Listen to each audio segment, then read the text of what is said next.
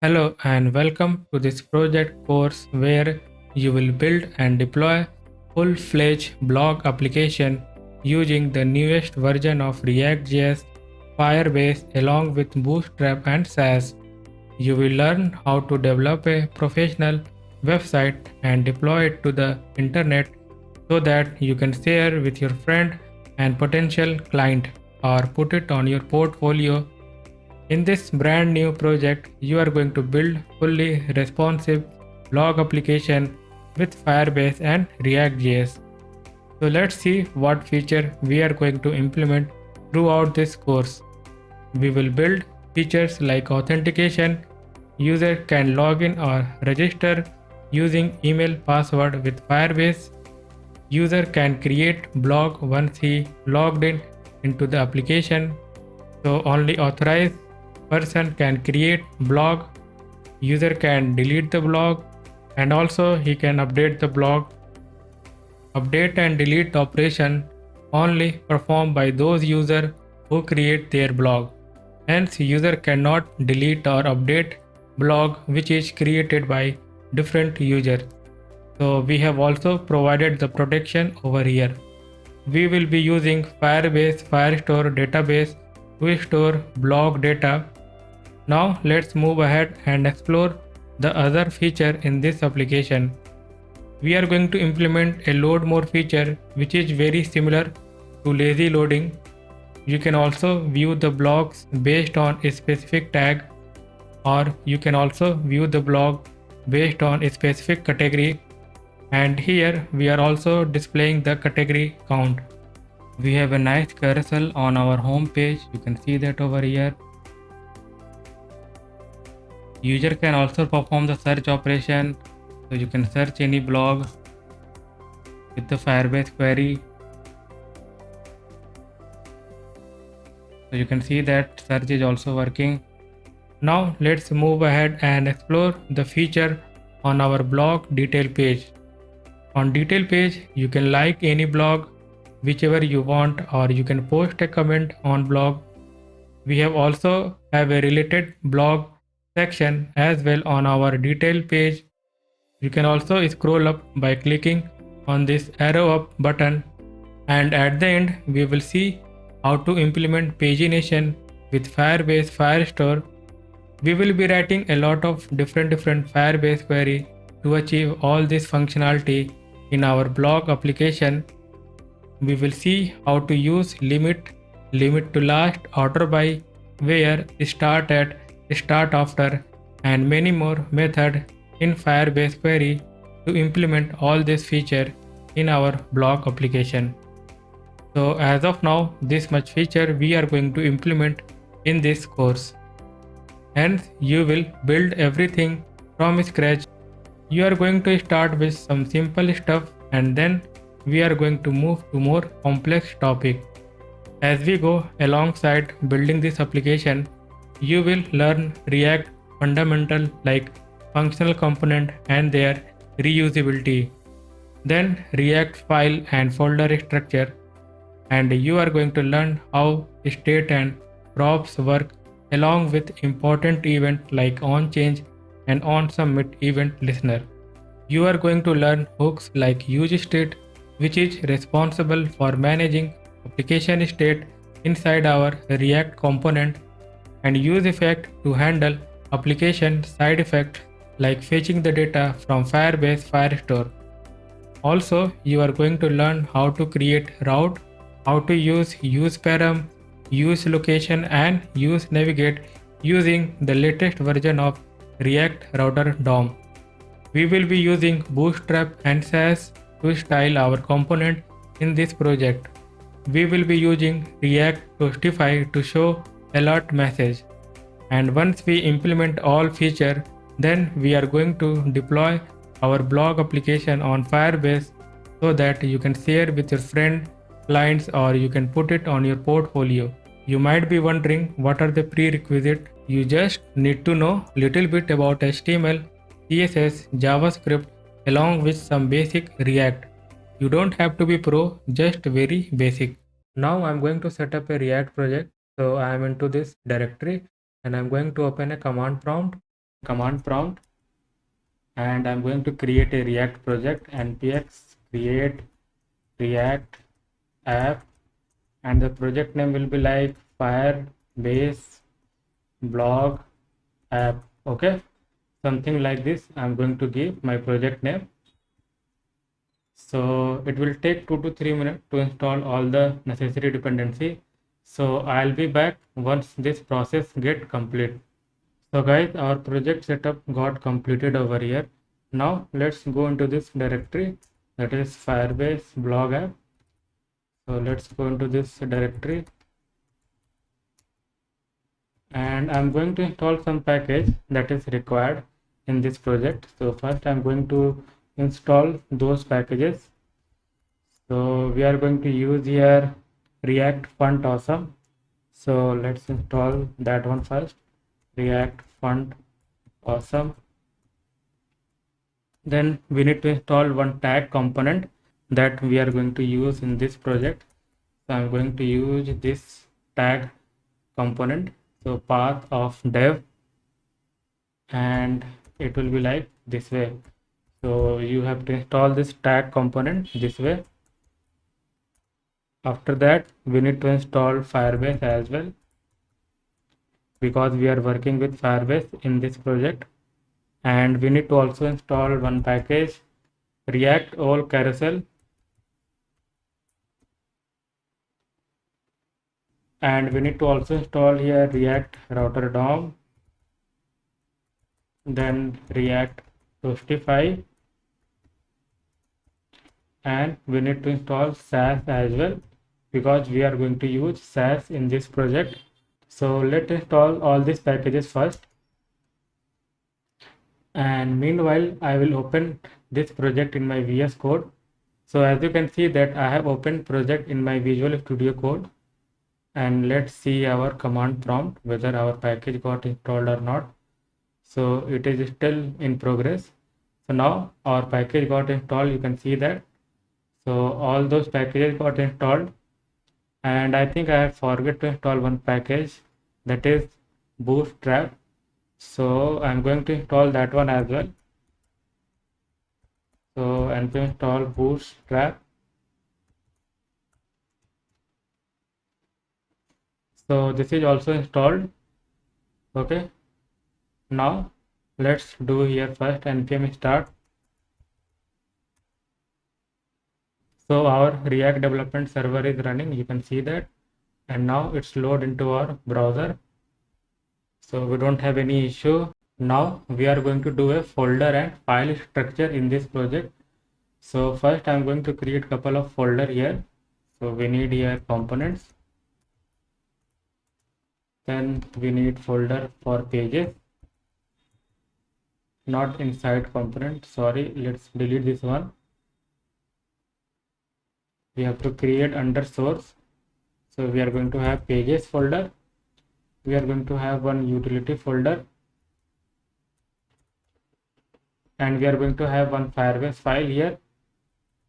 So all the Firebase configuration we are going to store in this file, that is firebase.js.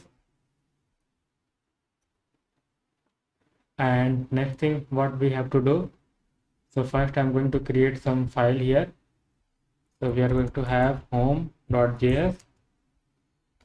We are going to have one detail page for our blog, so detail.js. We are going to have one file for adding or editing the blog. So I'm going to use the same page for adding or updating the blog. Then we are going to have one auth file where we are going to have our sign up and sign in form. So in the same file we are going to have both functionality for login and registration. Okay, and we are going to have one more file here, that is not found.js. okay, and we are going to have one basic about page, so about.js, and under source we are going to have one file related to SAS, so style.sas. okay, and we are going to have one more file related to CSS, which will be basically responsible for handling the responsiveness in our application. So we are going to have one media query, and under utility we are going to have one index.js file. So basic folder structure setup got completed over here. Now first I'm going to generate some snippet in all this file. Okay, so one by one I'm going to generate some snippet in all these different pages that we have over here under this pages folder.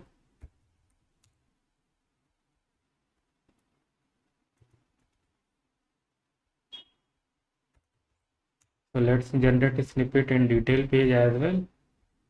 Let's generate a snippet in home page as well.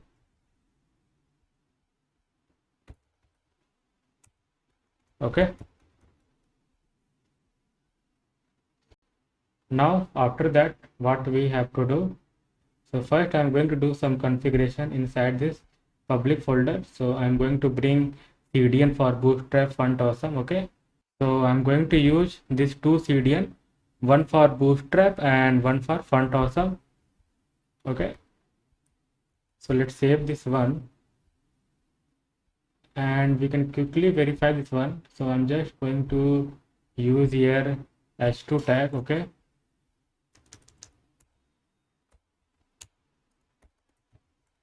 And I'm just going to bring here inside our app.js file.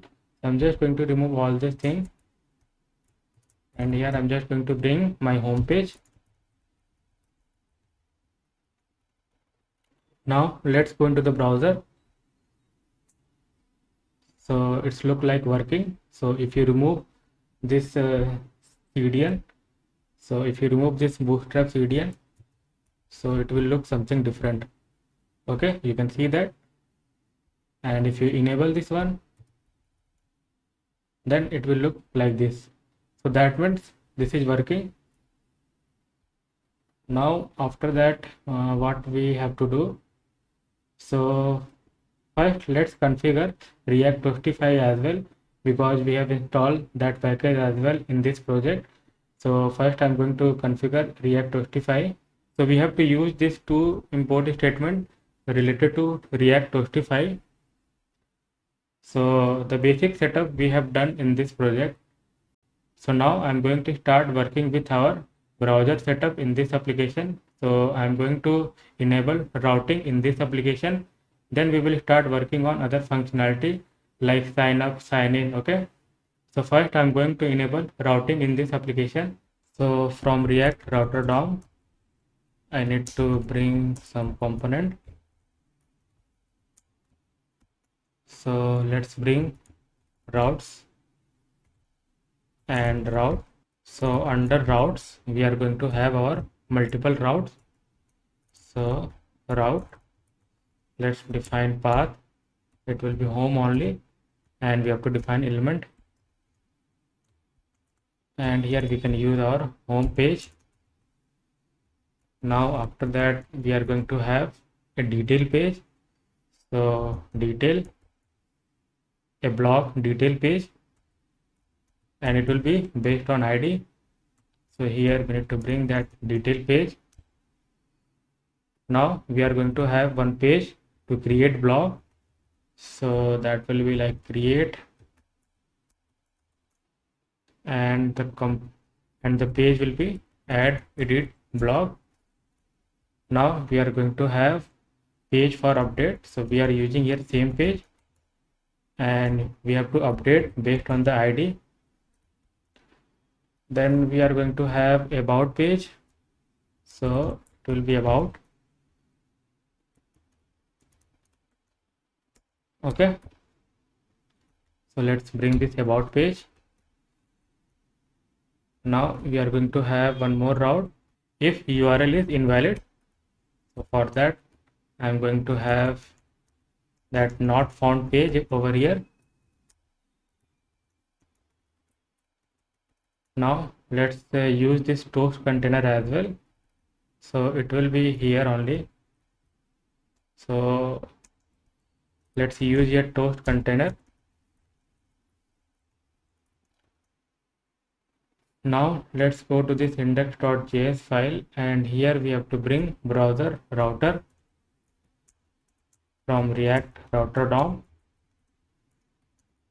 Then only routing will be enabled in our application.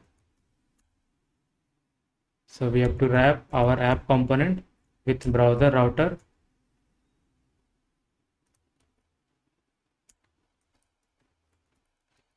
So this is done, and let's see in our console whether we have any issue or not. So we have one warning. So let's remove this unused import statement.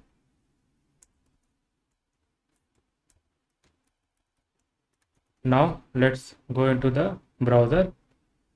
So we got home here.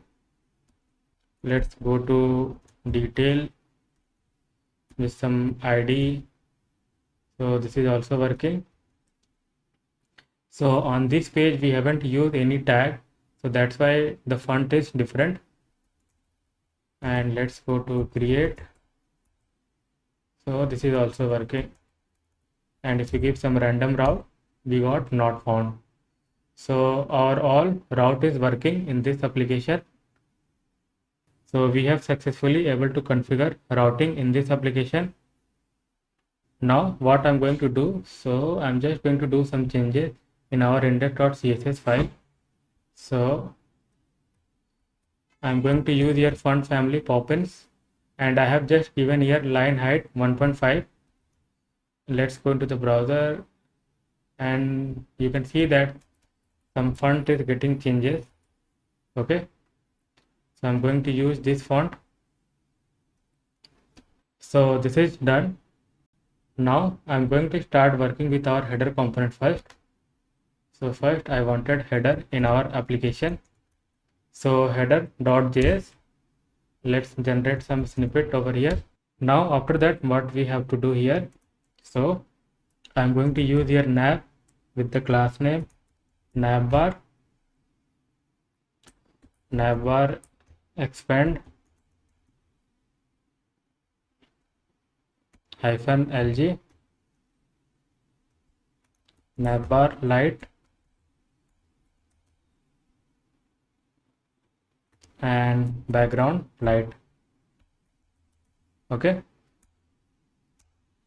now inside this nav we are going to have div with the class name container fluid bg -faded,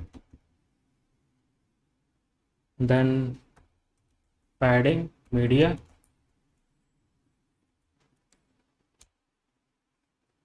after that we are going to have one more div with the class name container padding -media. Then inside that I'm going to have nav with the class name navbar hyphen toggleable hyphen md navbar light. Now inside that I'm going to have button. So button will have a class name here. So it will be navbar hyphen toggler empty -3 and type will be button. Then we have to use here data vs toggle, and it will be collapse.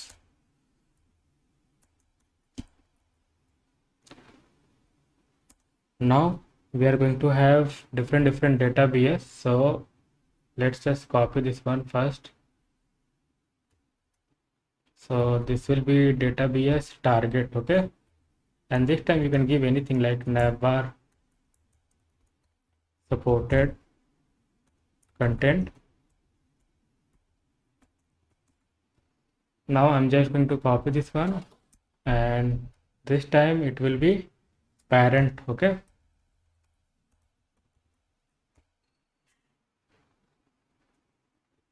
and this will be the same. And after that we can have area control. Okay, and we can give the same thing here without hash. Okay, then area expanded, and we can give here true. Area level we can give here, that is toggle navigation. Okay,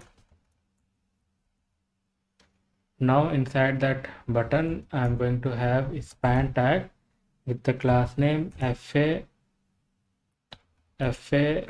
bars. Okay,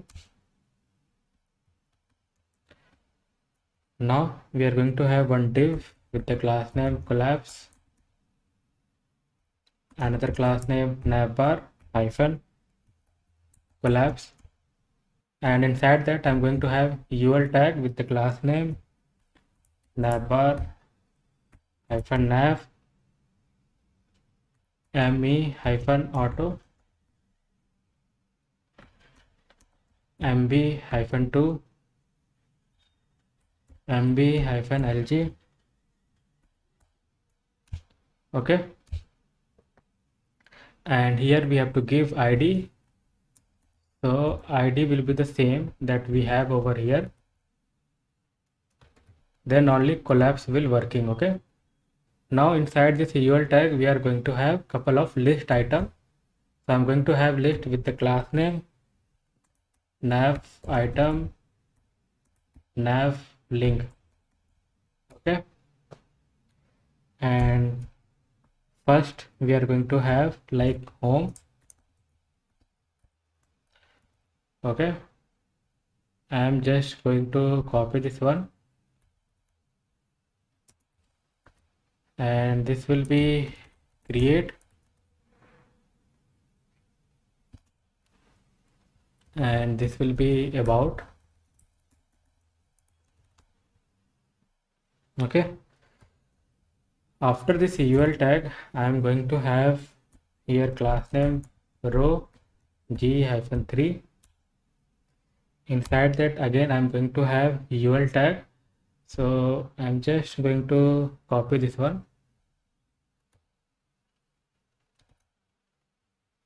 Let's copy entire thing. We can remove this id here, and this will be like login and logout, so I can just remove this one,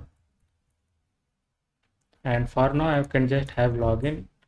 Let's remove this one because later we are going to implement authentication, so it will be either login or logout at a time. So let's remove this one. So basic header component is ready over here. Now we have to add the styling in our SAS file. Okay, so here I'm just going to do a copy paste the styling for our header component. So we are going to start with the header. So I'm going to use all this styling for our header component. You can copy all this styling by pausing this video, and we need to add some more thing, some global styling in our SAS file. So I'm just going to put them as well. So this is some global styling I'm going to use over here. Okay, so you can pause this video if you wanted to copy all this styling, because later we are going to use all this box, shadow, clip, path, transition. Okay, and we have to bring our SAS file in our app.js file. So here what we have to do, so I'm going to bring our SAS file as well as media query file. Okay, so we can verify this one. So in order to verify we have to bring that header component here. So let's bring that header component that we have created. Now let's go into the browser. So we are getting this issue. So we have installed wrong package over here. Okay, so it will be SAS. Okay, npm install dash save, and it will be SAS. Okay, double S. So by mistake I installed this incorrect package in this project.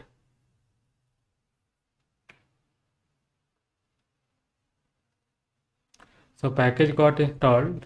So let's restart this React server. So now we don't have any issue after restarting our React development server. So let's go into the browser. So now we have got this one. So I think I have forgot to bring the style sheet for this font pop-ins. You can see that in our index.css file, I have used font family pop-in. So we have to also bring the style sheet in our index.html file for this pop-ins font family. So we have to bring this style sheet. Now let's go into the browser. So now you can see that this is looking good.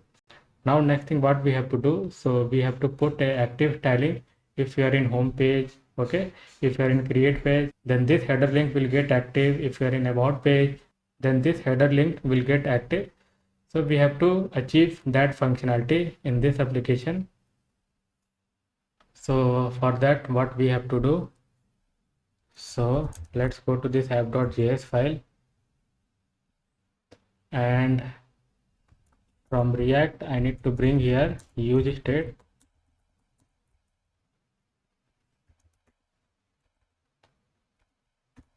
So from React we need to bring use state,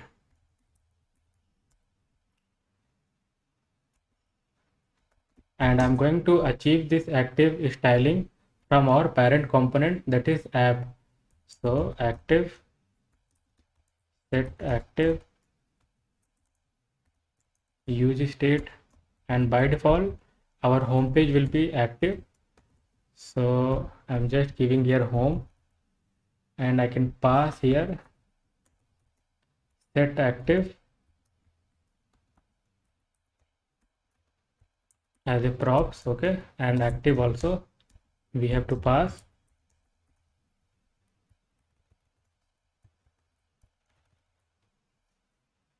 Now let's go into this header component,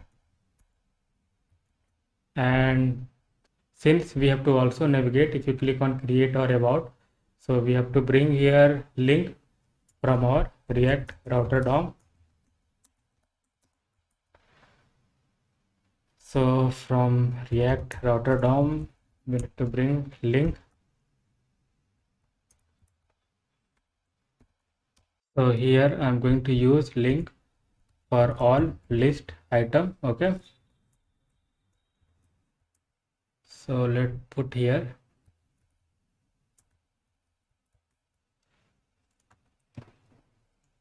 and it will be basically navigate to home page,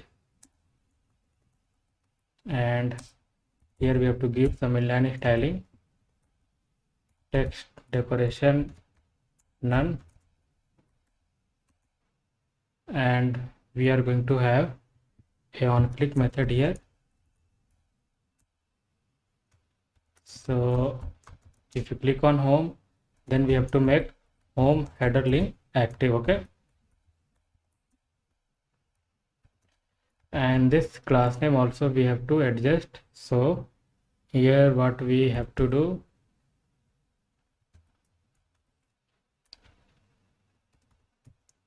so here we have to check like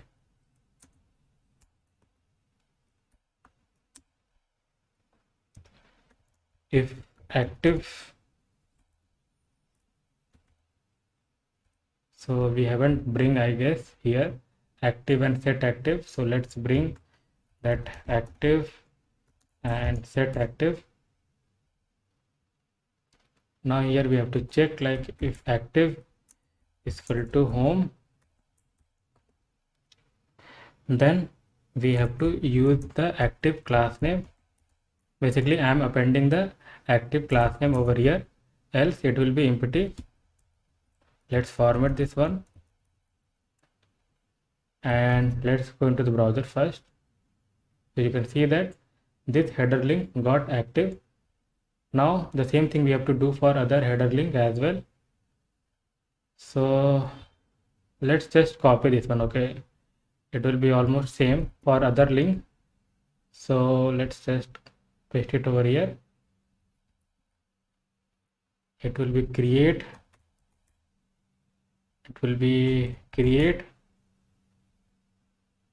and this will be create. Okay,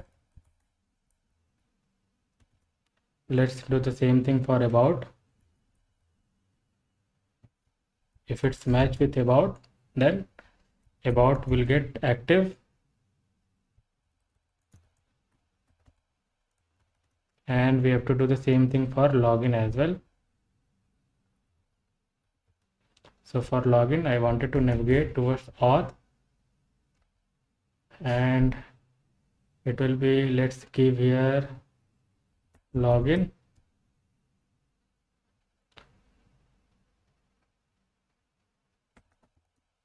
Okay, and this will be login,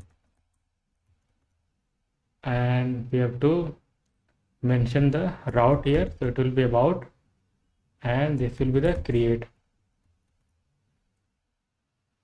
Let's go into the browser and verify this one whether it's working or not. So let's click on create. So this is working, this is working. So everything is working as expected. So we are done with the header component as of now. Later we will have to adjust this header component once we implement the authentication in this application. The next thing I wanted to work on authentication part in this application. So first we have to basically configure our authentication in our Firebase. So first we have to create a project, then only we can enable the authentication. So I'm going to this Firebase console and I'm going to add a project over here. So let's give here project name like React Blocks App. Okay, let's click on continue. If you want to enable Google Analytics, you can enable. I don't want this one. Let's click on create project. It will take 1 minute to set up our project. So let's wait for the project setup. Now our project is ready. Let's click on continue. So first we have to go to this web. So we have to click on this web, and let's give the same application name here, that is React Blocks App. Let's do this one as well. Let's click on the register app.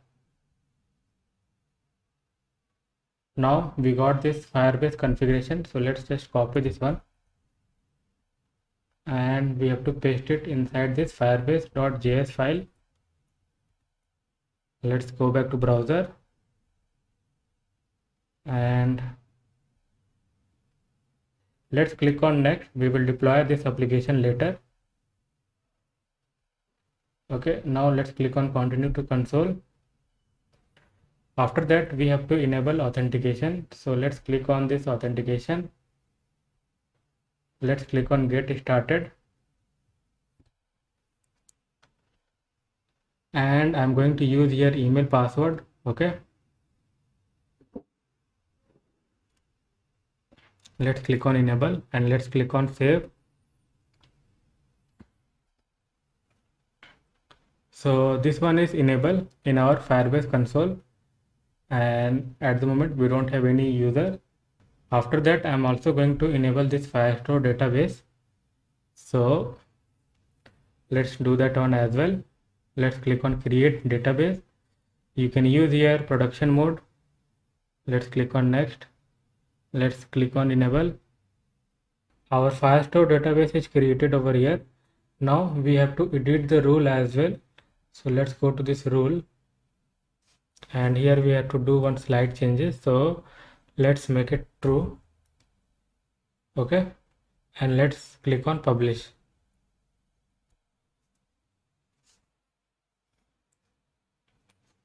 Now we will able to add, delete or update any data in this Firestore database.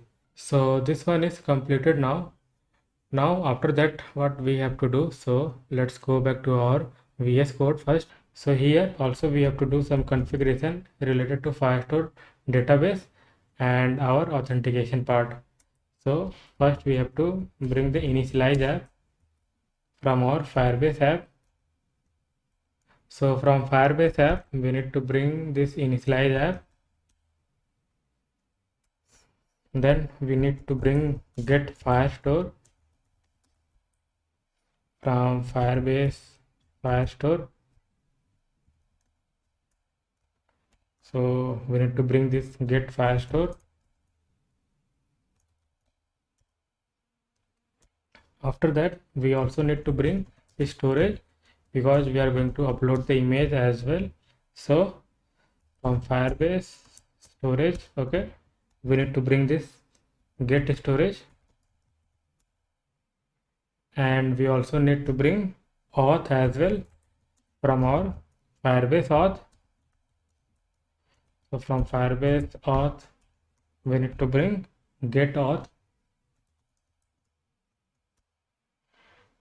After that what we have to do, so we have to first initialize our app. So const app is equal to initialize app, and we have to pass this Firebase configuration.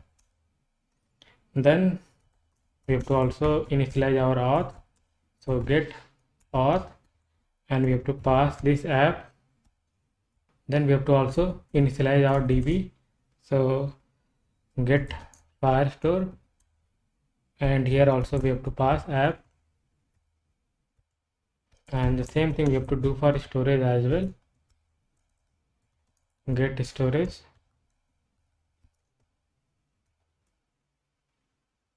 and then export. So we can export all this thing, auth, DB and storage. Now we have to also do one more configuration related to uploading the image in Firebase. So sometime you may face issue to upload an image in Firebase storage. So you have to come over here, that is Google Cloud Platform, and here you have to search your project. Our project is created with React Blocks app. So first I am going to search my project here. So this is our project that we have created, and after that what you have to do, so you have to search cloud storage and you have to click on cloud storage,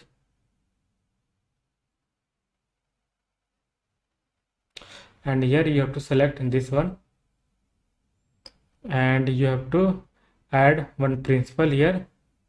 So let's click on add principal,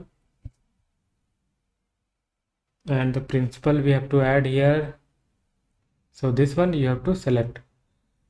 After that here you have to select the role. So role will be storage admin. So you have to select this cloud storage, select this storage admin, then click on save. So we have updated our policy in order to upload image in our Firebase storage. So we are done with this configuration. So we can close this one. Now let's go back to VS Code. So our Firebase configuration got completed over here. Now next thing, I wanted to start working with our sign in and sign up functionality in this application. So I'm going to start working with the auth.js file, where we are going to have both form, that is login and registration. Okay, so let's work on this auth.js file. So first I will start with our sign in form. So here what we have to do, so I'm going to define a initial state here.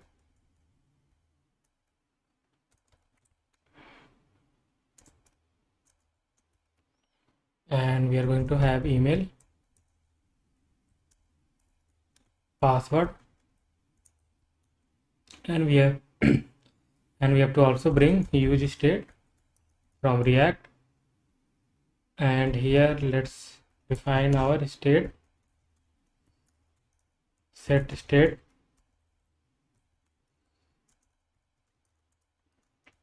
and we can pass here initial state. we are going to have one more state which will determine whether we are in sign in form or sign up form. So sign up and set sign up, and by default it will be false. Now we have to destructure this email and password from our state email and password. After that, I am going to work on our form component for our sign in. So here I am going to have div with the class name container fluid and mb-4. We are going to have one more div with the class name container only, and we will have one more div with the class name col-12 text center, and we are going to have one div with the class name text center heading py-2, and here we have to determine if you are not in sign up mode, then it will be sign in, okay, else it will be sign up form, okay. After this div we are going to have one div with the class name row h-100, then it will be like justify content center. So this is bootstrap class name I am using over here, and align item center. After that we are going to have one more div with the class name col-10 col md8 col lg-6. Then we are going to have our form which will have class name row, and here we are going to have our input field. So here we can use div with the class name col-12 py-3, and inside that I'm going to use input, and type will be email. Class name I'm going to use here form control,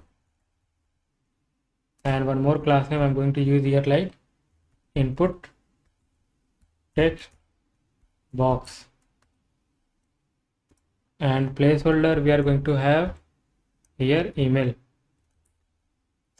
So let's format this one, and after that I'm going to have name, so it will be email, then value, it will be email, and we are going to have an onChange method, so this will be handle change. Let's define here, otherwise we will get error. Const handle change,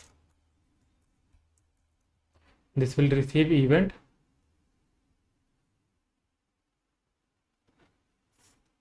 After that I can just do copy this div one more time, because we are going to have one password field as well. So this will be password, placeholder will be password, name will be password only. Let's give value password. So this two input field is completed.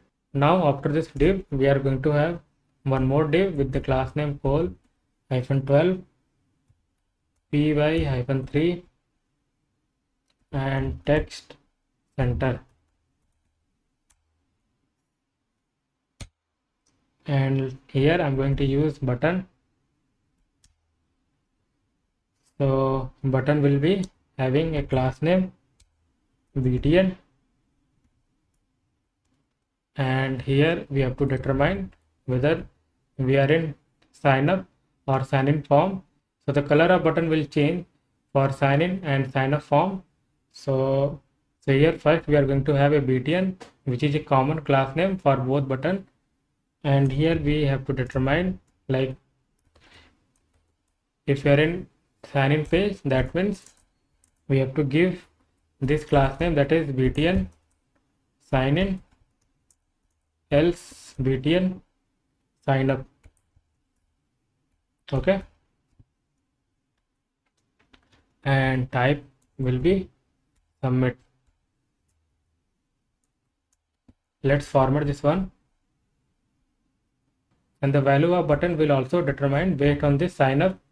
So if you are not in sign up form, that means we are in sign in form, so the value of button will be sign in, else the value of button will be sign up. Now after this form, we are going to have div, and here we have to determine, like, if you are not in sign up, that means user is on sign in form, and here we can give a message like, if you don't have account, then you can create an account.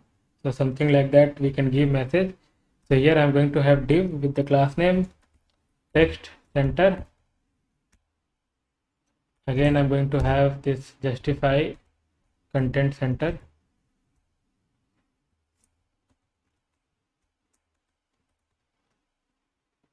and empty -2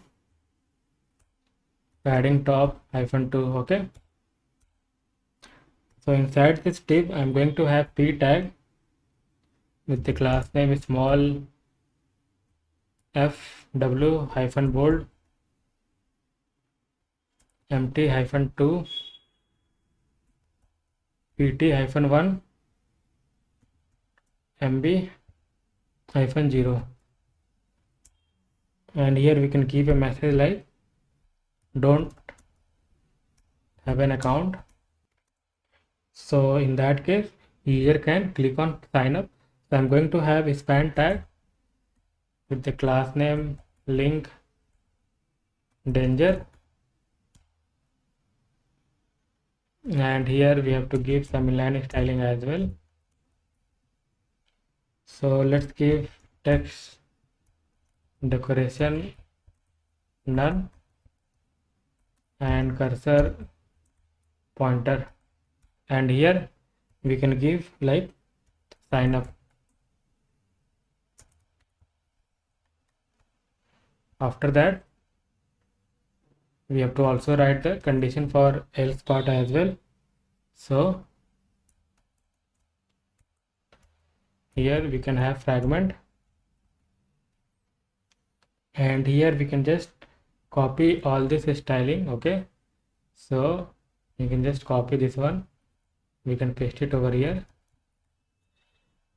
So if you are in sign up form, in that case I wanted to show a message like already have an account, then basically you can click on sign in. So in that case it will be sign in, and I wanted to specify color here only. So color I can give here like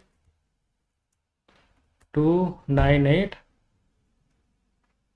AF2 because I'm not going to use this class name. After that I'm going to have on click method here. So it will basically change the state of sign up. So if you click on this sign up, so this will become true, and for sign in we have to basically make it false. So let's give false, and let's also define the logic in our handle change. So in handle change it's receiving event, so set state I'm going to spread out the state, and here it will be e.target.name, e.target.value. Now we have to also add the styling in our SAS file as well for some of the class name that I have used inside this file. So let's go to this style.css, and here we have to add the styling for the class name that I have used in auth.js file. So here all the form related styling will go here. So we have to add this styling, and we have to add some more styling. So this styling also we have to add for our button. So let's save this one and let's go into the browser. Let's click on this login. So we haven't registered route, I guess. I think some route mismatching. Let's go back to our VS Code. So first let's check our routing in our app.js file. Okay, so for auth we haven't added the route, so we can just copy this one. It will be auth, and we have to bring auth. Now let's go back to browser. So now here you can see that we have got our form, and let's click on sign up. Okay, so this is working, you can see that, but we have to add some additional input field for our sign up. Okay, so here we have to give some space between this message and this link. Okay, so we can give a space here like nbsp. Okay, let's see whether it's working or not. So we got some space.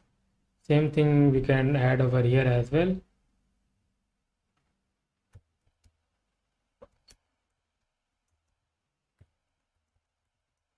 Let's go back to browser. Let's click on sign up. So we got some space. Okay, so sign in form is completed now. So now I'm going to work on our sign up form. So we have to add those additional input field. So first I'm going to have here like first name and last name for our sign up form. Last name, and let's also give here confirm password as well.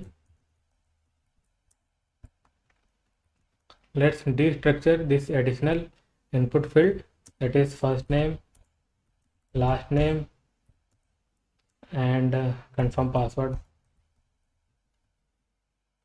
After that, what we have to do, so here we have to check like if we are in sign up, then only we have to add those input field. Okay, so here we have to check if you are in sign up, then only add additional input field. So here I'm going to have a fragment first, and I can just copy this input field. So let's copy this div, entire div, and here we can give type text. Placeholder will be like first name, name will be first name only, value will be first name. Let's copy this one, and this column will be 6. Okay, now let's copy this one, let's paste it over here. So this will be last name, this will be last name, and this will be last name. Now we have to add one more input field for confirm password. So we can copy this div and we can just paste it here below. Let's keep type password only. Placeholder will be confirm password, and name let's give confirm password, value will be confirm password. So I think we are done. Let's verify this one in browser. So we are getting confirm password and sign in as well. So this will basically display only in sign up form. So here again we have to use that sign up state. So here we can use like if you are in sign up, then only so this confirm password field. So we can just copy this tip and we can just paste it over here. Now let's go to the browser. So now we are not seeing that confirm password field on our sign in form. Let's click on sign up. So now here we got our additional input field, that is first name, last name and confirm password field. So we have completed here our sign in and sign up form. Now we have to implement the sign up and sign in functionality with the help of Firebase in this application. So at the moment we don't have any user in our Firebase. So first I am going to implement the sign up feature with Firebase in this application. So what we have to do over here, so this form will have one on submit method, and we are going to have one method called handle auth. So let's define this one.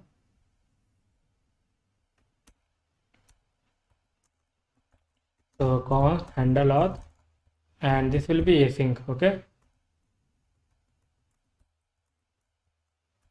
And it will receive an event. So first we have to prevent the default behavior of browser. So e.prevent default. After that we have to first check like if you are not in sign up, then perform the sign in functionality. So we will write the logic later. Let's write the logic in else part for sign up functionality. So here first we have to check like if password and confirm password field is not matching, then in that case I'm just wanted to return a toast message. So return toast dot error, and we can give a message like password do not match, okay? And I also wanted to configure the position of our toast message. So here we can give a position and it will be top center, okay? Now let's go to this auth.js file. So this is our first check, okay? Now here we have to do one more check like if all field is provided by our user, that is first name, last name, email and password, then we are good to sign up this user in our Firebase. So here what we have to do, so await create user with email and password, and here we can pass our auth which is coming from our Firebase. So VS Code automatically import all this thing for me. You can see that auth is imported automatically, this one is also imported automatically.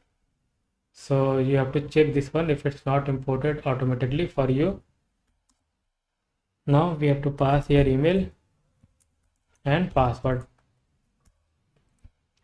Now here we will get our user, okay? After getting the user, what we have to do, so we have to also update the profile because we are storing this first name and last name.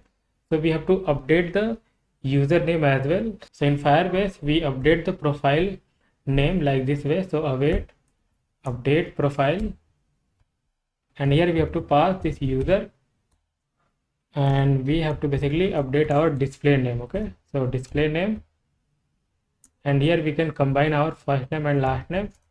So first name we can give some space and last name.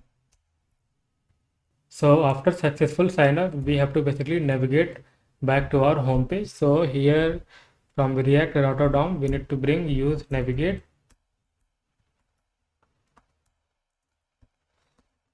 So from React Router DOM we can bring use navigate.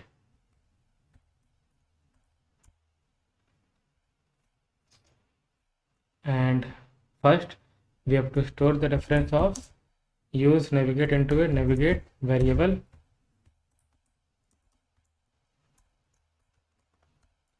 and we have to also make this header home to active. So here also we have to pass set active. So let's go to this app.js file, and here we have to pass this set active. So this one also we have to do, and it's going to receive this set active. And now here we can use set active and it will be home, because we are navigating back to our home page after successful sign up. After this we have to navigate, so we can navigate after this else, because in both cases we have to navigate whether we are doing sign up or sign in, because it will be common for both scenario. And let's remove this extra space, and let's write else condition as well for this if scenario. Okay, so we can return here toast dot error. So if any input field is left empty by user, so I'm just going to show a message like all fields are mandatory. All fields are mandatory to fill. So this message I wanted to show to user. Now let's save this file and verify in browser. So let's go back to browser, refresh this one first, and let's click on this sign up. Now let's add one user here, John Doe. So in last name I'm not able to write anything, so let's go back to VS Code. So let's see what is happening. So last name, I think, okay, extra T is here. Let's go back to browser and let's give here Doe, John Doe @gmail.com, and let's first click on sign up. So we are getting here message like all fields are mandatory, and let's give password 123456, and let's give only 1234. Let's click on sign up. Now this time I'm getting password do not match. Now let's give 56 and let's click on sign up. So I think it is working.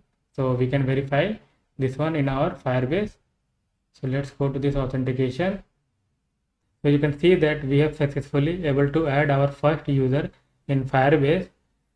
So sign up functionality is completed in our application. And let's work on our sign in functionality. So let's go back to this login, and to implement the sign in functionality, again we have to write some logic. So now I'm going to start working on our sign in functionality in this application. So inside this if condition I'm going to write that sign in functionality, because if this sign up is false, that means user is doing sign in our application. So for signing the user, first we have to check if we have the email and password value, then only we are going to allow user to sign in this application. So again I'm going to use here const and await, and here we can use sign in with email and password, and here we have to pass auth, email and password, and we are going to get our user here. After this we can do like set active to home, and after that we have to also write else condition. So I can just copy this one, let's paste it over here, and let's go into the browser and verify whether we are able to log in into our application or not. So first I'm going to refresh this one, and I'm going to log in with the email John Doe, and let's give password 123456. Let's click on sign in, So now you can see that we are successfully able to log in into our application. So sign in and sign up functionality is completed in our application. Now we have to also persist this logged in user in our application, and we need some user information as well, like display name. So what we can do over here, so let's go to this app.js file. So I'm going to define one state over here, that is user, and set user, and we are going to have use state, and initially it will be null. We need to bring use effect from our React. So use effect we need to bring, and we have to run one use effect here. So in use effect, what we have to do, so here we have our auth, which is coming from our Firebase, and here we have to use one method on auth state changed. We are going to receive our auth user, and here we can check if we have the auth user, then we can set this user to our auth user, else we can just set user to null. Now this user we have to provide to our header component. Okay, so let's go to our header component, and we are receiving here user, and we need user ID. So we have to determine whether user is logged in or not in our application. So user ID, and here we can do like user dot uid. So in Firebase, user ID is stored with the uid. So we can also check this one. So you can verify this one. So user ID, and we can also check whether our display name is showing or not. So let's check here as well. So we can get this one like user dot display name. Let's go into the browser. Let's refresh this one. So now you can see that we got our user ID and name. So we have to show this name in our header. So let's go back to our VS Code, and here we have to basically determine, like, if we have the ID, that means user is logged in our application. So basically we have to adjust our header component over here. So here we can check, like, if we have the user ID, that means user is logged in our application. And here we can use one div with the class name profile logo. So I'm going to add one dummy image. So here I'm going to have image. So in source I'm going to put one dummy image URL. So this URL I'm going to use over here. In alternate we can give logo.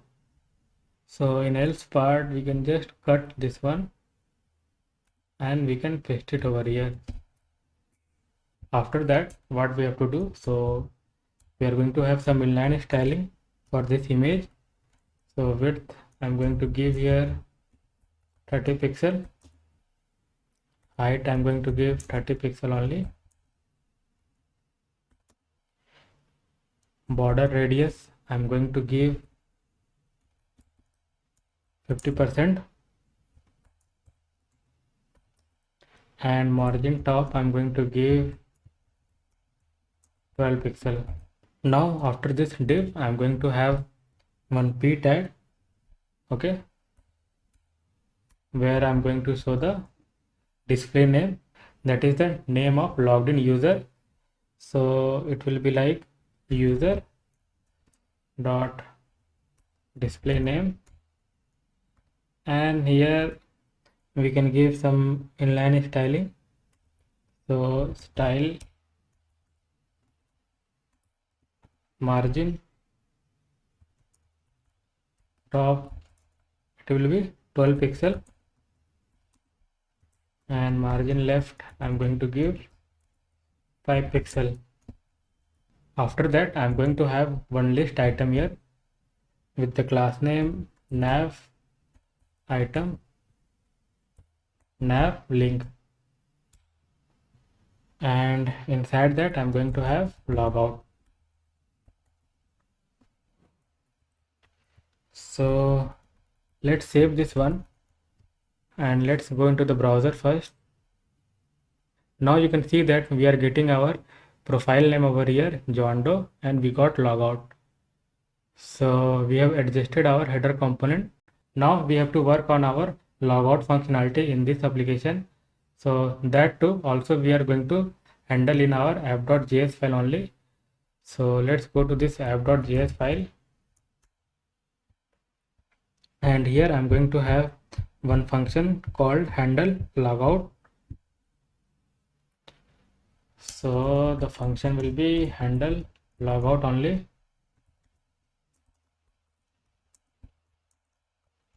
and here we can use sign out method from our Firebase auth, and here we can pass our auth, and here we can use then.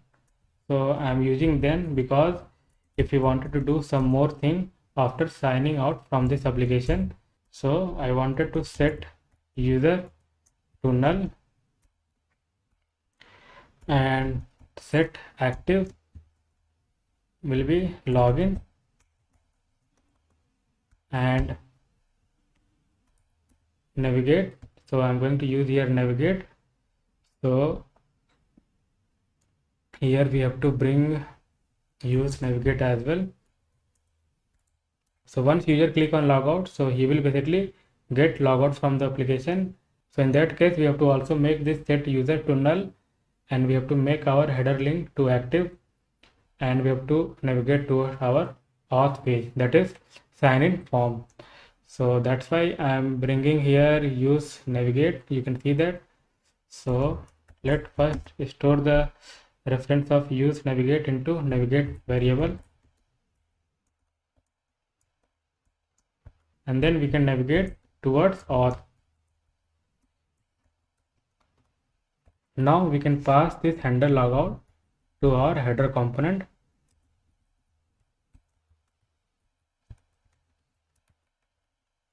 Now let's go to this header component, and here we can bring our handle logout, and we can remove this to console log, and we have to use this handle logout here inside this list.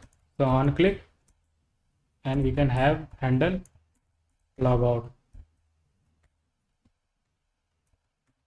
Let's save this file and let's go into the browser. First refresh this one. So you can see that our user is persisting in this application after refreshing this application. Now let's click on logout. Now it's become login. So logout functionality is also working. Let's try one more time. So I'm going to log in with johndoe@gmail.com. Let's click on sign in. So this is all working. You can see that. So now we have completed the logout functionality as well in this application. So next thing, we are going to start working on our creating blog in this application. So now we are going to start working on creating blog in our application. So from React, we need to bring use state first,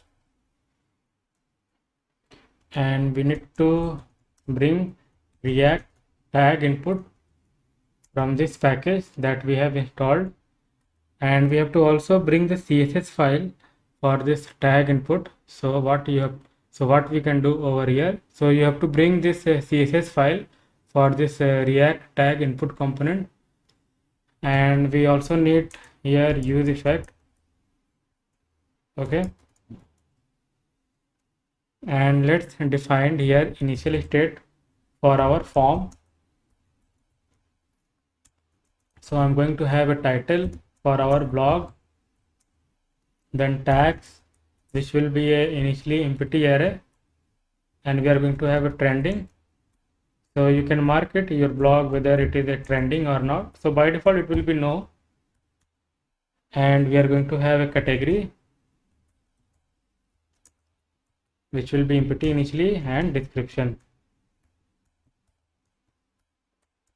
Now after that I am going to paste the category option that we are going to have in our drop down. So in this application I am going to use this much category, so you can modify this category as per your convenience.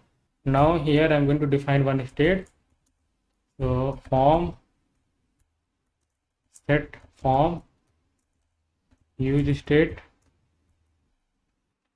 and we can pass here initial state.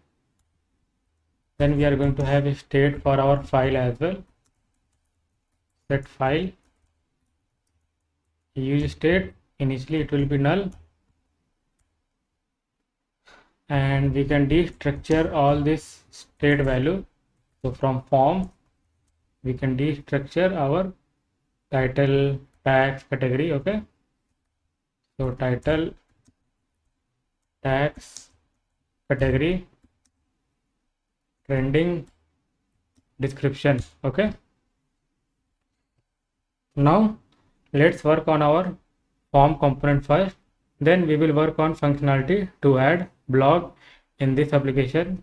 So let's remove this one, and I'm going to have a div with the class name container fluid mb-4. Then again I'm going to have div with the class name container only, and inside that I'm going to have one more div with the class name col-12 text center, and here I'm going to have heading like create blog. So I'm going to have one more div with the class name text center, and here we can have one more class name that is heading py-2, and here we can remove this text center, it's not required, and here we can give the heading like create blog. So first we can check this one. Let's click on create. So we got this create blog. After this div, what we have to do, so I'm going to have one more div with the class name row h-100 justify content center align items center. Then I'm going to have a class name with the col-10 col md8 and col lg6. Now we are going to have a form with the class name row blog form. Okay, let's remove this action, we don't need this one.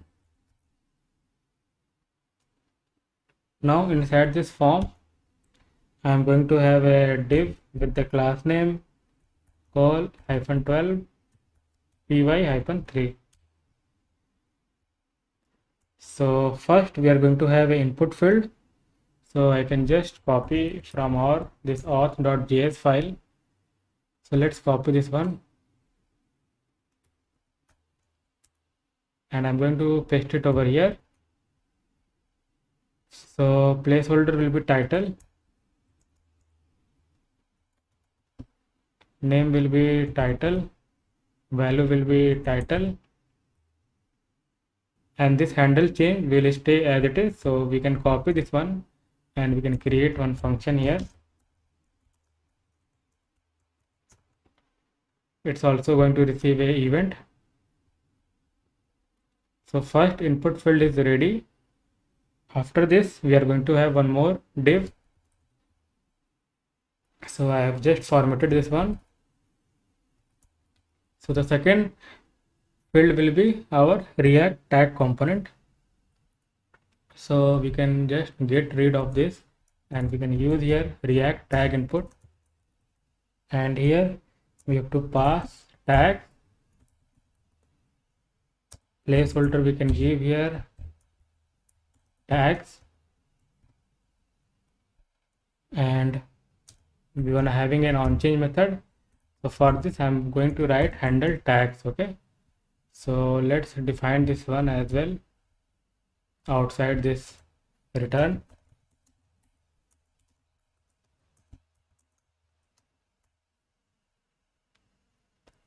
Let's format this one.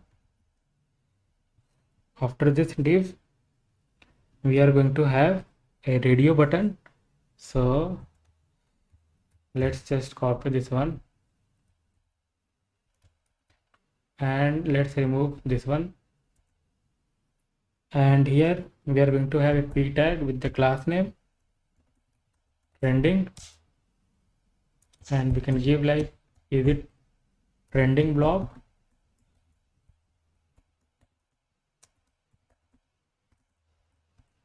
Now after this we are going to have our radio button, so we can give here a div with the class name form check inline mx-2. Then we are going to have our radio button, so I can just copy this input field and type will be radio,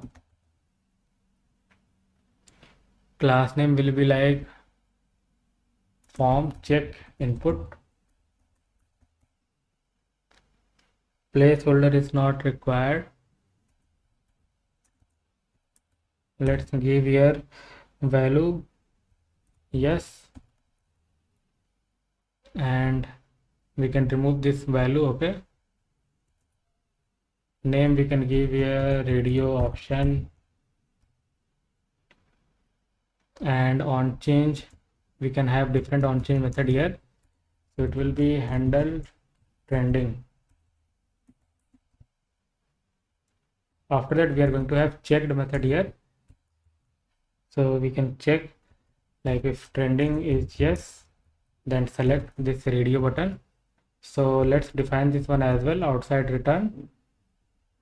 So I'm just going to copy this one, and this will be handle trending.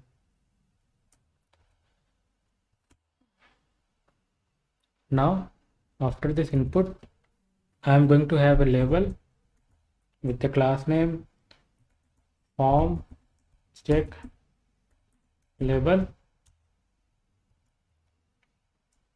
and here we can give radio option, and label we can give here yes, and we wanted some space, so I can use here nbsp,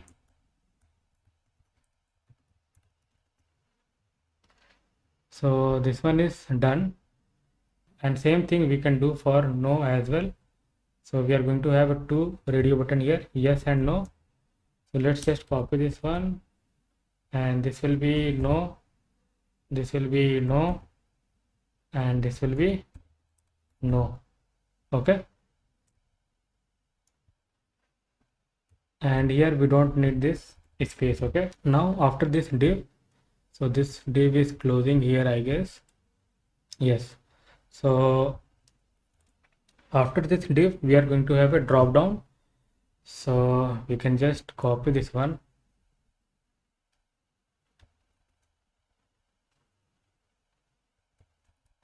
and we can remove this one, and here we are going to use a select for drop down, and we can have a class name category drop down.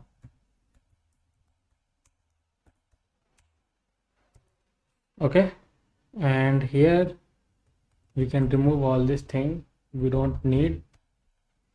Here we need value, the value we can give here category, and we are going to have on change. So for this also we are going to use different on change method, that is on category change. So let's define this one as well, outside return. Let's copy this one.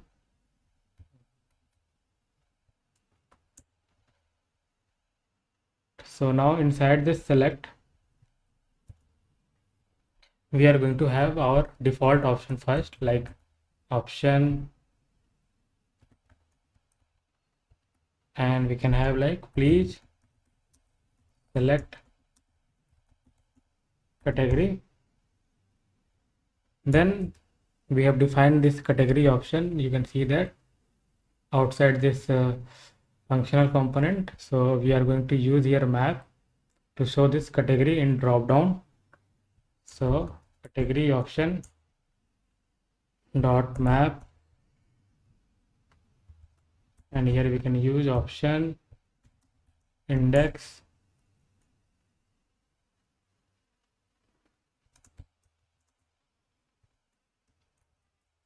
and we can use here option and value. So value will be option and it will be empty here. Okay, and we have to also provide the key. So let's give key here index only, and inside that we can show our option. So category part is also done. Now below this category drop down, we are going to have a text area in which we are going to write a description about blog. So we are going to use here text area. So again we can have div with the class name col 12 py-3, and here we can use text area. So text area, and we can have here class name form control, and we can give one more styling here, description box. Placeholder will be description, value will be description only, name will be description. So we can copy this one and we can just use it over here. And for this on change, we are going to have the same handle change. Okay, now below this text area, we are going to have our input file. So let's have a class name mb-3, and here I'm going to use input with the class name form control. So type will be file because we have to upload a image, and here we can have on change. So we are going to write on change logic here only.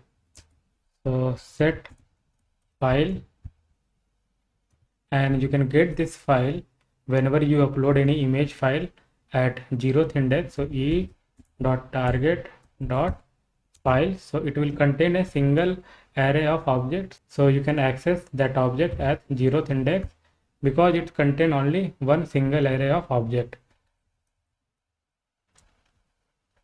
So this is also done. Now after this div, we are going to have one more div with the class name col-12 py-3, then text center, and we are going to have a button with the class name btn add, and the value of button will be the submit, and here type will be also submit. Okay, now I'm going to add the styling for this different class name in our SAS file. So let's go to this SAS file. So inside this form only I'm going to add those styling. So we have to add this styling. You can see that for all these different class name that I have used inside this file, and we have to add some more styling for other class name as well. So we have to also add the styling for this class name as well. So let's go into the browser first and see whether it's working or not. So now you can see that we got our form component over here for creating blog. So we have a title, tags, category, description, and this file input. So our create blog form is almost ready to create blog in this application. So before we start creating any blog in this application, we have to first work on our uploading the image file in Firebase. So what we have to do first, so let's go back to our VS Code and let's go to this file, and here we have to run one use effect, and this use effect only run when we have the file. Okay, and here we are going to have one function called upload file, and inside that first we have to define a storage reference. So storage reference, and here we have to use ref which is coming from our Firebase storage, and we have to pass here storage which is coming from our Firebase file. Okay, so VS Code automatically import all this thing for me.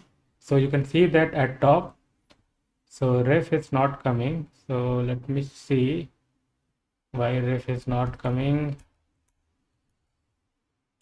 So now ref is coming. Okay, you can see that. So it's coming from our Firebase storage, and here we have to pass file dot name. After that we have to define one upload task equal to, so here I'm going to use upload bytes resumable, and we can pass here storage ref, and file also we have to pass. After that upload task dot on, here we can give state change, we're gonna have snapshot, and here we have to check progress. So for progress we can define one state here, progress, set progress. After this let's define progress is equal to snapshot dot bytes transfer, snapshot dot total bytes, simply multiply into 100. So you will get a progress. Okay, like it will start from 1 to 100. So we have to check progress over here. So once progress reach towards 100, then only we can allow to upload a blog with image. So that's the reason I am using here this way. So here we can set the progress. So once progress reach towards 100, then only we can allow to upload a blog with the image. And after that we have to use your switch and snapshot dot state. So we are going to receive different case. So in case it is paused, okay, so we are going to receive a pause state, and we can just simply give one console log like upload is paused. We are going to have one more case like running. So we can give here console like upload is running, and we have to give here break,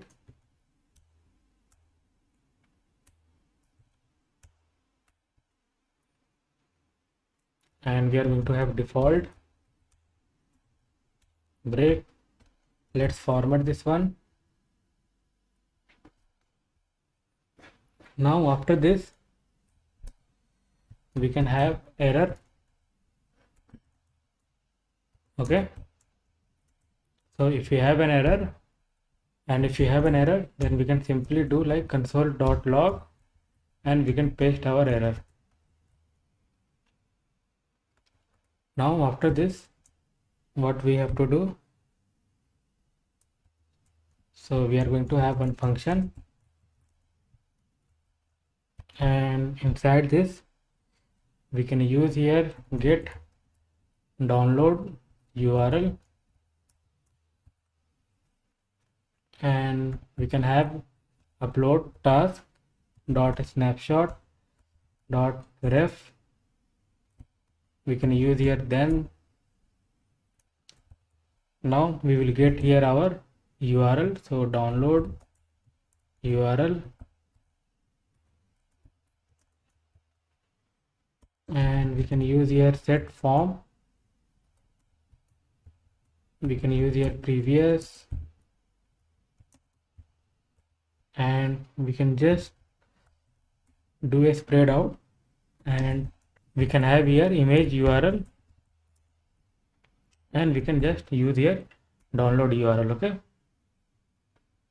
so this function will run if we have the file. So we have to run this function, that is upload file. Okay, so this upload file is completed over here, and we can test this one in our browser. So let's go into the browser and just upload one file here only. So I'm going to upload one image to test this functionality, whether our uploading image in Firebase is working or not. So let's go to here and let's open this storage, whether we have got our first image or not. So we are not seeing image. So we are getting this issue because we forget to update the rule in our Firebase. So here also we have to update rules. So let's do these changes. So we have to do the same thing that we have done for this Firestore database. So here we have to give true, then only it will work. So let's click on publish. So now it's got published. So let's refresh this application and upload once more time. So let's upload this image. So now you can see that we are getting upload is running. So let's go back to here, files, whether it's got uploaded or not. So now you can see that it's got uploaded, and here we are not getting the percentage. So I think we have missed something. So let's go back to our VS Code. So we can just put this console. Okay, so we can track down like how much is got progress. So let's upload the image again. So I'm going to refresh this application and let's upload this image again. So now you can see that we are getting upload is 0% done. Now we got upload is 100% done. Okay, so once the upload progress is between 0 and 100%, then we have to make this button disable. So let's do that one as well before creating blog in our application. Here we have button, and we can use here like disabled, and we can check here like if progress not equal to null and progress is less than 100, then this button will be disabled. Okay, so let's go into the browser and let's refresh this one again. Let's upload this image. So now you can see that this button is disabled. So once it's reached towards 100%, then only it will become enable. So now we are good to go to create a blog with image in this application using Firestore database and storage. Now let's start working on creating a blog in this application along with image. So before we add any blog, I just wanted to do some modification. So for this drop down and trending, let's use the same method, that is handle change.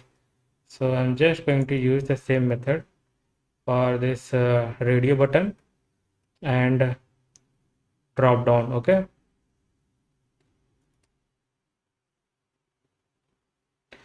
so here what we have to do, so handle trending is not change. Okay, also we have to put here, okay, handle change. So let's write the logic for this handle change first. So set form, let spread out form, then e dot target dot name, e dot target dot value, and for tags we are going to receive tags, and here also we have to set the form,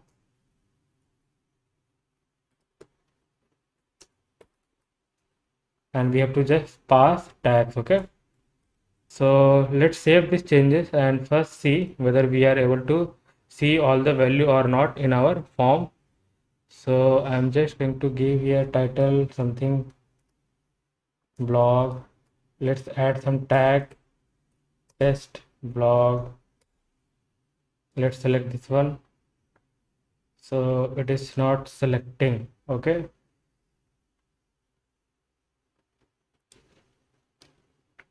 so let me see what's going wrong. Okay, let's use this one. Okay, so we are going to receive event, and let's set the form. So I'm going to spread out the form, and trending it will be e dot target dot value. Okay, and let's use handle trending here.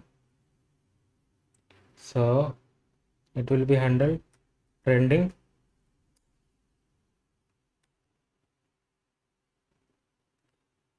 and for drop down I think also we have to use that one. So for category change we have to do that way only. So it's going to receive an event, and for this also we can use this way, set form. Let's spread out our form, and category e dot target dot value. Let's use this on category change here in drop down. Let's save this file and let's go into the browser. First I'm going to refresh this one. Let's give here title like blog only. Let's give test. Let's select this one. Now it is selecting. Let's select any one. Let's give here test only. Let's select one image.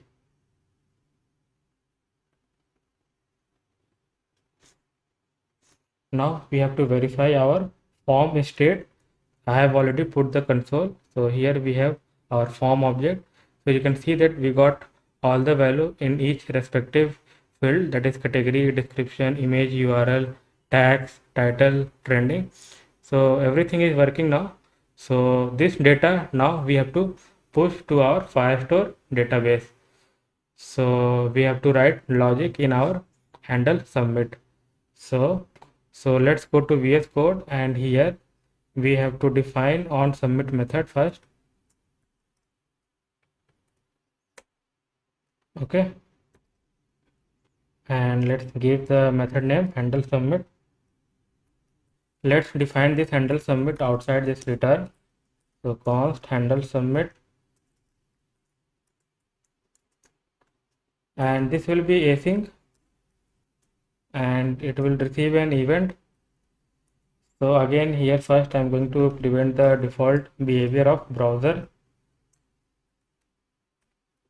After that, first I'm going to check whether each value is provided by our user or not into each respective input field. If category has a value, if we have value in tags. So likewise I'm going to do for each input field. So we have title, we have files as well. Then description we have, and we have one more thing, that is trending. Okay, so if we have all the value in this different input field, then only I am allowed to create a blog. So here we can use try catch, and I'm going to use await, and I'm going to use here add doc, which is coming from our Firebase Firestore. So VS Code automatically import, and we have to also bring collection, and we have to pass here db, which is coming from our Firebase file, and here we have to pass the collection name. So currently at the moment, if you check our database, so you can see that we don't have any collection name here. So you can give any collection name whatever you want. So I'm going to give here blocks. I'm just going to spread out form. Okay, and I also need to add timestamp. So I'm going to use here servers timestamp, and we have to also need to give here author, so which user is created, so his name along with his ID. So we are not receiving here user in this component, you can see that. So we have to go back to our app.js file, and we have to pass this user. Okay, so this user we have to pass down to this page, that is add edit blog. So we have to pass this user, then only we will get that display name and user ID. So now here it's gonna receive user. Okay, and here we can use like this way, user dot display name, and user ID also I'm going to store. So user dot uid. Okay, and we have to also write the catch. So I'm just going to put a console log. So console.log error. Okay, so let's save this one. So this is completed over here. Now we can create a blog in our browser. So let's go to the browser. Just going to refresh this one, and I'm going to log in with our user, that is John Doe.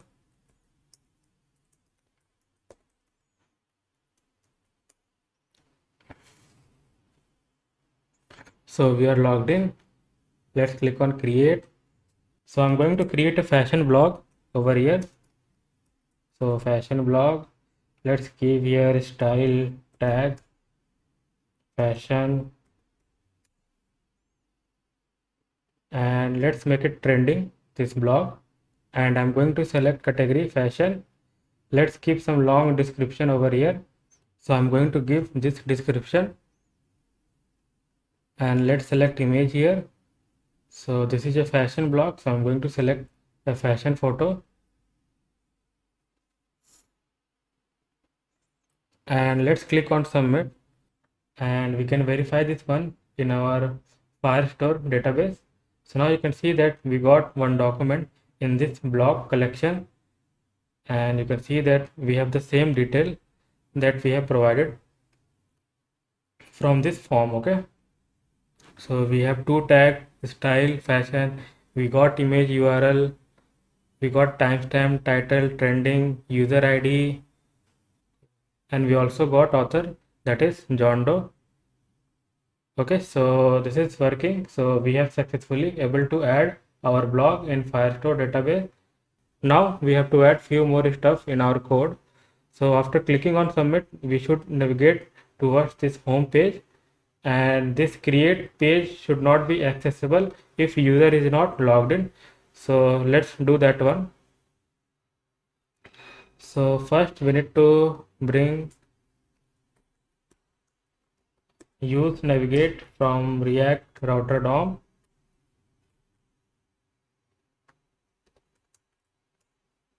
Let's store the reference of use navigate into a navigate variable. So we can use this navigate here.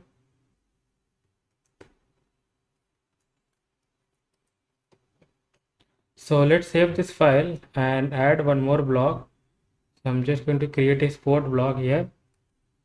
So let's see here, sports block. Okay, let's give here football, and this will be no only. So let's select here sports. Let's add description here, one long description again. So I can just copy this one. Let's test it over here. Let's remove this double quotes, and I'm going to select one file related to sports. So let's select this one. Now this is disabled. Now we can click on submit. So now we have successfully able to move to our home page after creating this blog. And here also we got our blog. You can see that this is a sports blog which is created by John Doe. Now we have to also protect this one, create link. So suppose if I am log out from this application, so whenever user click on this create, he should navigate back to home page. Okay, so let's do that one as well. So I'm just going to protect our create link here when user is not authorized in our application. So we can simply do like this way. So we have to bring here navigate, and we can check this one. If we have the user ID, that means user is logged in. So in that case, I wanted to navigate towards the create blog page, and else we can just navigate towards the home page. Okay,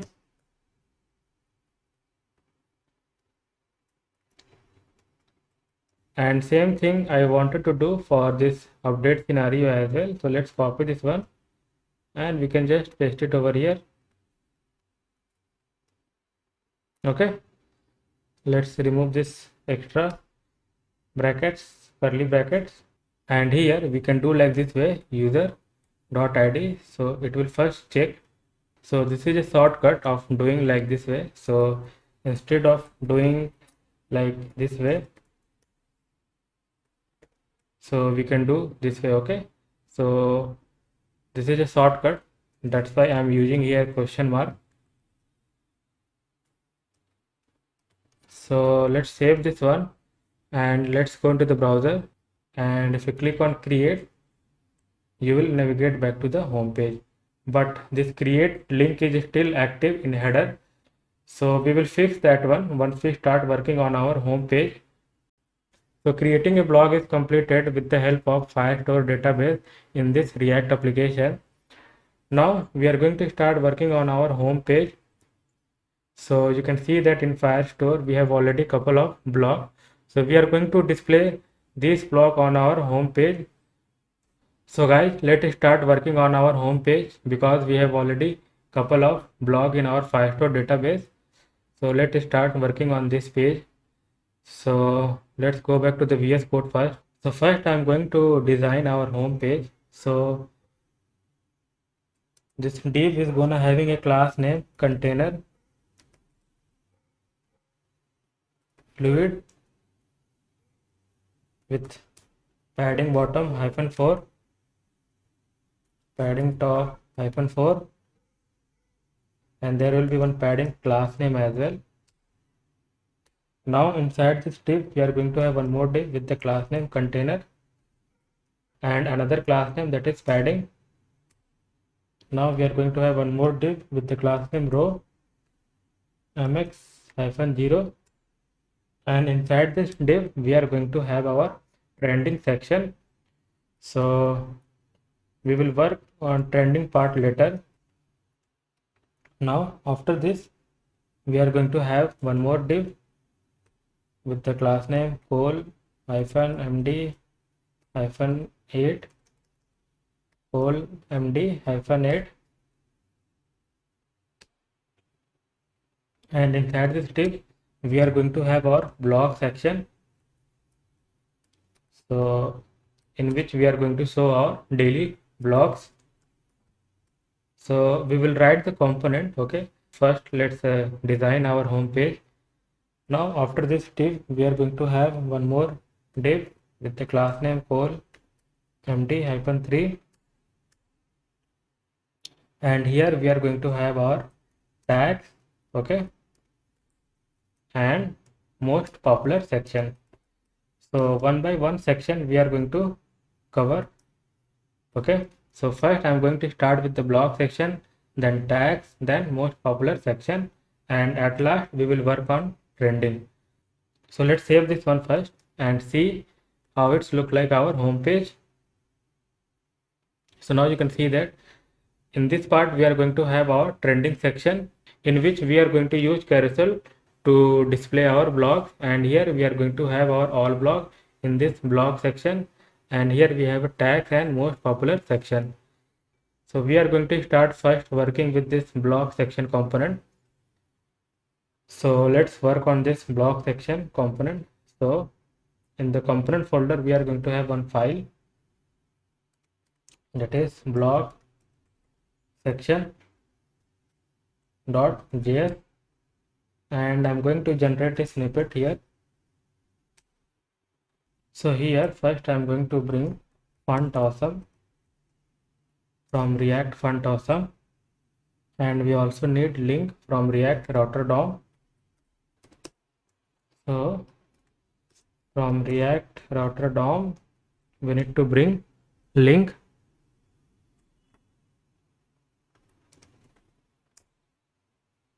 and this blog section will receive some props from our home page, that is blogs. It's going to receive user. Okay, now we are going to have one div. So let's just give one div here, and we are going to have one more div with the class name blog heading. Then we are going to have class name text start. Then we are going to have py-2 mb-4, and this is heading daily blogs. After this div we are just going to map our blogs, okay, that we are receiving from our home page. Okay, so blog dot map, and I'm going to map each blog item, and here I'm going to have one div with the class name row pb-4, and here I'm going to use key as well, otherwise we will get warning in console. Now inside this div we are going to have class name col -md5. Then inside this div we are going to have a class name over blocks image. Okay,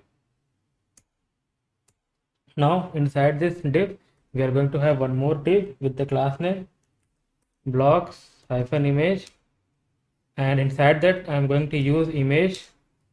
So source we can use here item.image URL. Okay, and in alternate we can use title item.title, and inside this we are just going to have some empty div. Okay, we are going to have one more div with the class name col md-7, and inside this div we are going to have a div with the class name text start. So text start is a bootstrap class name, and inside that we are going to have a 6 tag with the class name category, and we are going to have one more class name, that is category hyphen color, and here I am going to use item dot category. Okay, now after this we are going to have a span tag with the class name title. So here we are going to show the block title, so item dot title,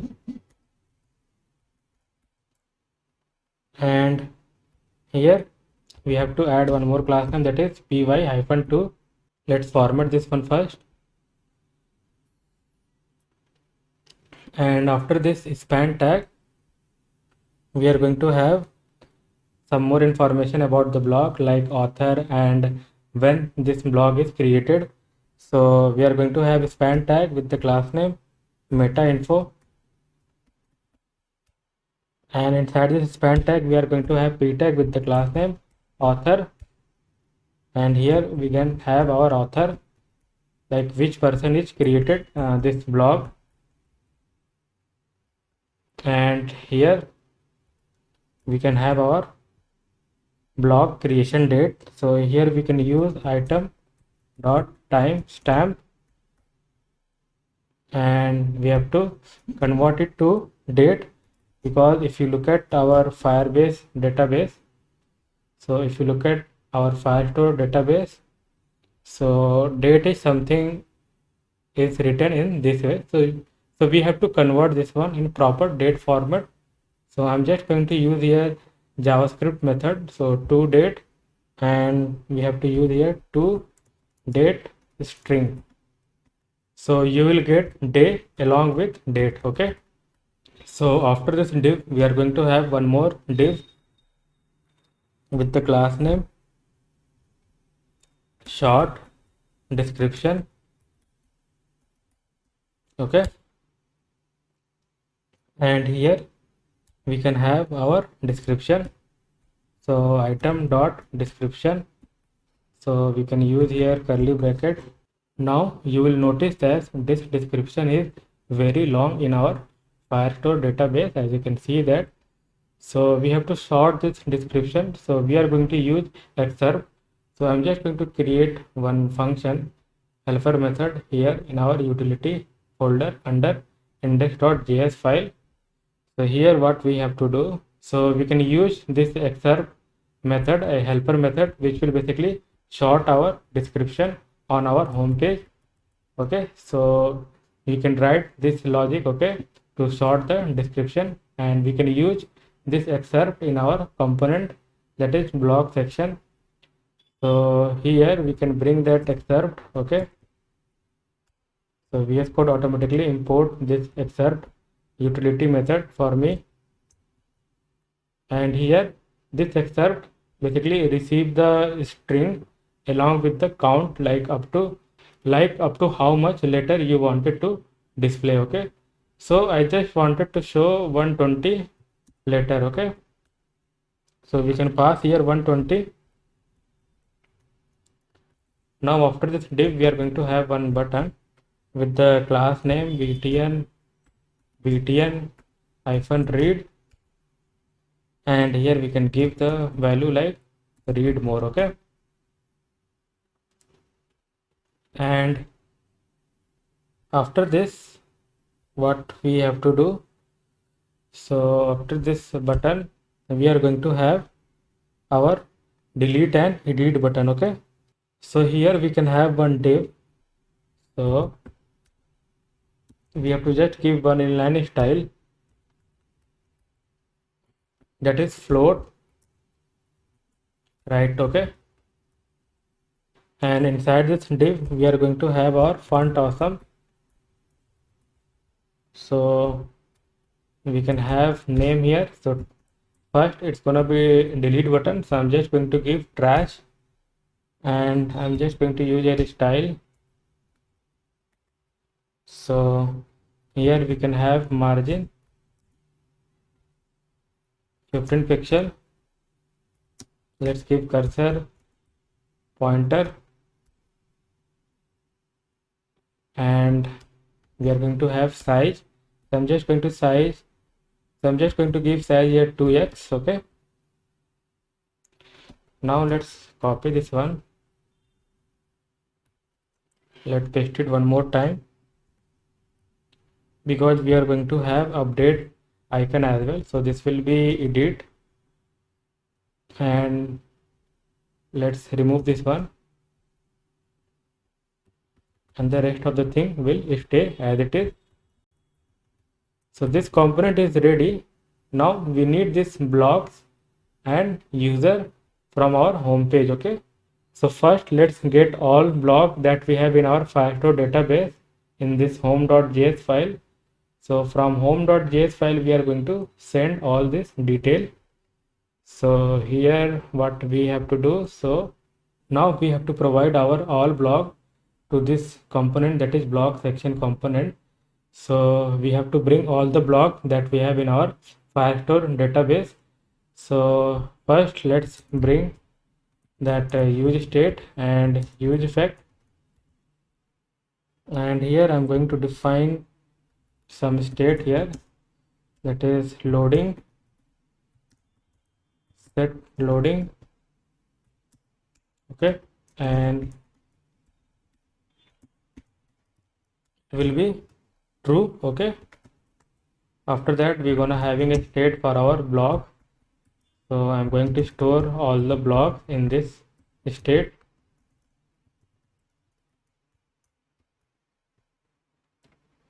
It will be empty array. Now we have to run one use effect, and inside this use effect we are going to have one method unsubscribe, something like this, and I'm going to use here on a snapshot from Firebase Firestore. So VS Code automatically import all this helper method for me, and inside this on snapshot we are going to have our collection, and in collection I am going to pass db and collection name, that is blocks.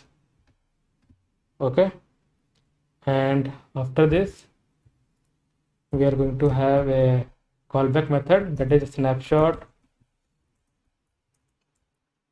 and here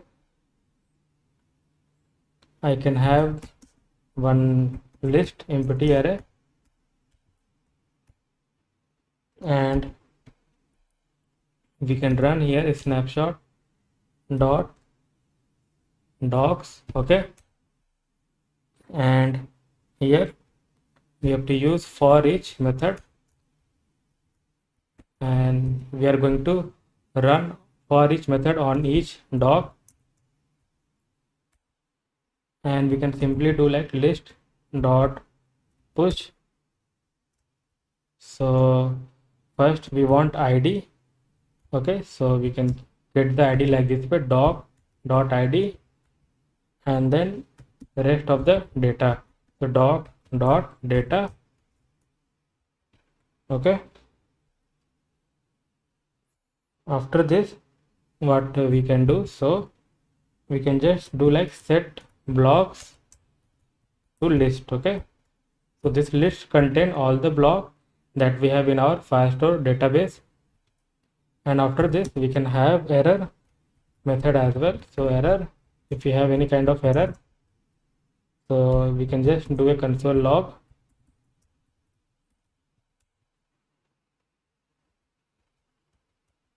and this use effect will have a empty array dependency.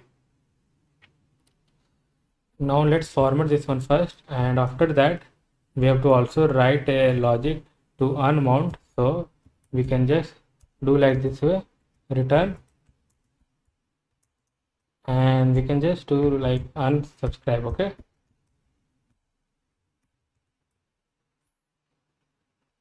now we can check this one whether we have our blocks or not. So we can just put here console log 1.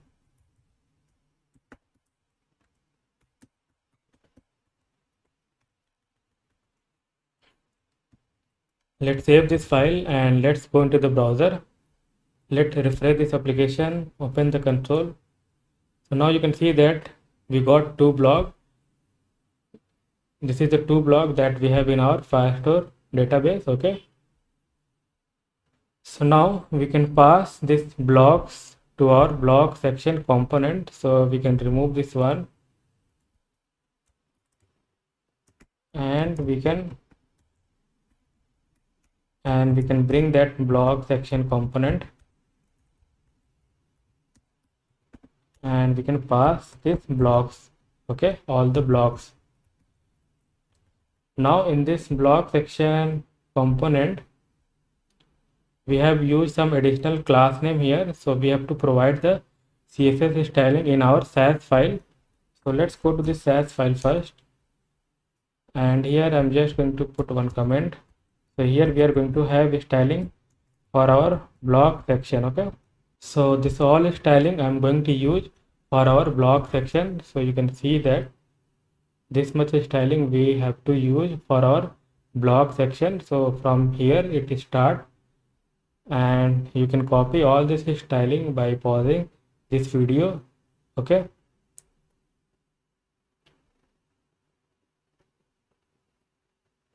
so here just I wanted to save some time by writing all this styling, so you can copy all this styling by pausing this video. Okay,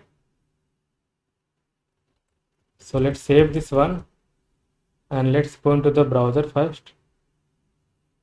Let's close this one.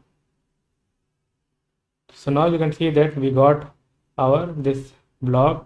So we have image, we have category, we have blog title, and we have to adjust few things again in our blog section component. So it should not be like this way. So let's go into VS Code, and here, so here I wanted to give a separator here kind of, and it should be text start. So I'm going to add this class name, and let's first go into the browser and we need some space between this separator. Okay, so what we can do here, so we can give here ampersand NBSP. Let's go into the browser. So now we have some space. Okay, so you can see that this timestamp is also get converted properly. Okay, so this block section part is completed for now. We will still have to do some more code adjustment in this block section component, but we will do later once we implement the detail page along with update and delete functionality. So we will come back later to this component and we will adjust our this block section component. So after that I will start working on our detail page in this application. So once user click on this read more, so he will navigate towards this detail page of this particular blog. So first I'm going to work on our detail page section. Okay, so now we are going to work on our detail blog page in this application. So let's go to this detail.js file, and here we need to bring use state and use effect, and we are also going to need use param from React router DOM, because we are going to show that blog detail page based on the ID. So let's bring this use param. After that we need to grab the ID with the help of this use param. So let's bring this ID, and we have to run a use effect here. This use effect run when we have the ID. Okay,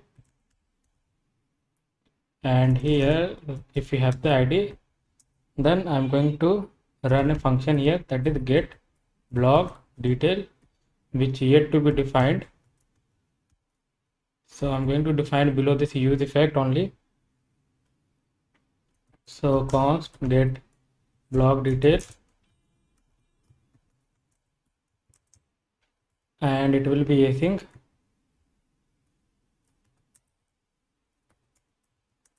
Here first we need the document reference because we are targeting the single document. So here we have to use doc from Firebase Firestore. So VS Code automatically import that one, and then we need DB, and we have to target the collection which we have in our Firebase, and ID. So here we have to pass the ID. Now we got this document reference. Now with the help of this document reference, we will get our single blog detail. So here let's have a variable called blog detail, and here we can use a wait, and we can use here get doc. So it will basically give you the single document from the collection, and here we can pass this document reference. Now we have got our single blog details, so we can store them in a state. So let's first define here state 1. So const blog set blog use state, it will be null. Okay, and here let's just add like set blog detail dot data. Okay,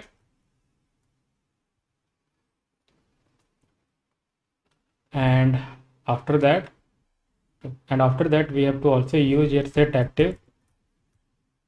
So let's pass here set active method, that is detail. So here our detail, so I can just copy this one, I can just paste it over here. Let's go to this detail page. So why I am using here set active, because once you on detail page, so for detail page we don't have any kind of header link, so we can just disable this one. Okay, so in that case we can just do like set active, and it will be just null. Okay, now let's work on the design part. So let's remove this one, and here I am going to have one div with the class name single. Inside this div I am going to have another div with the class name blog title box. Okay, and inside this div I am going to have one more div with overlay. Okay, and inside this div let's have some inline styling. So inside this inline styling I am going to have my background image. Okay, so background image, and here we have to use URL. So I'm going to use here URL, and I can just pass my that blog. Okay, so I can use here single quotes, and inside that I'm going to write here blog dot image URL. Now this overlay div will be empty. So after this div we are going to have one more div with the class name blog hyphen title, and inside this we are going to have a span tag.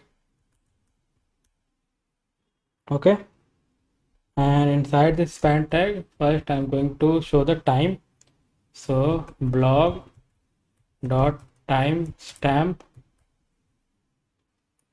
dot to date. So again we have to convert the date to date string. Okay, now after this span tag I am going to have one h2 tag, and I can give here blog dot title. Okay, now after this div we are going to have one more div with the class name container fluid pb-4 pt-4. Okay, and we are going to have padding, one class name padding, and then blog single content. Now inside this div, what we have to do, so let's have one more div with a container only and one more class name, that is padding. And here I'm going to have one more div with the class name row mx-0, and here I'm going to have one more class name called md-8.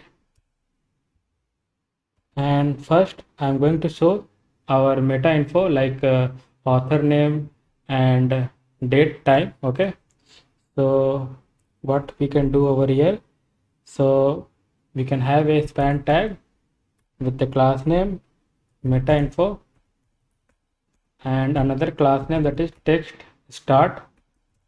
Now inside this span tag I'm going to have like this blog is created by author name, so p author,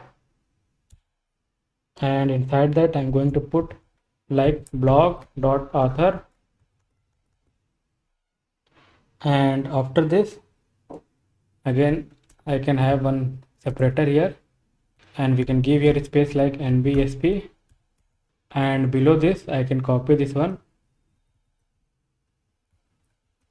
Okay, let's format this one. Okay, so after this span tag we are going to have a p tag with the class name text start, and here we are going to have our blog description, so blog dot description.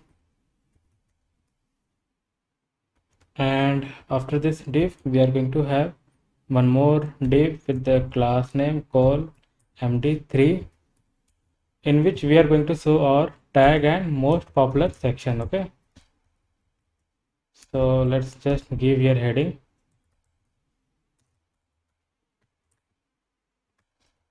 Okay, so this one is almost ready. Now we have to add some styling for this class name that I have added over here. So let's go to our SAS file, and here let's give some comment first, detail. Okay, so now I'm going to paste the styling for our detail page. So I need to put this styling, and we have also overlay one class name here. So I'm going to add the styling for the rest of the class name that I have used in the detail page.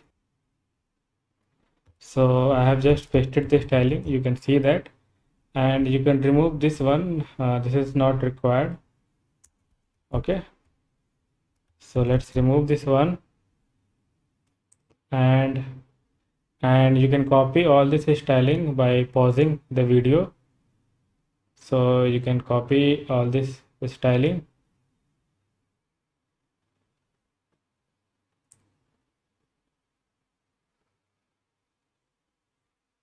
and this one is got repeated, so I can remove this one.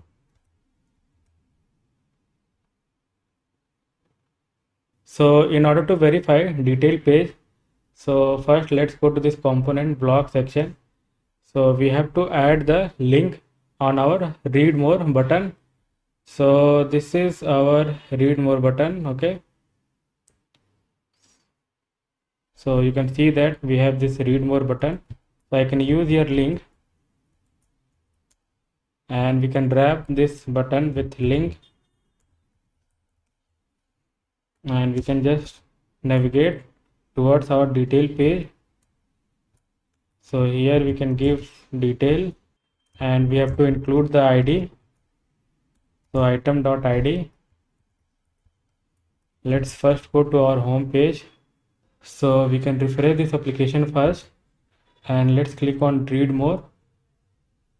So now you can see that we got our image, and here we got our details like this block is created by this John Doe, and date, and the description of this blog. And we are not getting the whole image, as you can see that in our home page. So what we can do, so we can increase the height little bit, so let's increase to 700.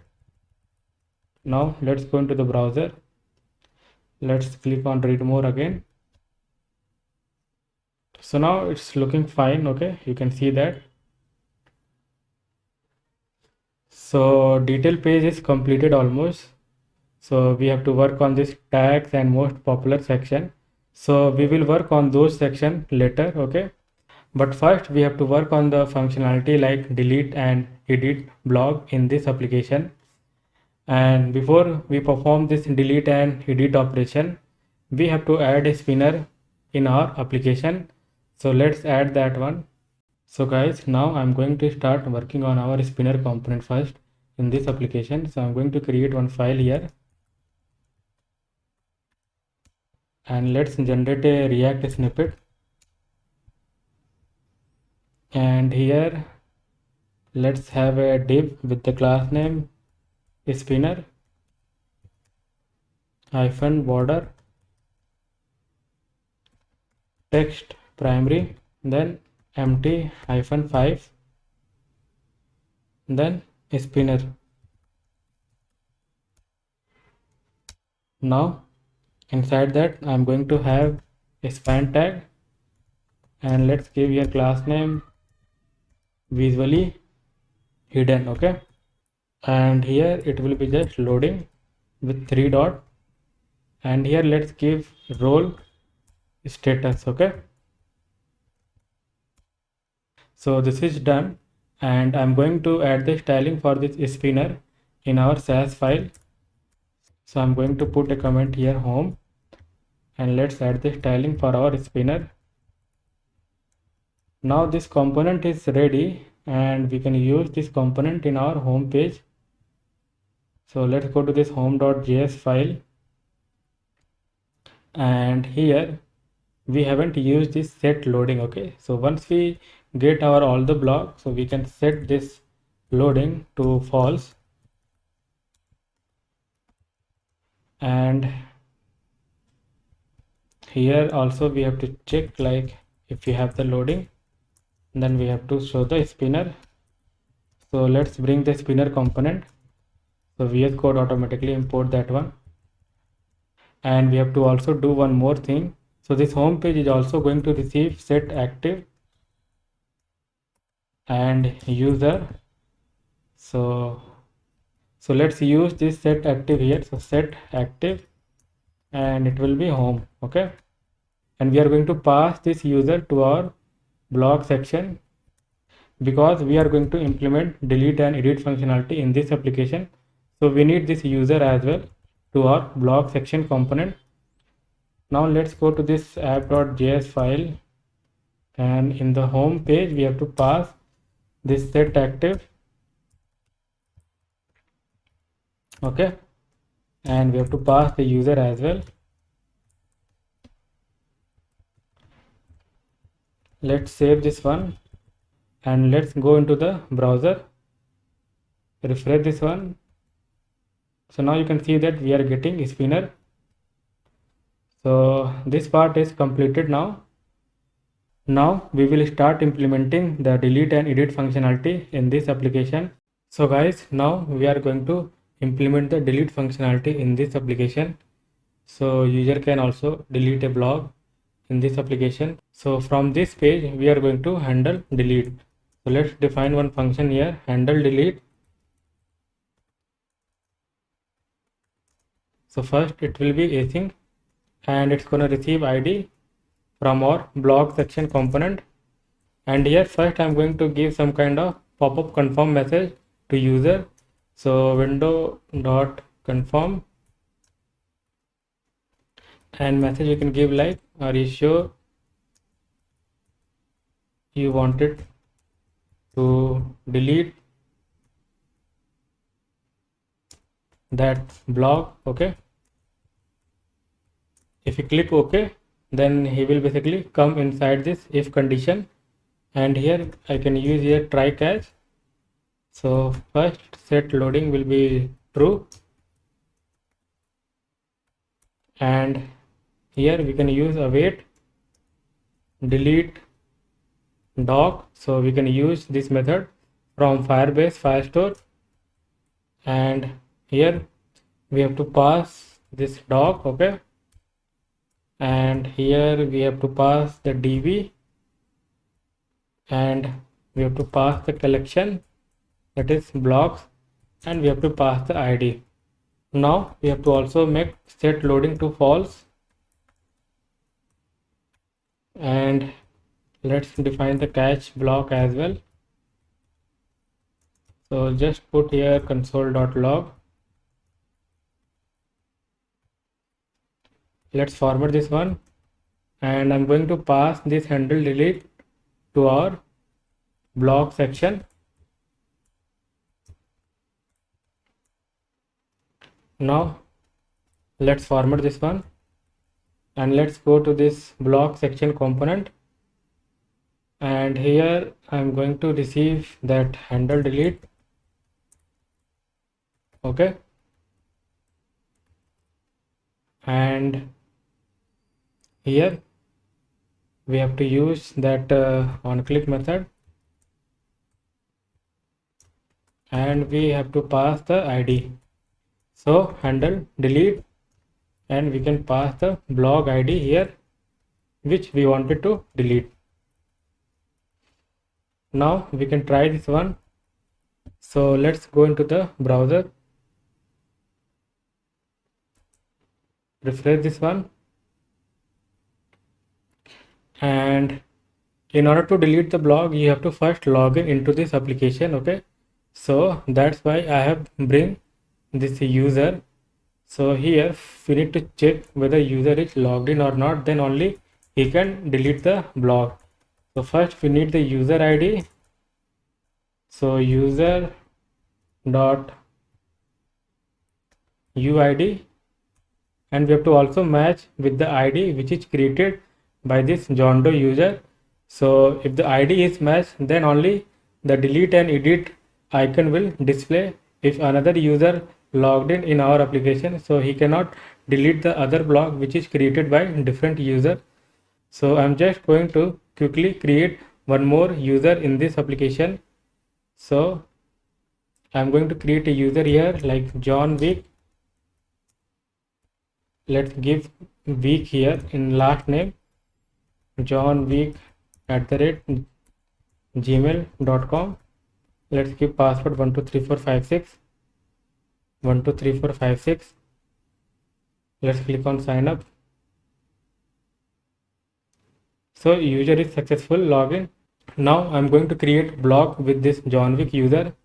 I'm going to create a technology blog. Okay, so tech blog, and here we can give like IT or tech. Okay, something like this tag I'm going to put here. Let's give yes. Let's select category technology. I'm going to paste some long description. Let's add one image. Let's wait for this button to enable, and let's click on submit. So our blog is created. You can see that with this John Wick. Okay, so what we have to do over here, so I'm logged in with the John Wick, so I cannot delete this John Doe blog. Okay, so we have to also protect this blog because this blog is created by this John Doe user, not John Wick. So here we have to also match the ID. Okay, so what we can do over here, so here first we can check like if we have the user that contain the ID, that means user is logged in our application. And the second thing what we have to do, so we have to check with item dot user ID. So you can see that in Firestore database we have here user ID. So we are going to match with this user ID with this UID. Okay, so if it's matched with this current logged in user, then only we are allowing to delete or update the blog.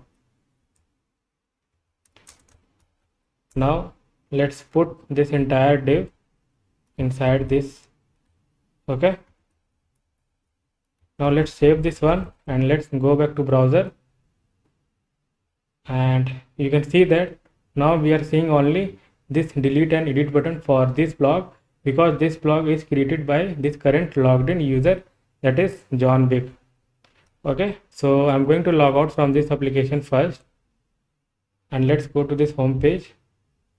Now you won't see those two icons, that is delete and edit, because we are not logged in into this application. So I'm just going to log in with the user, that is John Doe.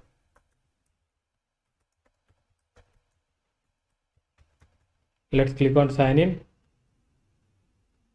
Now you can see that we are not able to see the icon for this blog because this blog is created by John Wick, not John Doe. So let's delete the first blog. So let's click on this icon. Now let's click on OK. So now you can see that delete block is working in this application. So we have implemented the delete functionality as well in this application with the help of Firestore in React. So guys, it's time to implement the update functionality in this application. So in case of update, we have to populate the existing value into each respective input field, and we have to update the heading as well. So it will become update block, and the value of button will also get changed from submit to update. So let's do all these changes first. Okay. So if you go back to this home page and if you click on this edit icon, so you have to navigate towards this add edit blog page. So at the moment we haven't used link on this icon. So let's first add the link on this edit icon. So here I'm going to add the link to this edit icon. Let's cut this one and put inside this link. And we have to give the path update, and we have to provide the ID.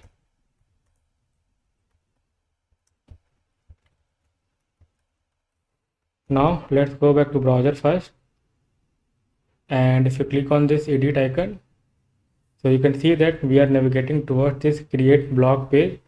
So this is working. So next thing, we have to populate the existing value for all this different input field. So we have to go back to this add edit blog, and here first we need to grab the ID. So you can see that we have ID here in our URL. So we can grab this ID with the help of use param. So let's remove this unused import statement first, and we have to bring the use param from React router DOM, and we have to grab the ID. So let's grab the ID, use params.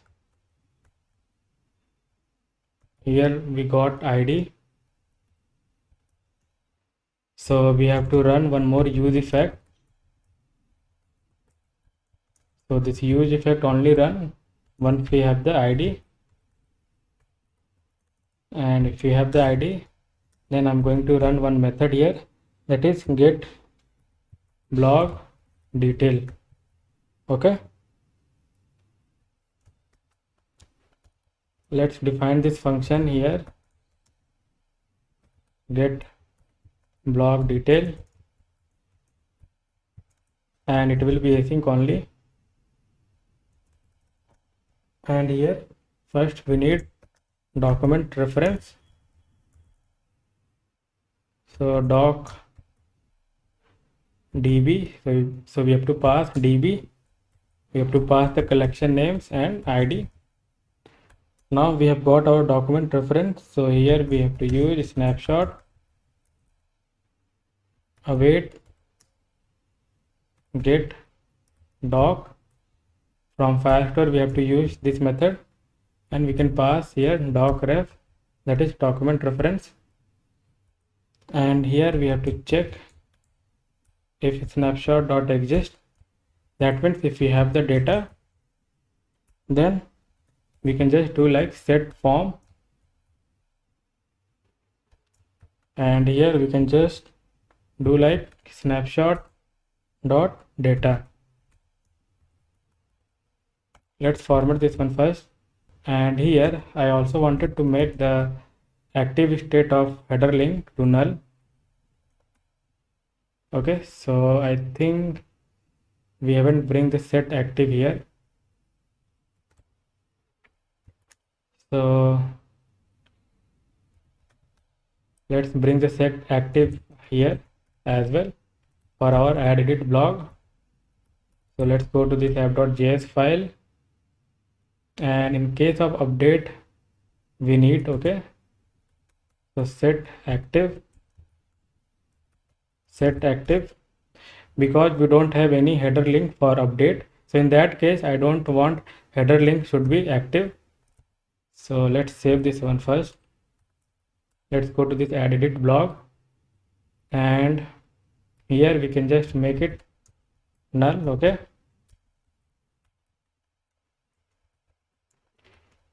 And we have to also do a few more changes. So we have to update this heading. So if you have the ID, that means we are in edit mode. So in that case it will be update blog, else it will be create blog. Same thing we have to do for our button as well. So this is our button, and here let's do like, if you have the ID, then in that case the value of button will be update, else it will be submit. Let's first save this file and verify whether we are able to populate the value into each respective input field or not.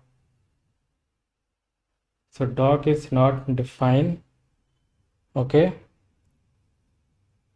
So I think doc is not getting imported from this Firestore, okay. So let's bring the doc,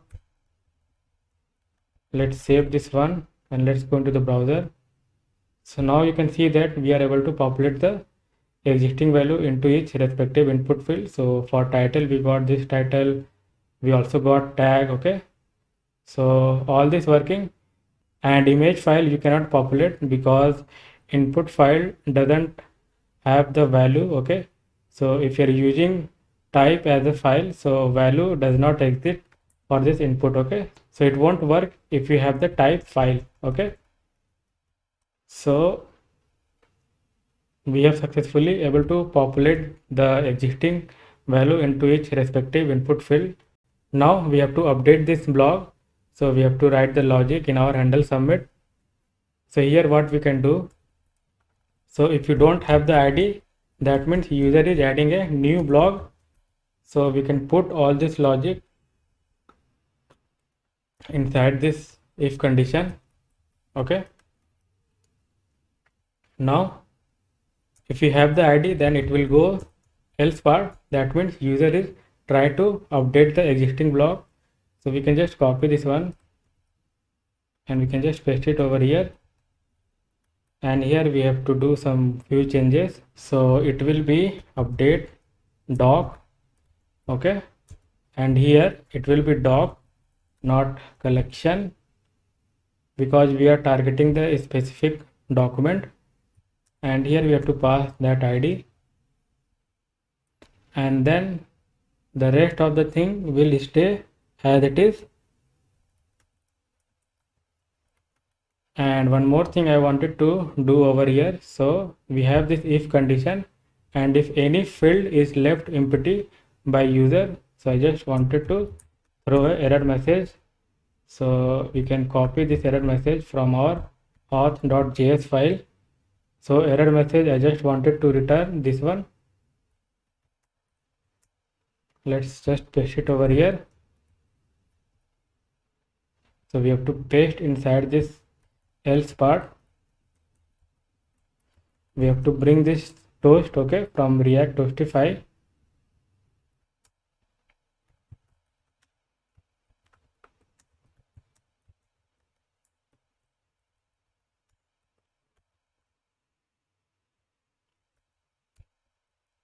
And I also wanted to add the notification when you create a blog or update a blog. So what we can do here, so here we can give like toast.success, and we can give like blog created successfully. So this message I wanted to display once user create a new blog in our application. and in case of update the message will get modified. So here let's give like updated, and I also wanted to give this toast notification when we upload the image. So here once we get the downloaded URL, in that case I wanted to show like toast.info, so we can inform the user like image is uploaded successfully to Firebase. So image uploaded to Firebase successfully.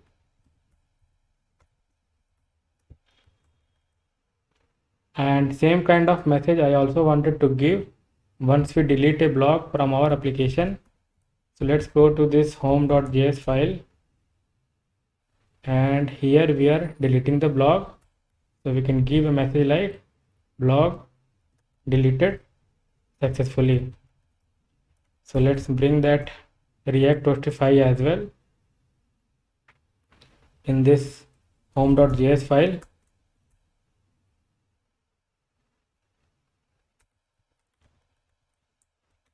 Now let's go into the browser and perform the update operation in this application. So now let's try to update our blog, and let's give a title like update.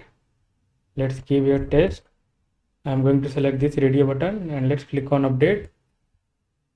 So we are getting this error message because we have used here file.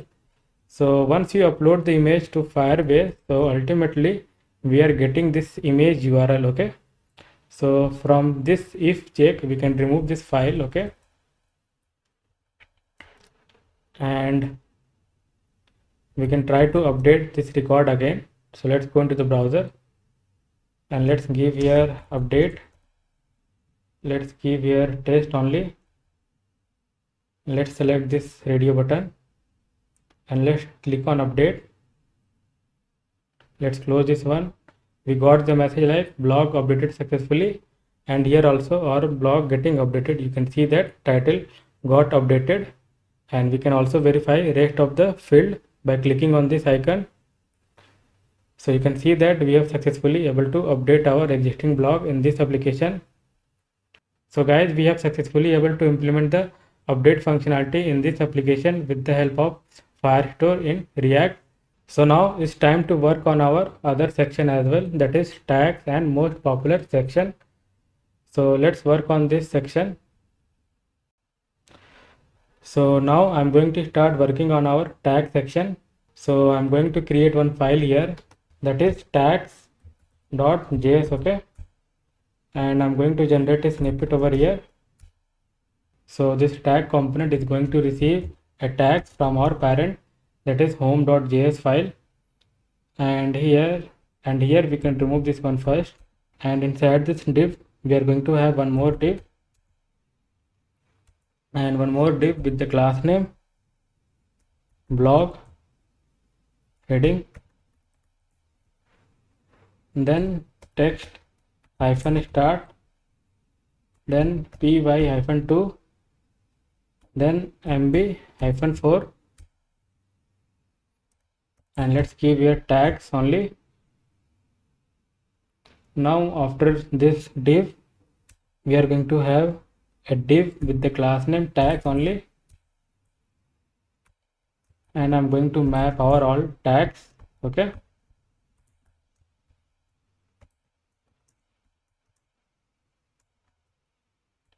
now here I'm going to have a p tag with the class name tag. Let's give key here. So I'm just going to use here index. So let's give here index as well. Inside this p tag I can just have our tag. Okay, so this tag component is ready. Now we have to pass this tags from our home.js file, because here we have our tag. Okay, so instead of using this heading we can just bring our tag components. So tags, and here we have to pass our tags. Okay, so we haven't tried the logic to get the tags from our Firestore. So first I'm going to define a state. So it will be tags, set tags,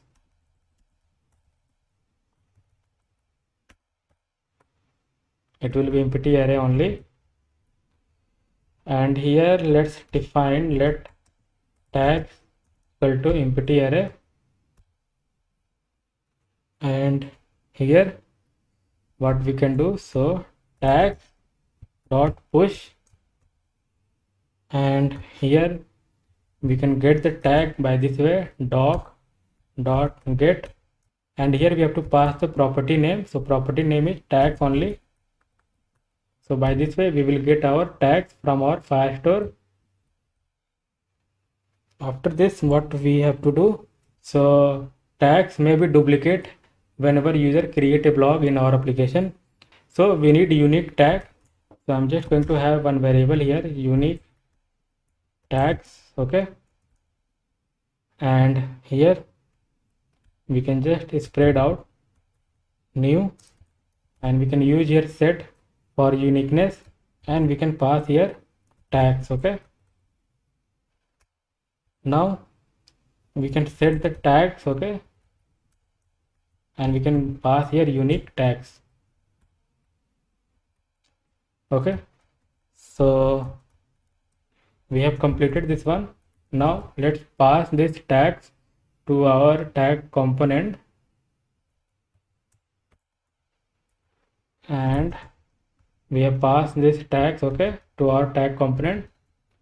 Now we have to add some styling for all this class name in our SAS file. So let's go to the SAS file, and here I'm going to have our tags, okay. So inside that I'm going to add the styling related to tags. So this much styling I'm going to use for our tag component. So you can copy this all styling. Now let's save this file and let's go into the browser first. So now you can see that we got our tag section here, okay. At the moment we have unique tags, so I'm just going to create one more blog and I'm going to add duplicate tags, okay. So I'm going to add this take and test, okay. So let's create one more blog. So I'm going to create a blog related to technology only.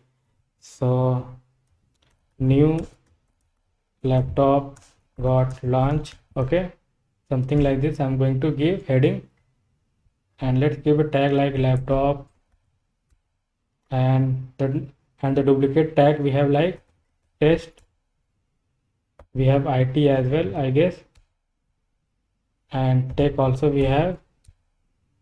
And let's select yes, let's select this technology, and I'm going to put a long description.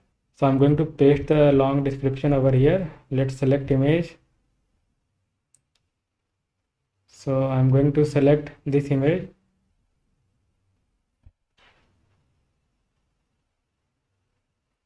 and we got the message like image uploaded to Firebase successfully. You can see that, and let's click on submit. We got the message like blog created successfully, and we got our blog. You can see that, and you can see that here we haven't got our duplicate tags, okay. So this logic is working that I have used here in home.js file. So we have used some repetitive tags while creating this newly blog, okay. So we have completed this tag section. Now we have to work on this most popular section as well in this application. So now I'm going to start working on our most popular section in this application. So let's create a file here, most popular .js, and let's generate a snippet, React snippet. So here we need to bring first use navigate from React router DOM. So let's bring use navigate from our React router DOM, and after that first let's store the reference of use navigate into a navigate variable, and first store the reference of use navigate into a navigate variable, and we need to store the reference of use navigate into a navigate variable. So let's do that one. And this most popular component will receive all blocks from our home.js file. And after this, let's remove this one. We are going to have one div. Inside this div, we are going to have a div with the class name, blog heading, and text hyphen start pt hyphen 3, then py hyphen 2, then mb hyphen 4. So the heading will be like most popular. Now after this div, we are going to have our all the blocks. So I'm just going to map each block.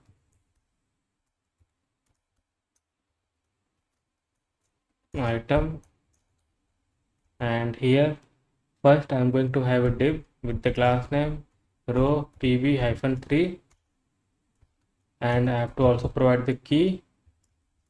So item dot id,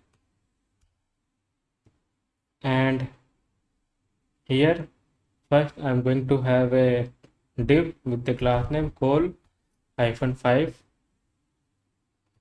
align self center. Inside this div I am going to have my image. Okay, so image with the class name most popular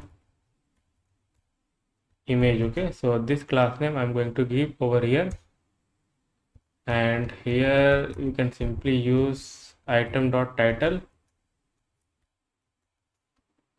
and in the source we can use item dot image url. Okay, now let's format this one first. So after this div, we are going to have one more div with the class name col hyphen 7 and padding. Okay, now inside this we are going to have one more div with the class name text hyphen start, and let's keep the another class name, that is most popular font. Okay, and here I am going to have item dot title, and we are going to have one more div with the similar class name only. Here we just have to give font meta. So here we are going to have our date. Okay, so we can just copy this one. So let's go to this blog section. So we can copy this date stuff, okay, where we are converting, and we can remove this one.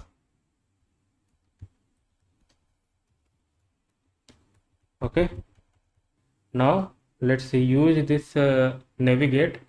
So here we are going to have first inline styling, basic inline styling. So let's put cursor here, pointer, and we are going to have on click method. So whenever you click any most popular blog, so you will basically navigate towards the detail page. So navigate, and we can give the path, so blog,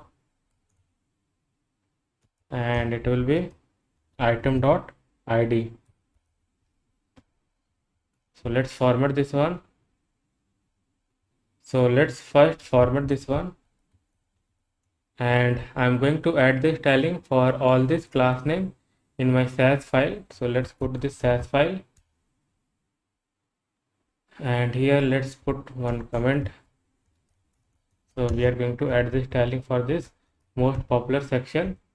So I'm going to use this styling for this most popular section.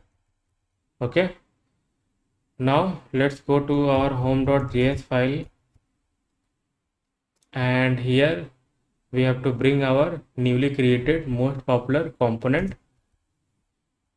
So most popular component we have to bring, and here we can pass the same blocks, okay, because in most popular section we are showing the same block, okay, nothing different. So let's save this file and let's go into the browser. So now you can see that we got our most popular section as well in this home page, and if you click on any block you will navigate towards the, so we are getting no route found, okay. I think the path is different in our app.js file. So this is detail, okay. So let's update the path. Let's save this one and let's go into the browser. Now let's click again on this blog. So now you can see that we are successfully able to navigate towards the detail page of this blog, okay. So guys, now I'm going to start working on our trending section in this application. So first I'm going to create a component here, that is trending.js, and let's generate a React snippet. And after this we need to bring all carousel from our React all carousel. So we need to bring this all carousel from React all carousel, okay. After this we also need to bring link from our React router DOM,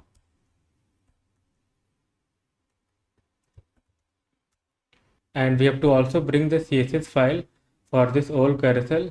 So I'm just going to paste the two import statement for this all carousel. So I'm just going to paste the import statement in order to bring the CSS file for our all carousel. Now this all carousel is going to receive a blocks, okay, and here after this we have to work on our design part. So I'm going to use here fragment, and I'm going to have div here. Inside this div I'm just going to copy this one. So this is common for heading part, okay, and let's just paste it over here. So it will be trending. So heading will be trending. After this what I'm going to do, so I'm going to use here all carousel, and I'm going to give here class name all theme, and inside this all carousel I am going to map blocks which I am getting from our home.js file. So blocks dot map, and I'm going to map each block here. After this I'm going to have a div with the class name item dot px-2, and here we have to use id, and here I'm going to use key first. So I'm just going to provide the id. Inside this div I'm going to use a link, okay, which will again navigate towards the detail page. So let's specify the path.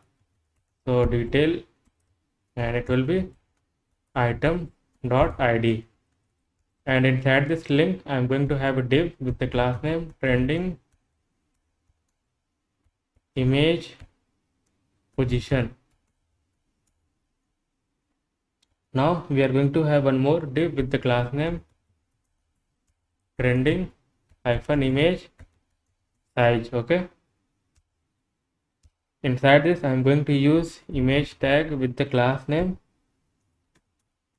trending image relative, and in the source I'm going to use item.image URL, and in alternate I'm going to use title item.title. Let's format this one first. After this div we are going to have one more div with the class name trending image absolute. Okay, and this will be the empty div only. And after this div we are going to have same div. So here just I am going to modify class name, so it will be 1, and inside this div we are going to have span tag with the class name text white, and here I am going to put title, so item dot title. And after this span tag we are going to have a div. After this span tag we are going to have a div with the class name trending meta info. Okay,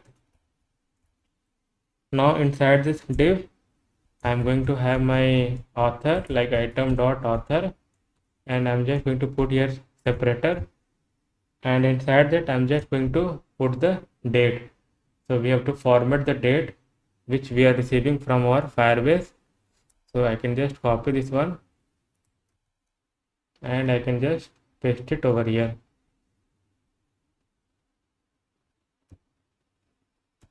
Okay, so we are almost done with this component. After that we have to also make responsive this carousel component.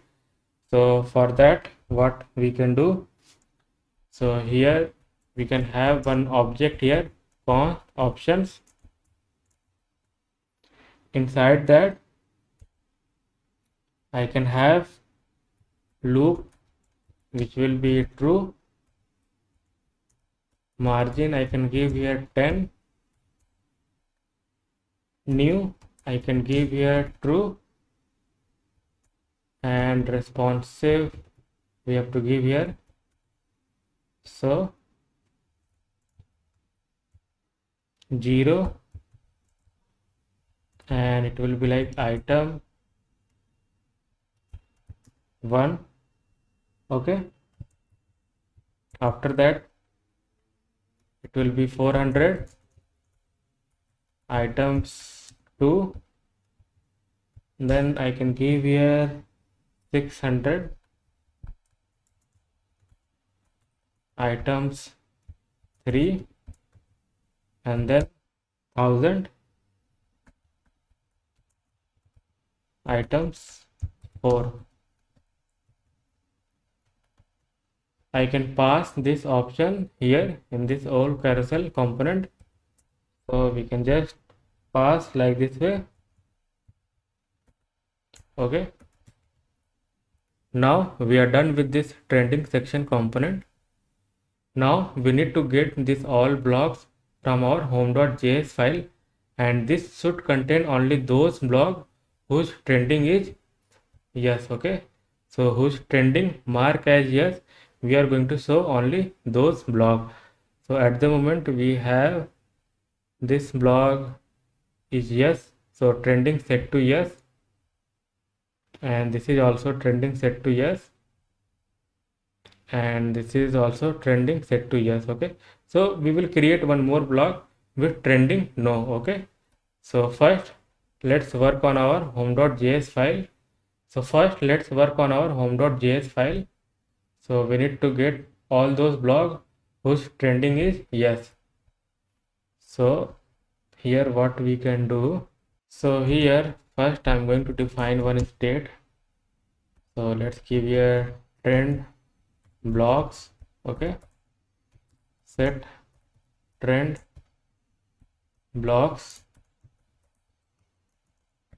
use state I'm going to use over here, and it will be empty array.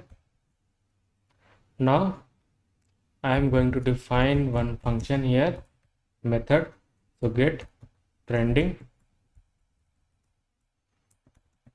block, and it will be async.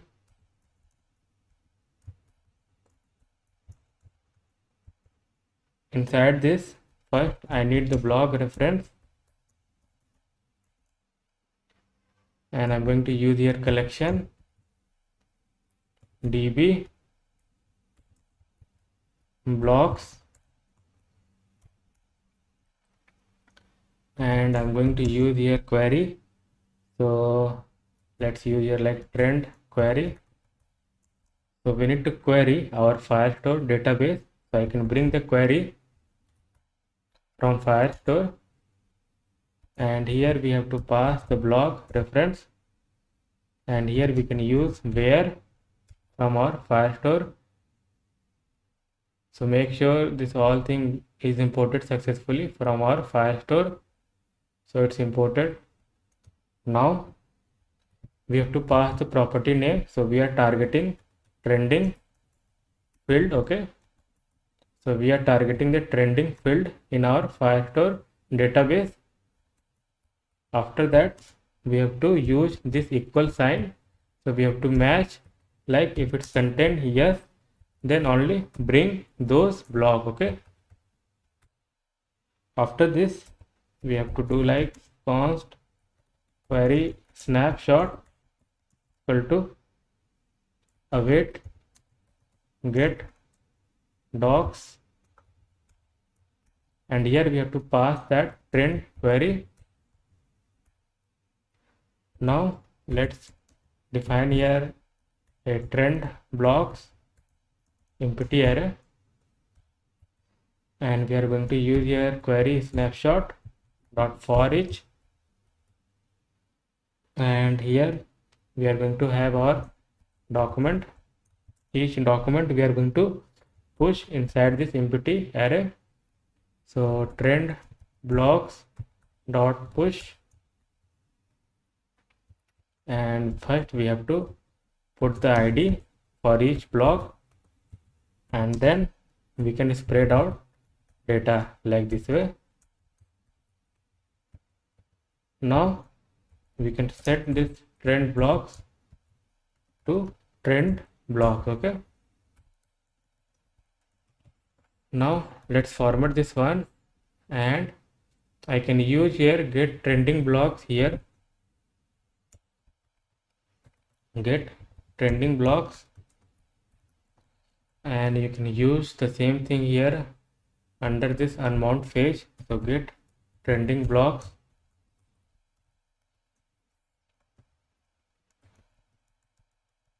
now what we have to do next thing, so we have to bring our trending component. So let's bring this trending component. Now here we have to pass our all blocks. Okay, so we can pass this trend blocks. Let's save this file and verify in our browser. So let's go into the browser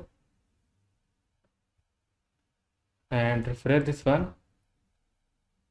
So we are getting some problem, cannot read property of undefined. So guys, we are getting this issue because we have to bring jQuery as well in our React application. So what we can do, so we need to bring jQuery as well in this React application. So let's go to this index.html file, and here I'm just going to paste a script related to jQuery. So this script we need to add, then only our old carousel component will work. So let's go into the browser. Now you can see that this is working. So we have to add the styling that we have used inside this trending component. So we have to add some styling. So let's go to our SAS file, then only it will look much better. So I'm just going to give here comment here trending,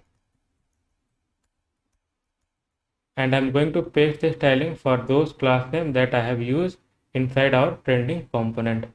So this much styling we have to use for our trending component.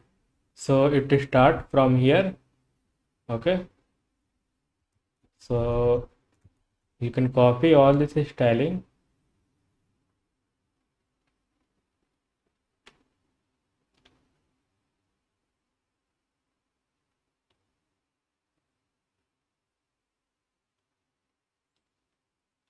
so this much styling we have to use for our trending component. I hope you have copied all this styling. Now let's go into the browser and refresh this one. So now you can see that we got our this trending section, a nice trending section with image along with title and date and author. And we also need here navigation as well. So what we can do for that, let's go to our trending, and here it will be nav, not new. Okay, so let's save this one and let's go into the browser, refresh this one. So we are still not able to see the navigation because we have to add one more blog. So we have to show the navigation. So I'm just going to add one food blog. So food blog, let's give here tasty food. Okay, let's give here food. Okay, let's give here one more tag, that is meal. I'm going to mark it yes. Let's select food. I'm going to paste long description and I'm going to add one image.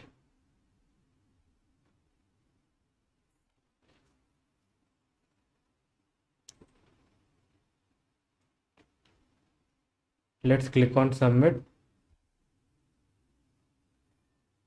So now our blog is created successfully, and here we got our food blog. You can see that, but still we don't have navigation. So I'm going to add one more blog here, and this will be business blog.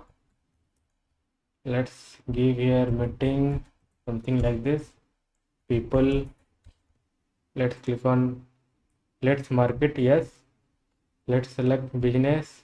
I'm going to paste long description. Let's add one image file. So I'm going to add this file. Okay, for now let's add this file and let's click on submit. So now our blog is created, and now you can see that we got navigation here. That means we have more than 4 blogs. So in that case we got our navigation. So you can do like this way, or you can move forward like this way. Okay, so now I'm going to add one more blog and I'm going to mark that trending to no. Okay, so I'm going to create one blog related to politics. Okay, so let's give here like politics in India. Okay, something like this I can give here.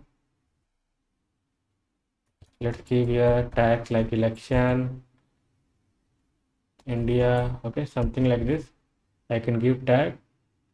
Let's paste long description and I'm going to select one image. So let's select this image.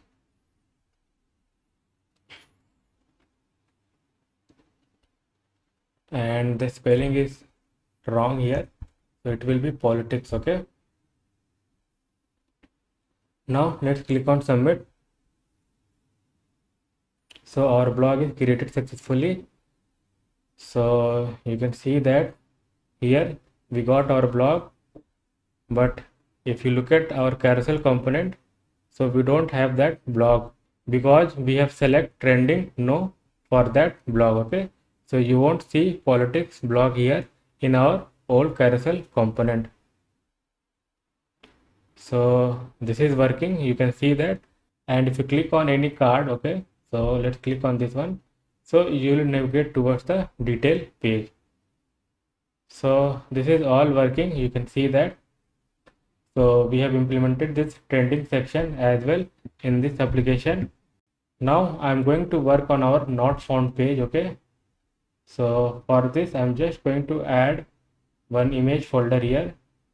So I'm just going to paste the image inside this public folder. So I have just dragged the image folder and I'm going to put inside this public. Okay, so inside this image folder I have all the images that I have used so far in this application. Okay, So here we have one more image like 404. So if URL is not matched, then we are going to show not found page. Okay. So inside this not found, what we have to do, so we are going to have div, and I'm going to use your image. Let's give source here like, so this will be our source. Okay, so we have our 404 image inside this image folder. Okay, and in alternate we can just give like page not found. Okay, now let's save this file and verify this one as well in our browser. So I'm going to just put here some random URL. So now you can see that this is also working. Okay, so we have also implemented the not found page in this application as well. Now let's work on this about page as well in this application.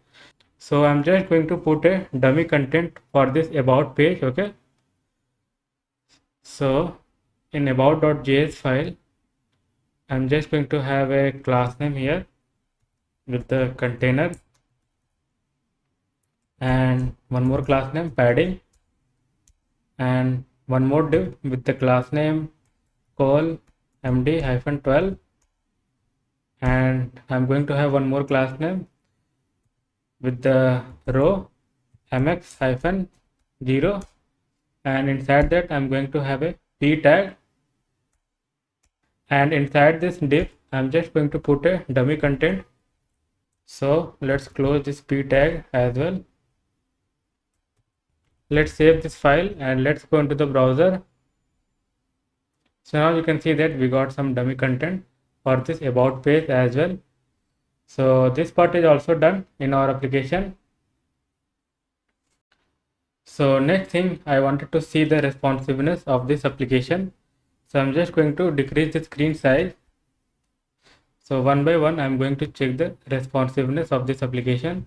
So let's see this one, whether it's collapsing or not. And it seems like collapsing is not working when we reduce the screen size. So first what we have to do, so let's go to the header.js file, and in the beginning we have installed one package called bootstrap. Okay, so you can see that we have installed the bootstrap. So I have installed this bootstrap because this transition don't work. Okay, so we have to just import the transition from this bootstrap, and we don't have to use this transition in this header component. We have to just import this one. Okay, now let's go into the browser, just refresh this application, and let's click on this bar. So it is still not working. So I think I have made some small mistake while importing the transition in our header component. So it will be transitions. Okay, now let's save this file and let's go into the browser. Now let's refresh this application first, and let's click on this one. So it is still not collapsing. So let me see what is the issue. So in header component, this ID should be here. Okay, in this div. Now let's save this file and let's go into the browser. Now let's click on this bar. So now you can see that this time it's collapsing, but we have to change the styling for all this header link. So it's not looking good when we reduce the screen size. Okay, so it should be in order one by one. Okay, so what we have to do over here, and we have to go to this media query.css file, and here we have to add the styling related to media query. So I'm just going to paste the styling. Okay, and you can see that we have a different styling for all this class name that I have used in the header component, and we have also put some styling for other class name as well. You can see that. So for trending also we have to adjust the styling based on the screen size. Okay, So this much styling we have to add for different screen width. Now let's go into the browser and verify this one. Now you can see that it's looking good when we decrease the screen size, and this trending section should also be responsiveness. Okay, so I'm just going to this mobile mode. Okay, so now you can see that it's looking good. Let's click on this one, so it will get close. Now you can see that our blog is fully responsive. Okay, let's click on this read more as well. So this is looking nice in the small screen. Okay, so we have also achieved the responsiveness in this application as well. Now let's see some of the issue and warning that we have in our terminal. So you can see that we are getting one warning here. So we will fix this one later. First we have warning here like user ID is assigned but it never used. So let's go to this component. So let's go to this blog section. So we haven't used this user ID, you can see that. So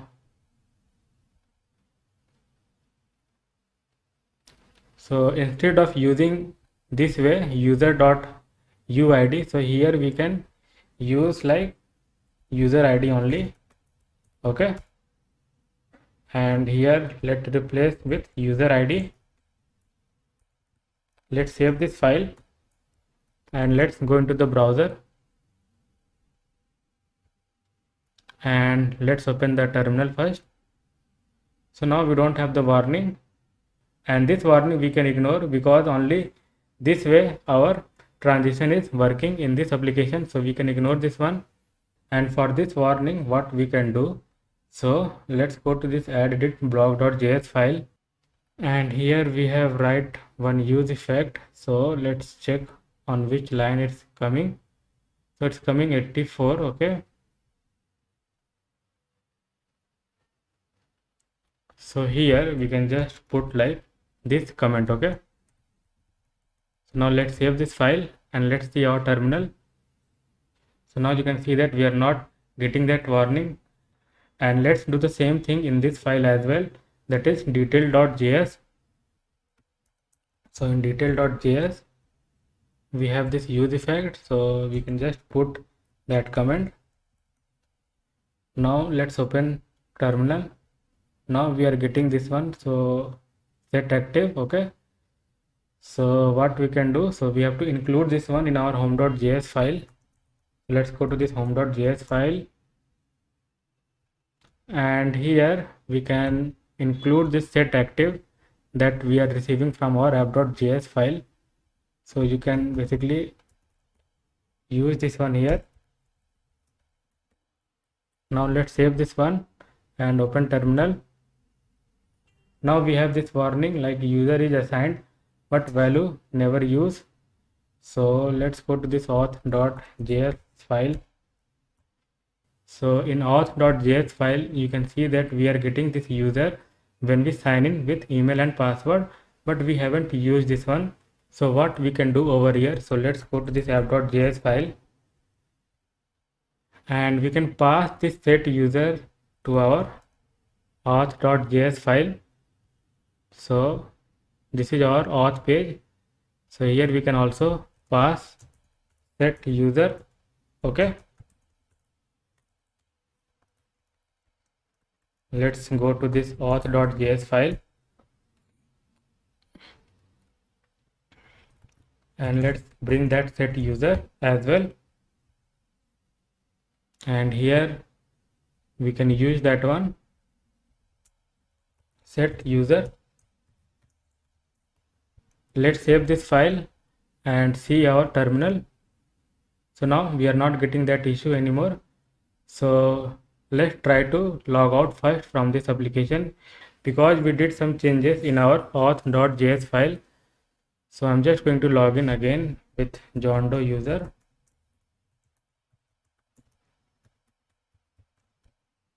Let's click on sign in. So this is working. We don't have any issue after adding that piece of code. Now let's open our command prompt again, and here we got this warning. Okay, so you can see that we got like failed to parse source map. So we cannot fix this issue for this component, but we have a workaround for this warning. So what we can do, so let's go back to our VS Code, and in the root we have to create one environment file. Okay, so .env.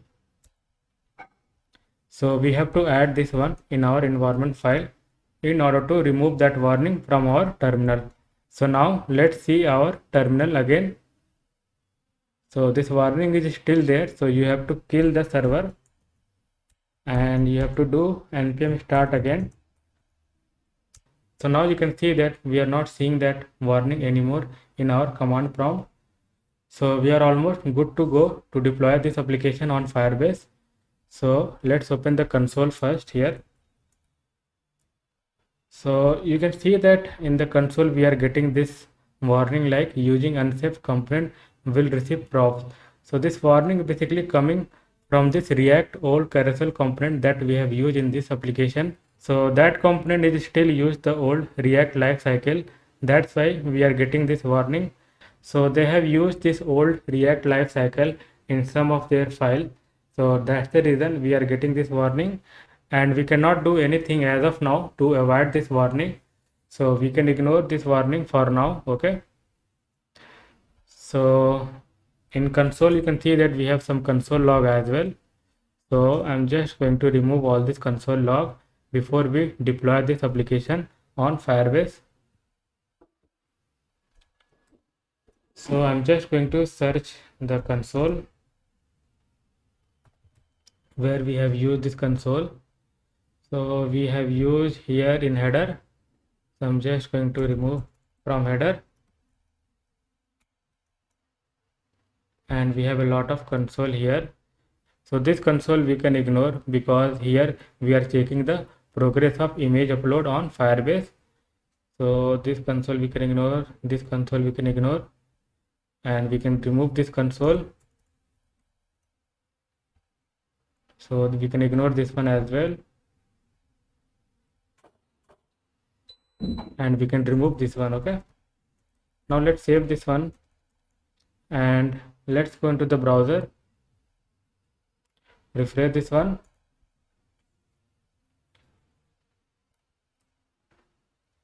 So now we are not seeing any console log over here, so we can close this one. So guys, it's time to deploy our app on Firebase. So before we do deployment, I wanted to push our code to GitHub repository. Okay, so let's open this terminal,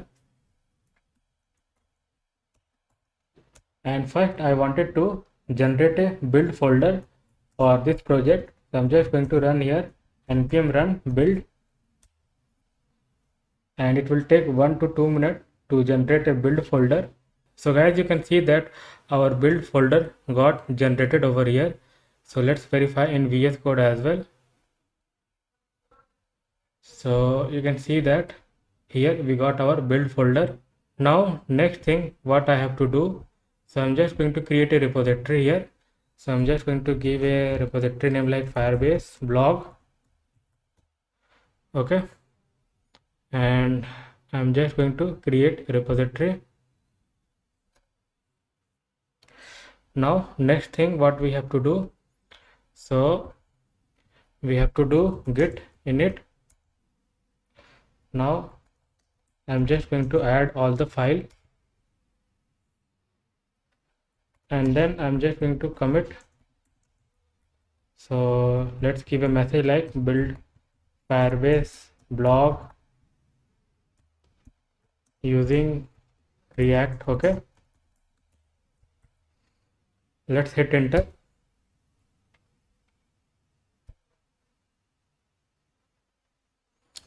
Now let's copy this one. Now I'm going to push my code. So Let's give this command. So now we have successfully able to push our code to this GitHub repo. So you can refresh this one. So now you can see that we have successfully able to push our code to this GitHub repo. Now in order to deploy our app on Firebase, so let's go to this console Firebase and let's go to this hosting and let's click on get started. So you need to follow this step, okay? So I have already installed Firebase tool globally. So you have to install this Firebase tool globally. Then next step, you have to do like Firebase login, okay? So let's open this command prompt and I'm just going to do a clear first. So first I'm going to log out from Firebase because I'm already logged in.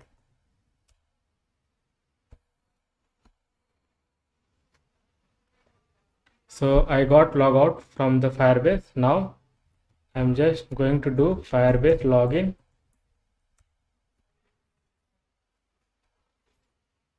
Let's give Y.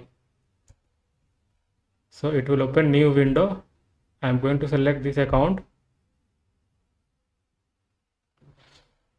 Let's allow, okay. So now we have successfully able to log in. Let's open the terminal and now let's do Firebase init.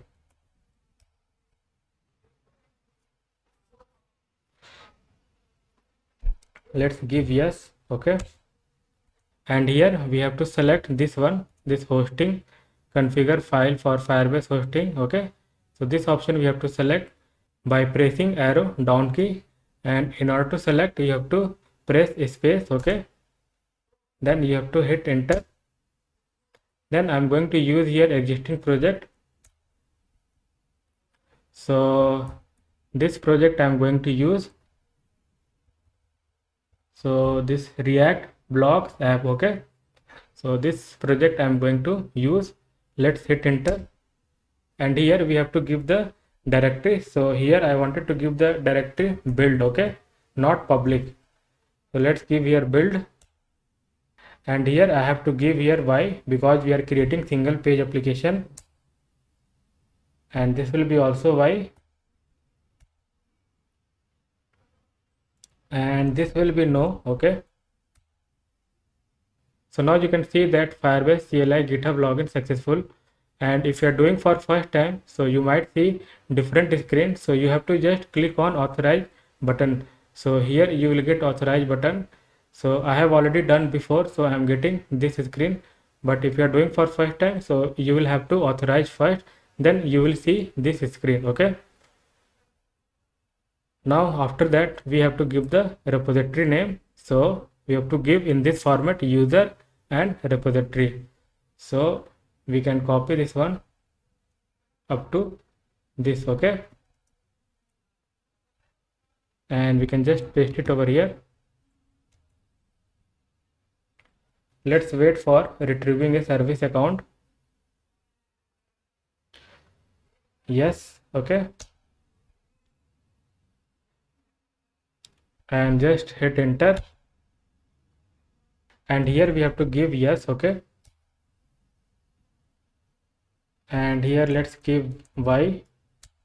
So here it will be master only.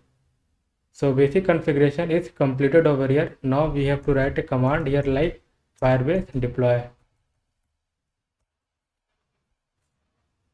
And it will take hardly 1 minute to deploy our app. So now you can see that we got this URL. So let's copy this URL and I'm going to paste it over here. So now you can see that we have successfully able to deploy our React application on Firebase and we got this URL. You can see that over here. And guys, let's try to check the feature after deployment. So I'm just going to log in this application, johndoe@gmail.com. Let's click on sign in. So this is working and let's click on this read more. So this is also working Let's go to home page. Let's update this one. Let's click on update. So this is also working. Let's delete this one. So this is also working. You can see that we have successfully able to delete the blog as well. Let's try to add new blog. So let's give here like testing blog after deployment, something like this. You can give any blog title name. Let's select deploy testing. Okay, let's select here yes, and let's select category here technology. I'm just going to give here this only, this title only in description for now. Let's select one image. So I'm going to select this one.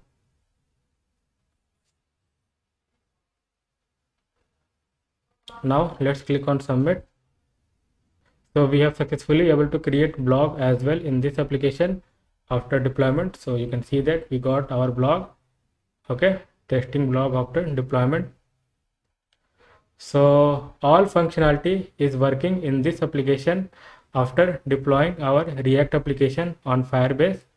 Okay, so we have tested all the functionality in this application after deploying our React application on Firebase. So guys, we have deployed our application on Firebase. So the application is already deployed.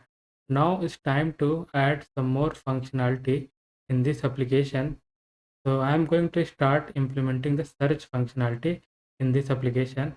So as of now, you are seeing this live version of this application, which is deployed on Firebase, and this application is now running on my localhost, which is open in my this tab.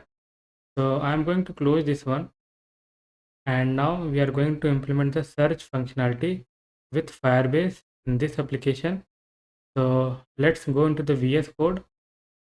Before we implement the search functionality, I just want one small modification in our style. So for blog heading, I just wanted to have different style little bit. Okay, so I want this font size and color. So let's save this one and let's go into the browser and refresh this one. Okay, so now you can see that our heading got little bit bigger. Okay, this all heading. So I just wanted that a small modification in this application before we proceed to implement the search functionality and other functionality as well in our application. Now I'm going to create a file in our component folder. So the file name will be search.js, and I'm going to generate a snippet. So first I'm going to bring a use navigate from React router DOM. So let's bring that one. And I'm going to store the reference of use navigate into a navigate variable. And this search component is going to receive some props from parent component, that is home page. So it's going to receive search and handle change. Now we are going to define our search input field here. So we are going to have div with the class name blog heading and text hyphen start py hyphen 2 then mb hyphen 4, and I'm going to have a form tag, and it's going to having a class name form inline, and obviously it's going to having a on submit handle submit.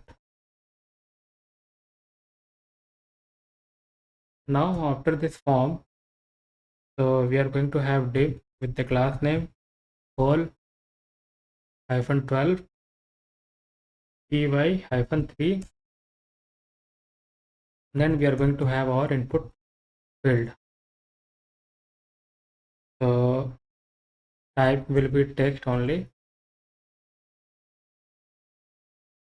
and value it's going to search. So we don't need comma here. So we need here value, which basically receiving from our parent component. Then we are going to have a class name form control and search input. Then we are going to have a placeholder. So let's give a like search block, okay. And on change we are going to have, so I'm just going to paste here. And after this div we are going to have a button. So button with the class name btn secondary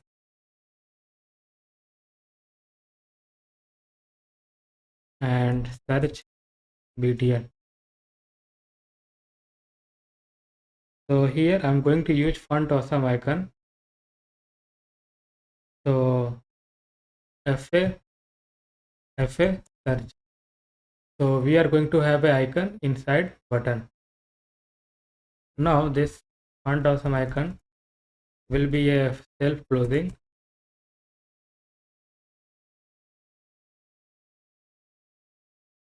After this, what we have to do, so I'm going to define first here handle submit.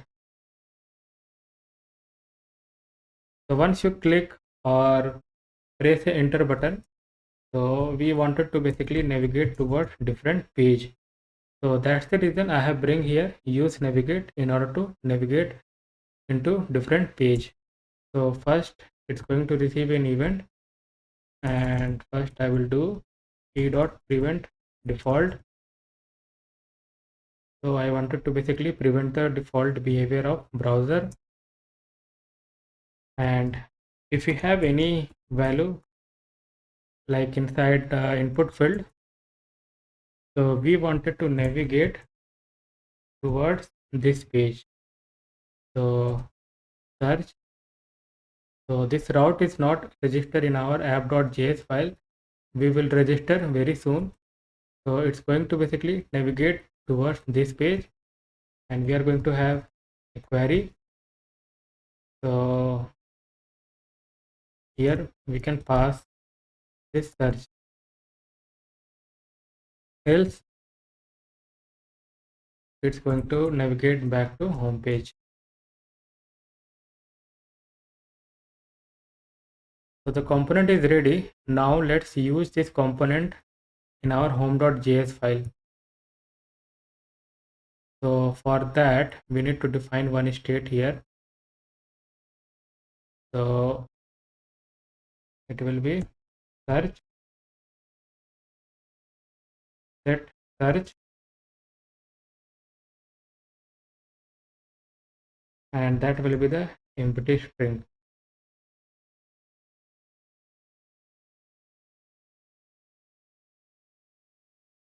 Now I'm going to place search input field above the tag component. So search, and here we have to pass props like search. So we have already defined search. Then handle change, which we have to define, and set search as well. So let's see what is receiving. Okay, fine. So set search is not required, so leave that one. Let's define this handle change method. otherwise we will get error.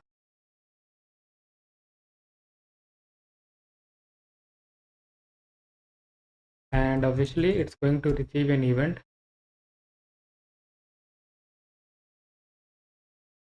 And I'm just going to destructure something from e.target,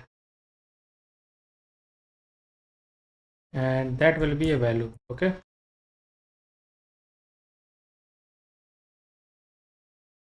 and here we'll check. So I'm going to install one package here which will be very helpful in the upcoming functionality which we are going to have, which we are going to implement, that is Lodash. So let's install this package first.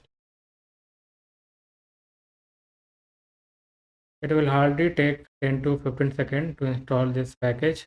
So our package got installed. I'm going to close this one. So we need to check here if value is empty. So is empty. So we are bringing is empty from Lodash. If this is empty, so in that case I wanted all blocks. So this function we have to define.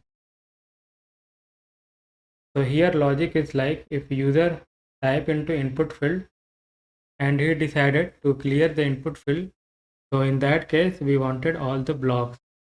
So that's why we are going to have one method called get blocks, and then we can set this value to search. Okay, set search and it will be value. Now let's define this method here. So const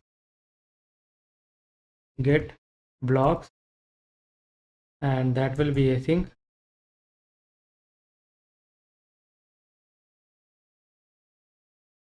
And here first we need a reference of block.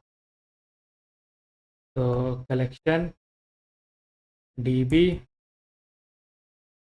db not in double quotes. Then we have to pass here collection name, that is blocks. After that we can have our block query. So query, we can pass here block ref, and order by we can also pass. So we want by title. Now we need a snapshot. So document snapshot, await get docs, and here we can pass this blocks query. After that we can set the blocks again here. So documents, so doc snapshot dot docs, and we are going to map over each document doc, and we are going to have first id. So doc dot id, and I'm going to spread out all the blocks here like doc dot data.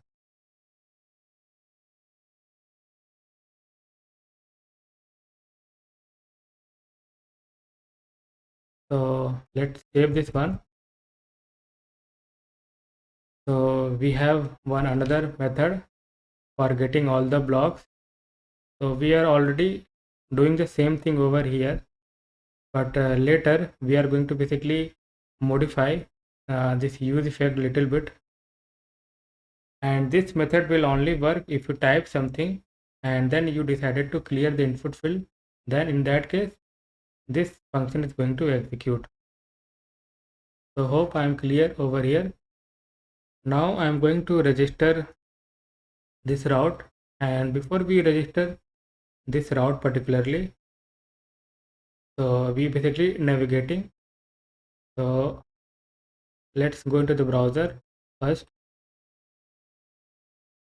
So here we got a search block, but it should be below this underline. So let's do that one first. To fix this problem, we need to add some styling. So I'm going down.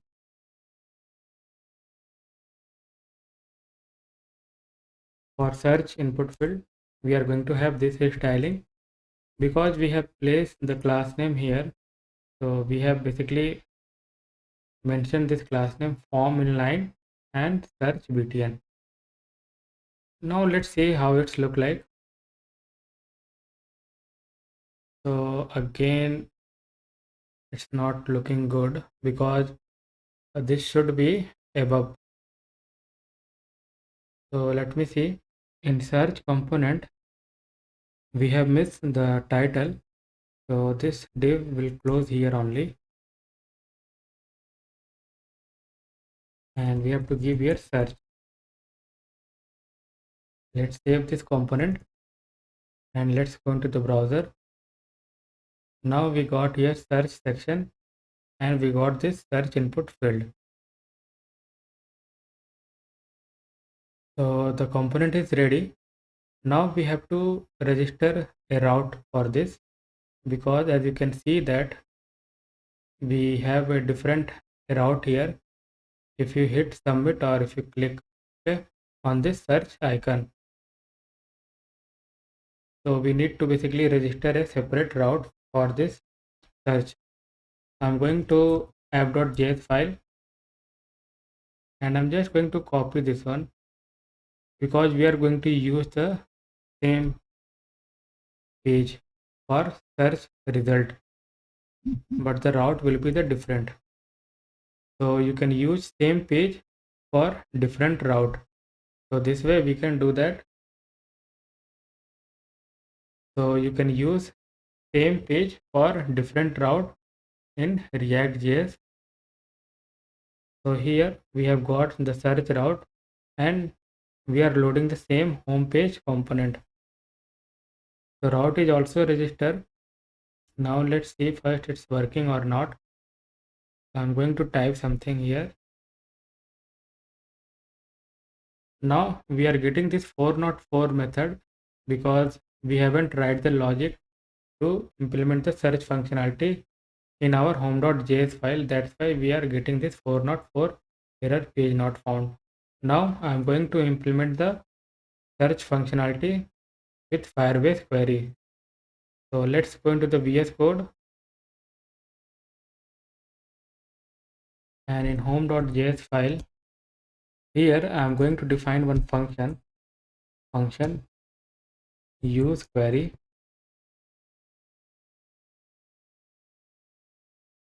and it's going to return a param. So URL search params, and we have to also bring use location. So from React router DOM, we need to bring use location.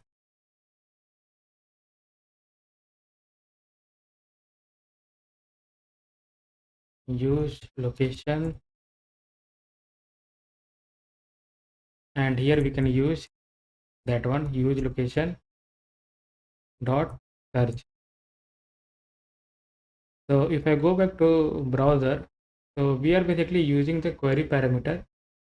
That's the reason we need use query, a function here to grab this particular query. Okay, so this query we need. That's the reason I have written here one small function from grabbing the query from the query parameter. Now here what we can do, so we need that query string. So I'm going to use this use query, a function, and then we need that search query. So whatever the user is typing into the input field, and if we hit enter, then we need that search query. So we can use here query string, and then we can get by this way.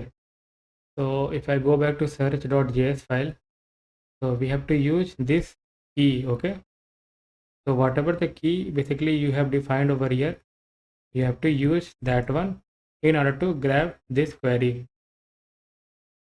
So we have to pass this key. Then now we got our search query. After this, what we can do, so after this use effect, I am going to have one more use effect.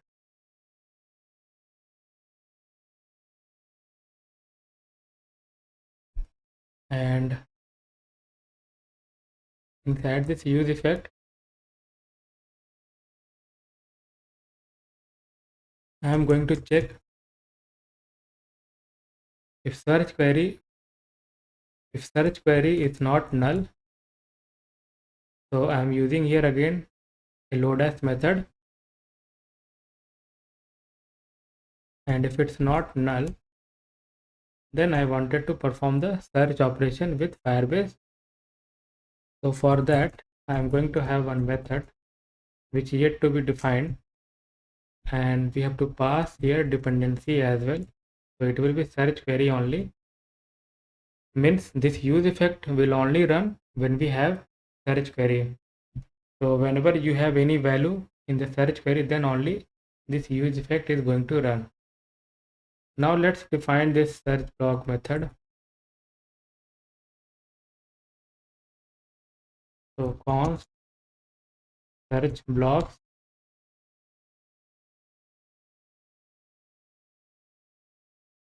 and this will be async.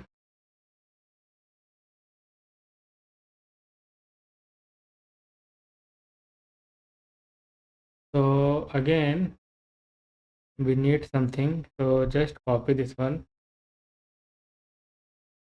this line of code. Now we wanted to search the block with the title, so search title query. So query blog ref where, so I can use here where title. So I'm going to use here equality operator, double equal, and here we can pass search query. Now we need the snapshot. So I'm giving here like title snapshot.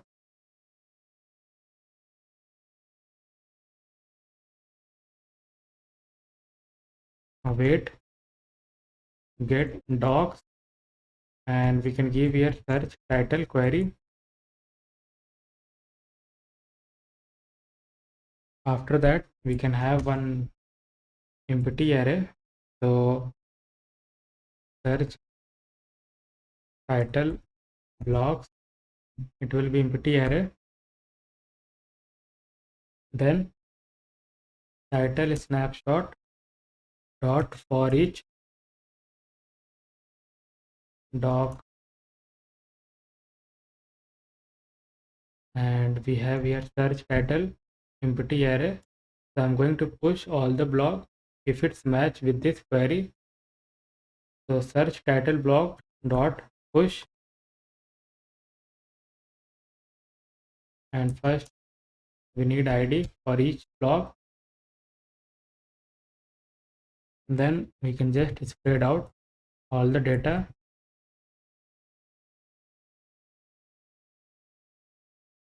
and after that we can again set the blocks.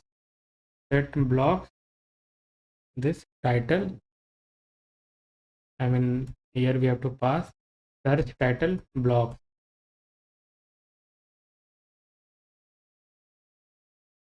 So let's save this one and see whether it's working or not.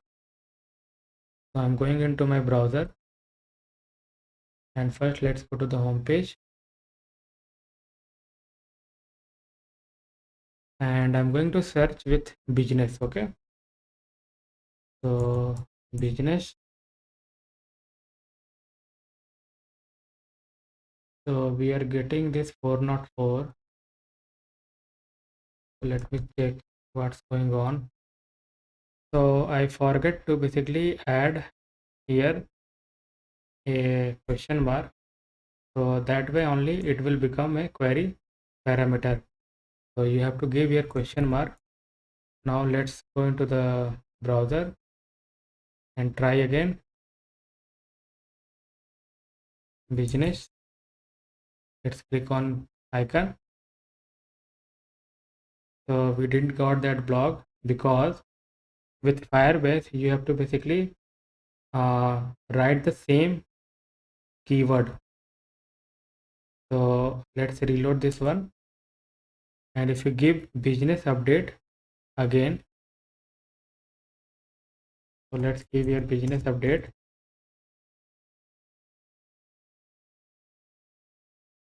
Now we got only two blocks with the keyword business update. So partial search doesn't work with the Firebase. So you have to give the exact keyword, and if it's match, then only it's going to return the block from the Firestore database. So you have to give the exact keyword, then only it's going to return the data from Firestore. And if you empty the search input field, then you should get all the block. Why it's not returning?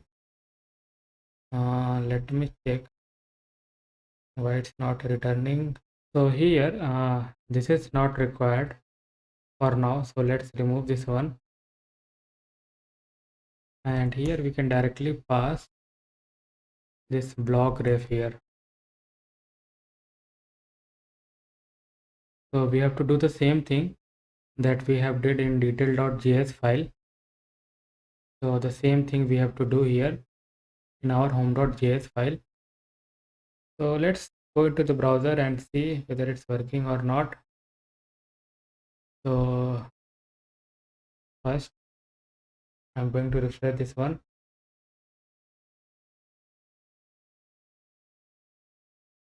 So let's this time use this one, because you have to provide the same keyword if you wanted the block from Firestore database. Now let's click on this icon. So we got two blocks.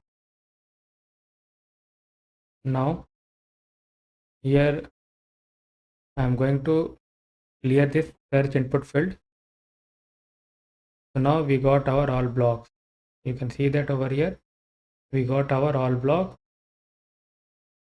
So that's meant it's working. Now the search functionality is implemented.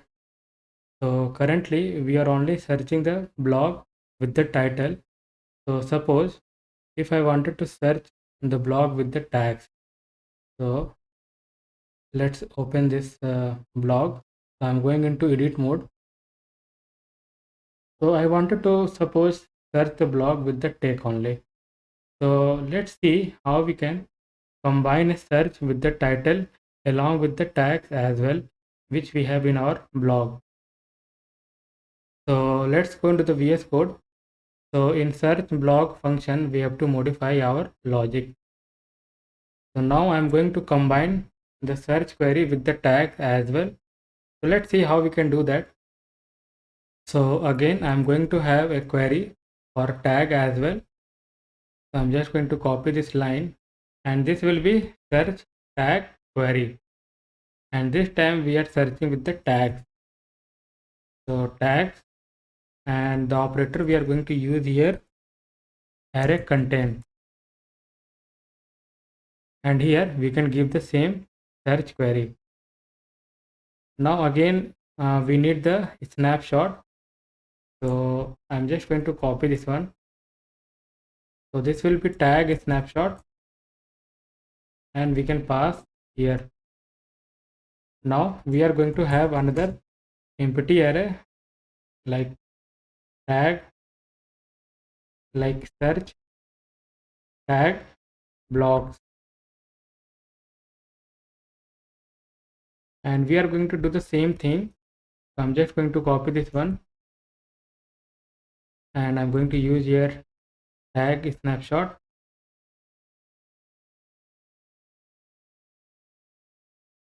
and this will be search tag blog. Now we have to combine our search here. So we have here title snapshot and tag snapshot. So we have to combine our search. So for that, what I can do, I can have here one variable that is combined search blog. So combined search blogs, and here we have this search title blogs, and we can use here concat, and I can just pass here search tag blogs. Now we got this combined search blog, so we can paste it here. Now let's see whether it's working or not. So now you can search basically with the title or tag. So I'm going to give here tag like tech. So let's see it's working or not. So you can see that we got a 2 blog with the tag tech.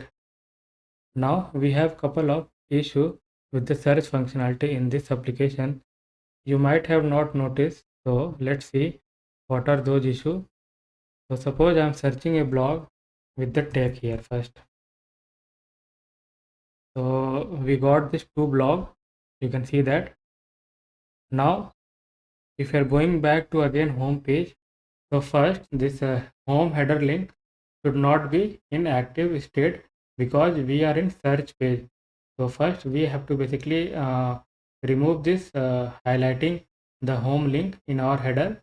Then if you click on home page, then we should get back all the blog. So we are not getting all the blog if we are in home page, and if there is no blog matching with any keyword, so suppose I'm giving something random here. So I wanted to basically display a message.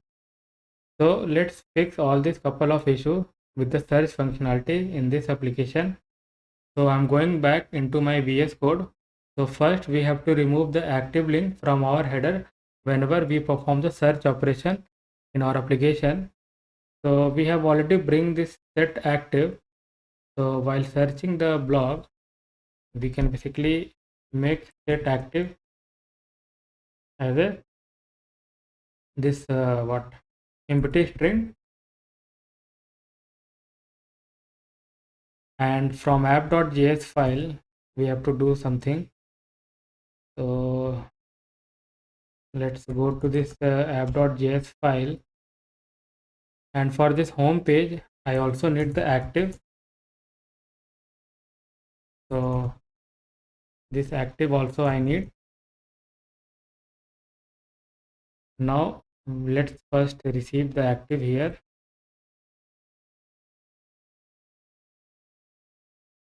and this use effect will run if the value of active get changed.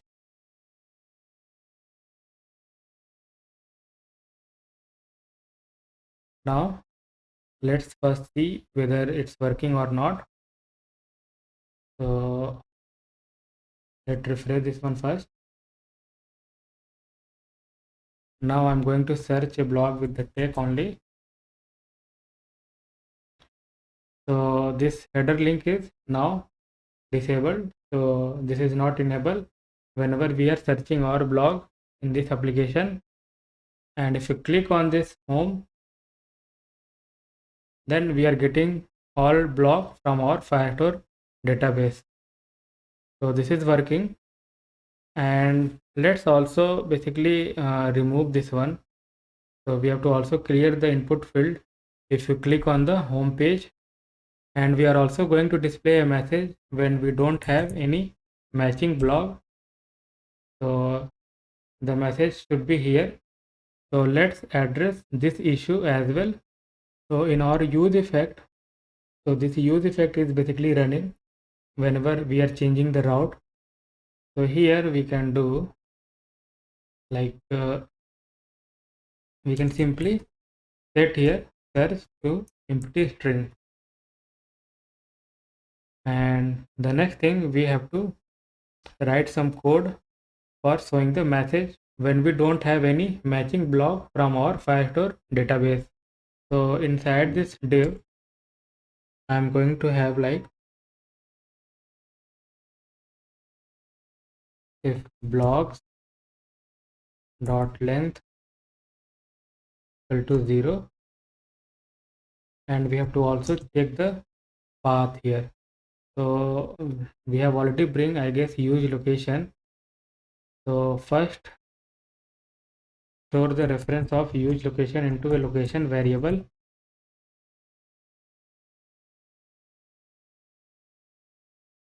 And here we have to check the path as well.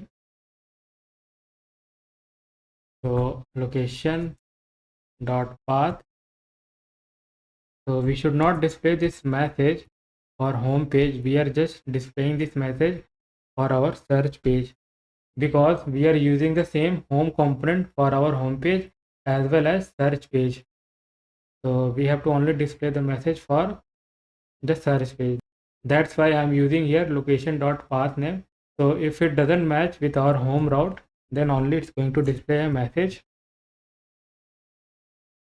And I'm going to use here fragment and h4 tag. Inside that, I'm going to have message like no log found with the search keyword. And I'm going to have a keyword here. So I'm using here a strong tag, and here we are going to have our search query. So let's save this file and let's go into the browser. So first I'm going to home page. Let's refresh the application. Let search blog with tag. So we got two blog. This is inactive. Now home link is inactive. And if you click on home, then we are getting all the blog, as you can see that. And this home page is also active. Now let's search the blog which we don't have in our Firestore database. So I'm just going to give you a random keyword.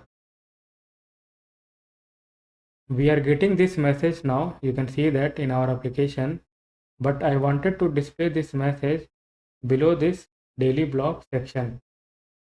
So we have to basically modify our blog section component little bit. So let's go into the VS Code, and we have to adjust little bit code in our blog section.js file. So I wanted to basically remove this entire div,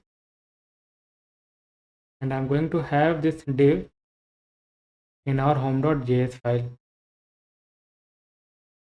So here I'm going to have that one. So let's see whether it's working or not. So now we are able to display this message below this daily blog section. Now this keyword should display along with this message. So let's go to the VS Code. I'm going to remove this closing h4 tag from here, and this will close here actually. Now let's save this file and let's go into the browser. So now we are getting this search keyword along with this message, and I want a little bit space. So let's give this a space. Now we got some space over here, and let me go back to home page again, and let's search one more time our blog. So I'm just going to copy this one. So this is working, and if you just click here text, and if you click this search icon, and in that case search input field is not getting clear. And if you go to this home page, so in that case our search input field is getting cleared. So we have implemented the search functionality in this application. Later, we might have to modify a little bit our code related to search functionality. But for now, we have implemented the search functionality in this application. Now let's move forward and implement load more functionality in this application. So suppose we have 100 blog in this application. So it doesn't look good if you have to scroll down all the way to the end. So I'm going to implement a load more feature. So what I'm going to implement here, so whenever you load the application, so initially it's going to fetch only 4 block, and at the below we are going to have button load more. So it's going to fetch next set of 4 block again. So we have to implement that kind of functionality in this application. So I'm going to implement that feature. So initially it's going to only show only 4 block, and we are going to have load more button. So once you click on load more, so it's going to fetch again 4 block and previous block. So overall it's going to basically display 8 block. And if you don't have any block, then load more button will get basically hide. So let's implement load more functionality in this application. So we need to go back to VS Code, and below this block section component, I am going to have a button. So button dot btn. So the class name I'm going to use a bootstrap class name btn primary, and on click we are going to have method called fetch more, and the value of button will be load more.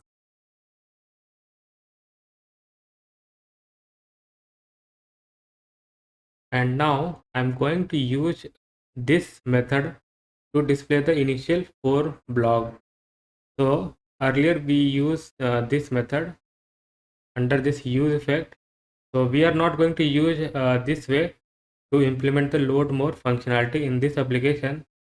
Now this functionality will be using for different purpose, which we will discuss later. So for now onwards, we are going to fetch the block with this way. So we have to basically modify this method basically. So what we are going to do, so now here I'm going to define a variable called first4. So it's going to basically fetch the first 4 block from our Firestore database, and here we have to basically write a query. So query, and we can pass here block reference, and we can use here order by, and we're gonna having a title, and we are going to here, and we are going to use here limit. So it's going to basically fetch only 4 block. So here I'm going to pass 4. Now we can use this variable here.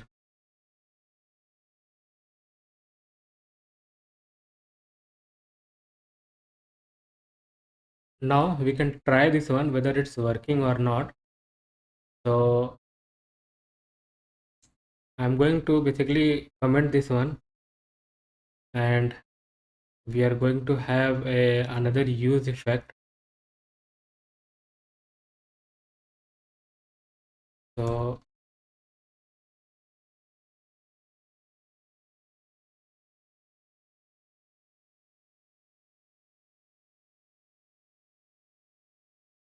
and this use effect also going to run if our routes got changed. So I'm going to use this method get blocks. So let's save this file, and first let's go into the browser. And before we go into the browser, we have defined one method here, fetch more. So let's define this one as well, otherwise we will get error on fetch more. Now let's see whether we are able to display 4 block or not. So we are getting issue here. Let me see what is the issue.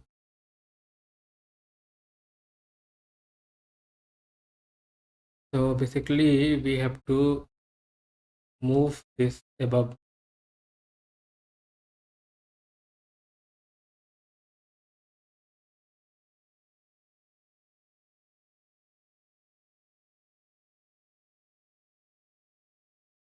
Now let's go into the browser,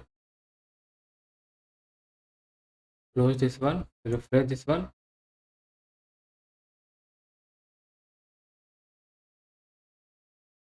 So we are not seeing the blocks. Okay, so let me see. We are able to display the load more button, but the blog is not displaying. So after debugging an issue for a while, I found the cause why we are not getting the first 4 blog in our application. So let's go into the VS Code, and actually we have bring this order by mistakenly from Lodash. You can see that here at the top. So it should not be come from Lodash. The order by should come from Firebase Firestore. So make sure to bring from here, not Lodash. Now we can basically use that one. So it's already here. Now let's save this file and let's go into the browser. So now we are getting our blog. You can see that the first 4 blog we are getting, and after that we have here load more. So let's work on this functionality, load more.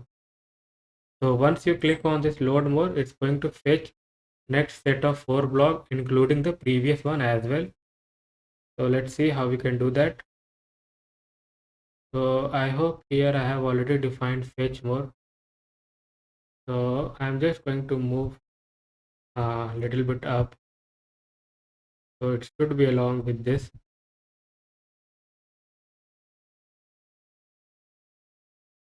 Now, and this fetch more function will be async, and inside this fetch more, first we are going to set loading to true.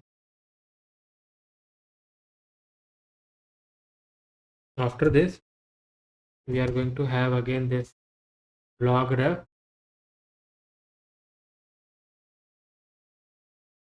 and then we are going to fetch next 4 blog. So the query will be identical almost. So let's use this one, and this time I'm going to use here start after. Now here we have to basically define one state. So let me define that state first. That will be like last visual. So we have to basically also track the index. So for that purpose we are using here last visual. Then we are going to have use state, and this will be null initially. Now we have to basically modify this get block function, because whenever we are fetching the initial first 4 blocks, so we have to track the index.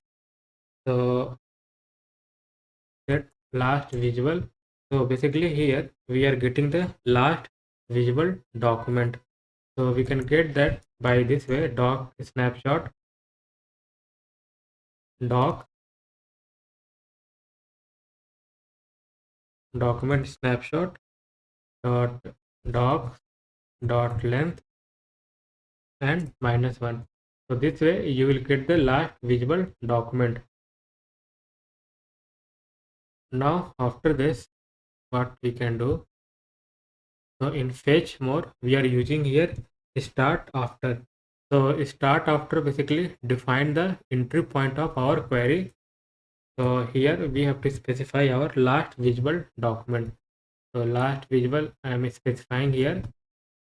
So now from here it's going to fetch the next set of 4 blog. Now after this we again have to get a document snapshot. So doc snapshot await get docs, and we can specify here next 4, and here we are going to have one method update state, and inside that I'm going to pass document snapshot, and then set loading will be false.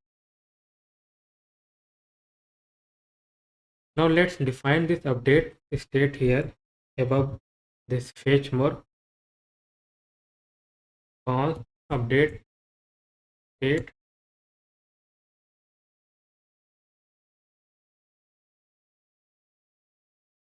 and this will be receiving this document snapshot. You can see that it's going to receive this document snapshot, and first we are going to check if each collection is empty.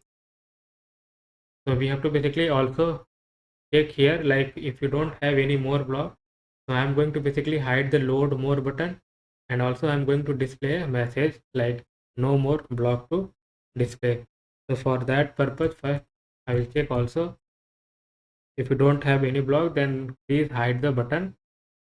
So for that purpose we can use here like document snapshot dot size. If it's 0, that means we don't have more block in our Firestore database. Now here we can check like if collection is not empty,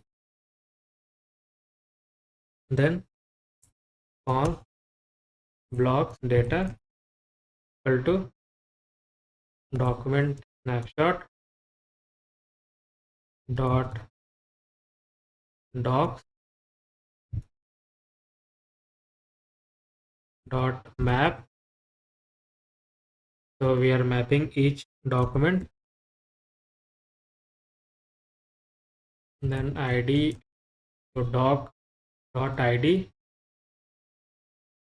Then I'm going to spread out all the data.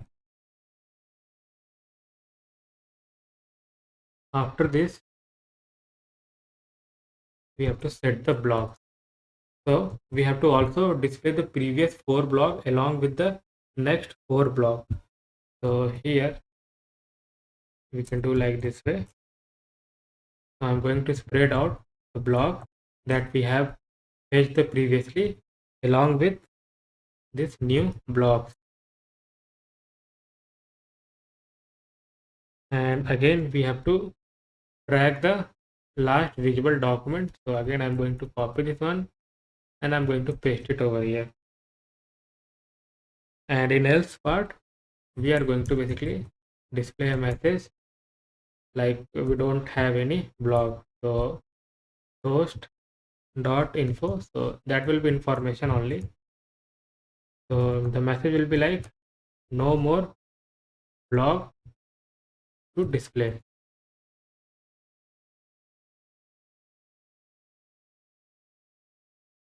Now we can test this logic whether it's working or not. So let's go into the browser.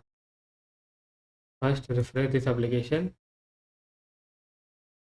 So we are fetching first 4 block. Now let's click on load more. Now we are getting next set of 4 block. Let's click on load more. So we got another block. So we got 2 more block, and after that we don't have any block. So if you click again load more, so we are showing the message no more block to display. And we have to also hide this load more button because we don't have any block, so it doesn't look good to display the load more button again. So let's hide this button as well. For that I need to define one state here. So that will be like is empty.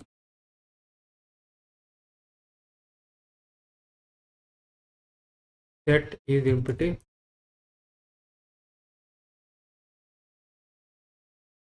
Use state, and that will be false.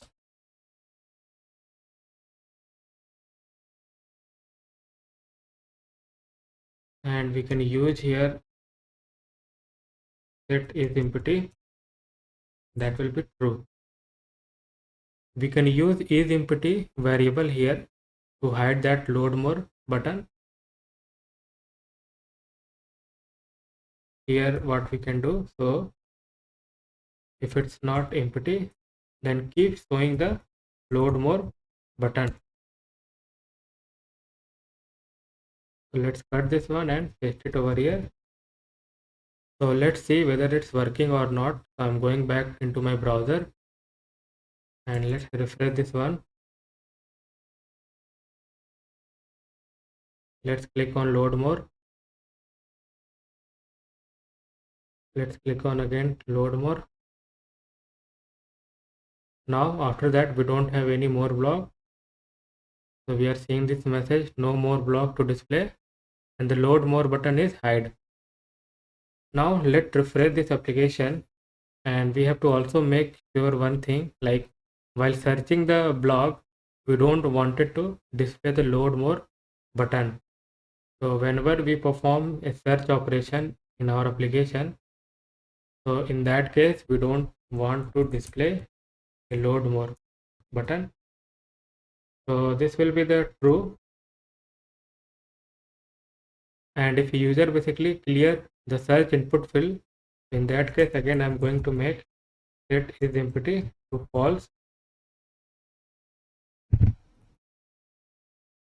and let's also set that is empty false in the use effect as well.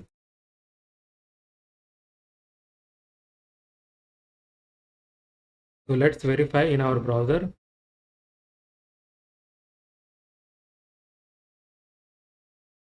I'm going to search a blog with the tag.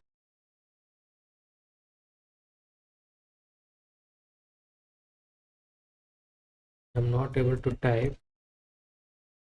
Something wrong. Is empty is not a function. Okay.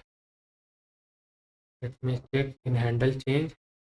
Actually, we have a contradiction over here because we have a is empty here in use state, and we are also bringing the is empty from load as. So for that reason, it's become little bit contradict here.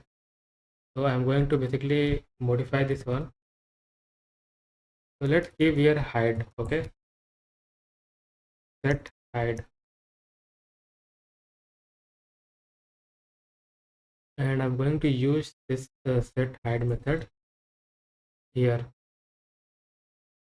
So it will be set hide, and while performing the search, it will be set hide, and this will be a set hide, and here we have to use hide.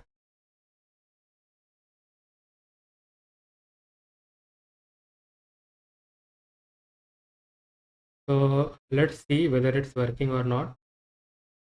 So we have set is empty at this line 108. So here also set hide. Refresh this application. Now I'm going to perform the search operation. So check.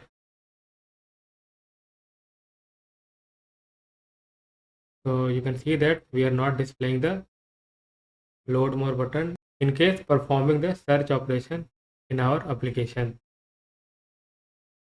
And if you go back to home, we are going to fetch all the 4 blocks, and let's see one more time load more feature.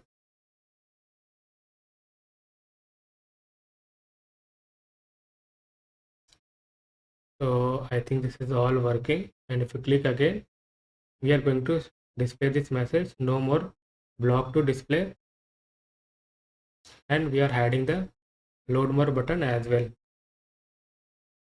Now this all working fine. We are able to hide the load more button in case if we don't have any more block in our Firestore database. So this all functionality is working fine related to load more. Finally, we have implemented the load more functionality in this blog application. Now let's move ahead and implement other functionality as well in this application. Now let's move forward and work on other feature as well. So in this section, we are going to basically work on our tag and category page. So we have tag here, but we don't have a category section, which basically going to appear below this most popular section. So for example, if you click on any tag, so you will navigate towards the tag page. So if you click on this meeting, so it's going to display only those blocks which contain a tag meeting. So we are going to have a tag page and we are also going to have a category page. So below we are going to have a category section, and here we are going to show the category count along with the category. So here you can see that we got a category business politics. So for business we have a 2 block. So we are going to show count along with the category, and we are also going to have a page for the category as well. So if you click on any category, you will navigate towards the category page, and we are going to show only those blocks which have that specific category. So for example, if you click on business category, so we are going to display only the business category blog. So we are going to work on these 2 pages in this section, and for tag and category page we are going to basically utilize the blog section component. So if I go back to my VS Code, here you can see that we got this blog section component. So this component we are going to use for tag and category page. We have to adjust this blog section component so that we can use in tag and category page as well. So what I need to do here, so let's go to this here home.js. So I'm going to map over here only. So blogs dot map, and then we are going to map over all blog, and then we can have this blog section here, and here we don't need to pass this blog like this way. We have to specify the key, and it will be blog dot id, and then we can pass rest of the property like this way. Rest of the property means title, tags, category. So all this thing we can pass like this way.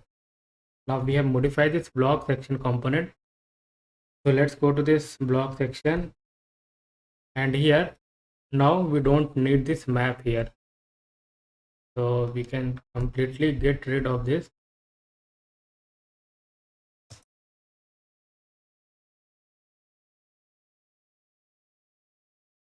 We don't need this one. Instead, we need here ID, title, description. I guess category also we have. So we don't need item.id because we are directly receiving all this property from our parent component. Image URL also we need. So let's use that one, image URL. Category we have already bring. Author we need. So here also we have to specify author. Timestamp also we need.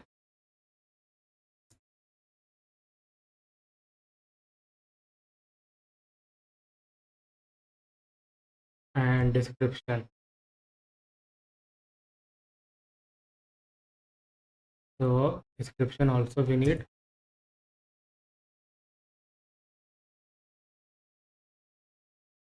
And we can directly pass ID, not item.id.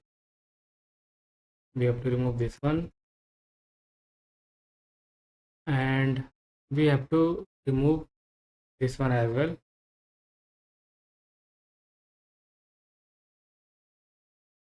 So let me check where we have any item. So here also we have item. So now directly receiving the user ID, and here we have to specify one thing. So first let's remove item, and from home page we are passing this user. Okay, so you can see that we are passing this user which we are receiving from our app.js file. So in blog section, I hope we have already defined the user.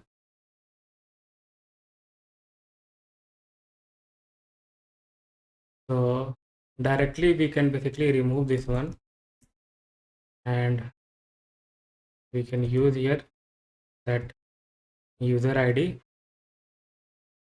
So user dot user id. So I think let's save this file and let's go into the browser whether it's working or not. So first we have to verify this one. Okay, so we got one issue, argument name clash. Okay, we have two time description, so remove this one. Now let's go into the browser. Now we are able to see the icon. So this all blog is created by this current logged in user, that is John Doe. The read more is working fine, and we have to verify the edit one is working fine or not. So this all working fine. Now that blog section component we can use for other page as well, like tag and category page. So let's work on that one by one. Now it's time to work on our tag page. So let's go back to the VS Code. And for tag page, first we have to little bit adjust our tag component. So we are going to provide here link. So we need to bring link from React router DOM.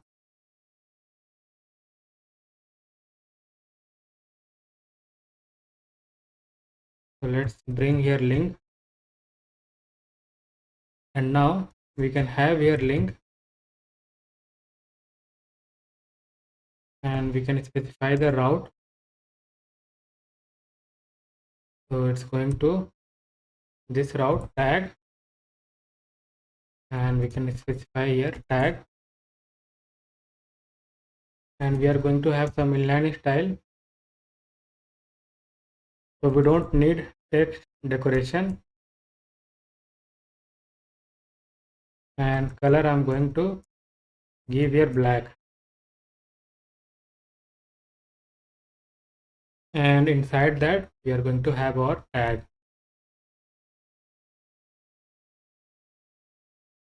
And we have to register that route. So for that, first let's create one page. So tag blog .js. Let's generate a snippet.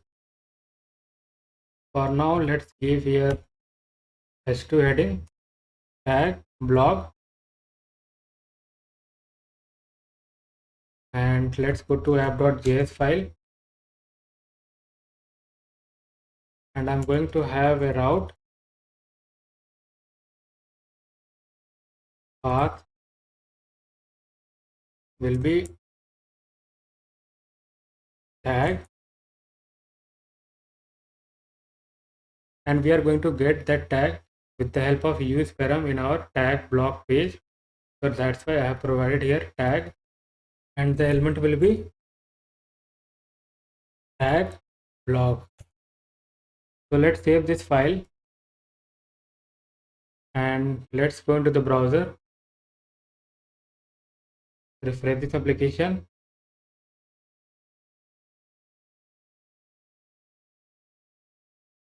And let's click on this meeting. So now we got our tag block page. So we are going to display only those blogs which contain a tag meeting. So let's work on our tag block page. We need to bring use state. We also need use param from React router DOM.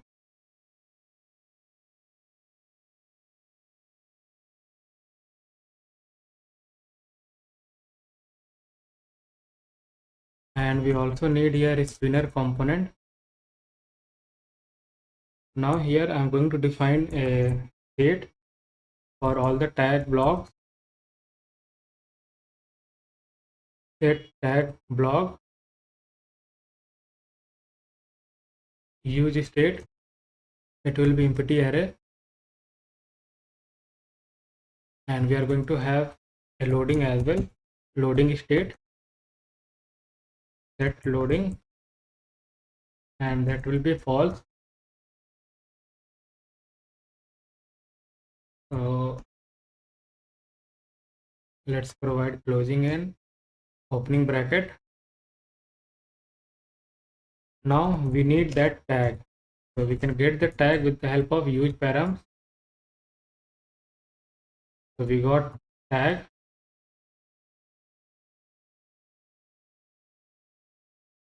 and then we need use effect as well. So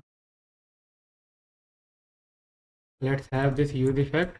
Now I'm going to define one function here which is responsible for getting the block with that specific tag. So get tag blocks,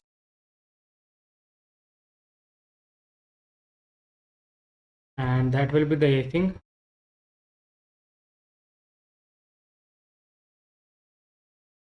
And first set loading will be the true,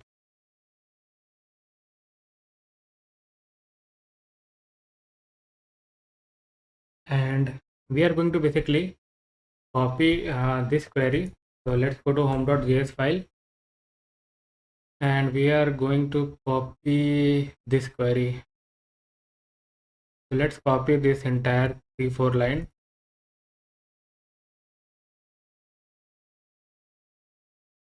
So we got this block ref, and here we can remove this one. We don't need this one, and this will be as it is. So let's give here tag blog query. So we need to bring query. So query we need, and we also need here where, and this will be blog ref, and this will be tag, not search query. So it will be tag, and now we can have a document snapshot, await get doc, and we can pass here tag block query. Let's make it small here, small t. After this we are going to have empty array. So tag blocks, and we can just copy this one. This is almost same, and only this will be changed.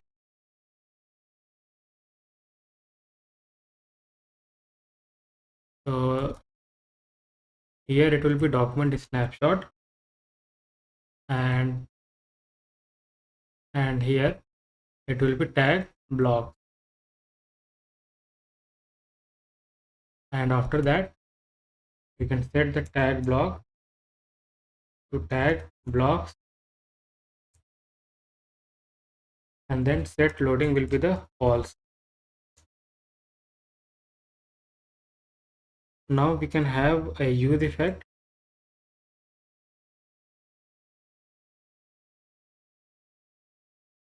and this use effect run once we basically navigate towards the tag page. So it will run only once you navigate towards the tag page. So that I'm going to use this one, get tag blog method. Now we got the blog which contain that specific tag. In the return part, let's remove this title. We are going to have a div with the container class name. Then we are going to have a div with the class name row. And here I'm just going to copy this line of code from home.js file,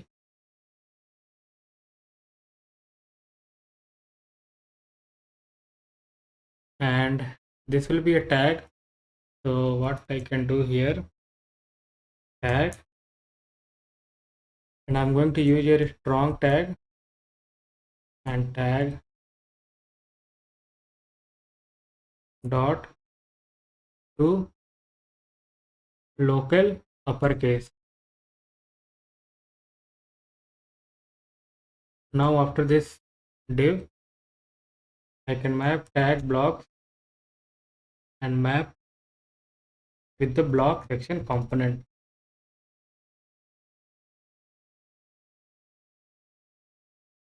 So here I'm going to have a div with the class name call md6, and I'm going to use here block section component which we modified earlier, and here we are just going to spread out item. So from this page we are not going to pass other props like the way we have passed here in our home.js file. So we are not going to pass this handle delete user, okay, and here we must provide key, otherwise we will get an warning in our console. So from tag page you are not going to basically able to delete a blog or edit a blog. That can be done only from our home page. Now let's format this one first and let's go into the browser. So collection is not defined, db is not defined, that's fine. So because we have pasted the code, so we need collection and we need db from our Firebase file. So we got collection and db,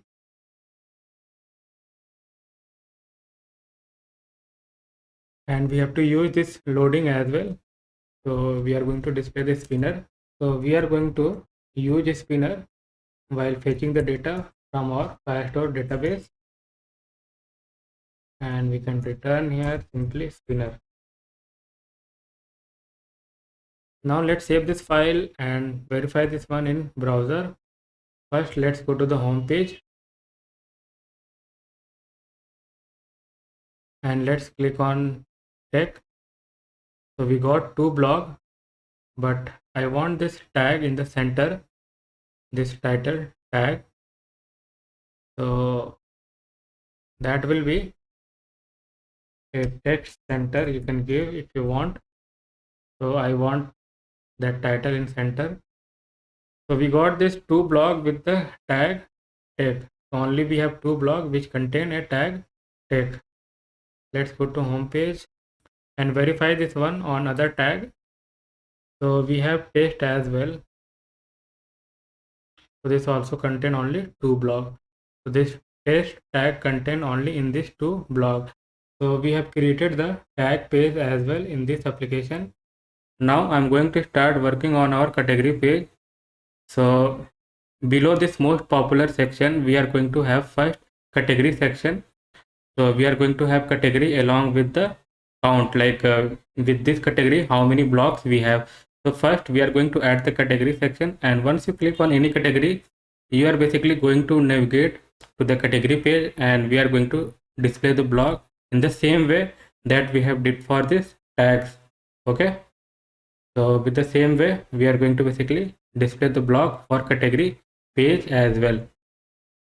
So let's first add the category section below this most popular section. Now I'm going back into my VS Code. So for getting all the category count for different category, we need to first define one state. So let's go to home.js file.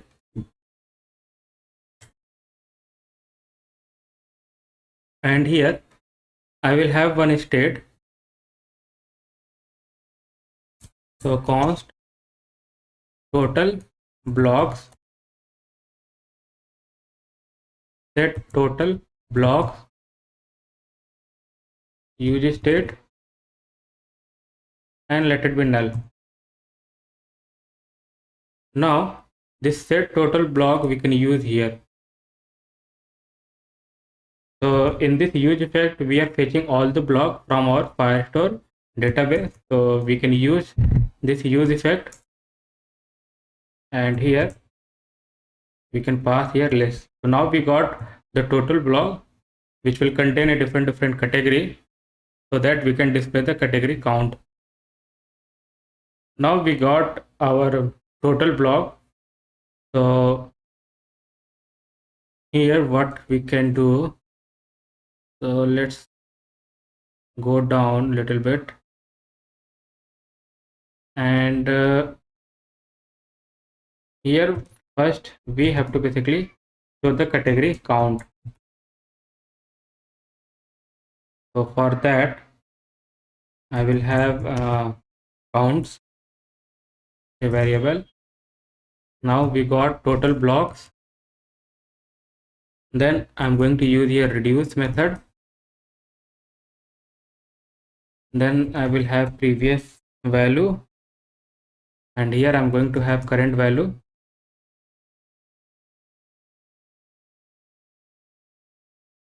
And then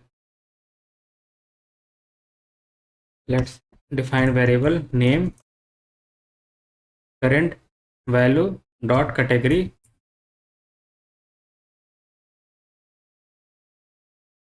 and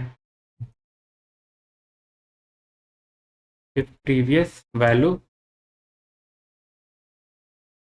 dot has own property,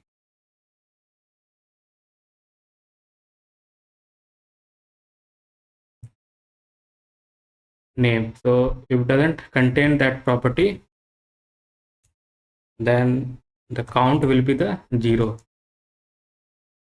So previous value name equal to 0. Now we can increase the value for that particular category, and we have to also delete if we have undefined, and here it will be undefined, and then we can return previous value.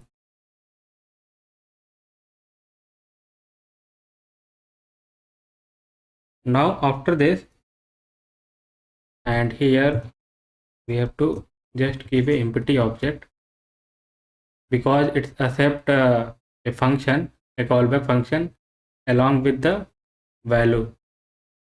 So this will be empty object, and now we can have our category count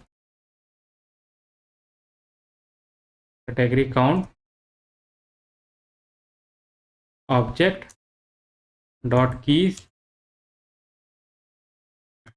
counts map,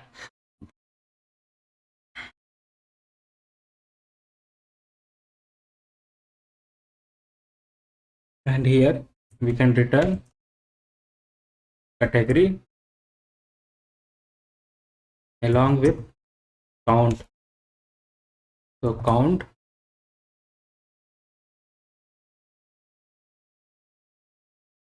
like this way,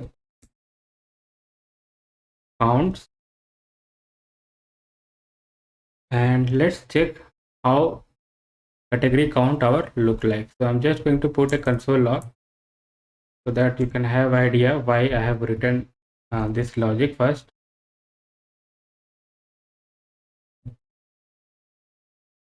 Let's format this one, and I'm going back to my browser, refresh this application, so we don't have any issue. Now you can see that we got category. So for business category we have a count 2, and for technology we have a count 4, for politics we have a count 2, and for sport we have a count 1. Now for other category we don't have any block like food and fashion. If I go back to my VS Code, so you can see that we have overall 6 category. Now let's move forward and work on our category section. So for that I'm going back to my VS Code, and in component folder I'm going to create a file category.js.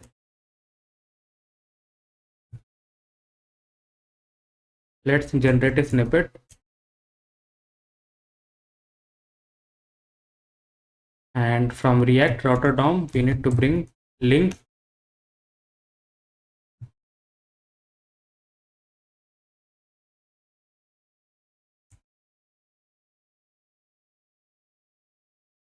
Now we are going to have a div, a class name widget.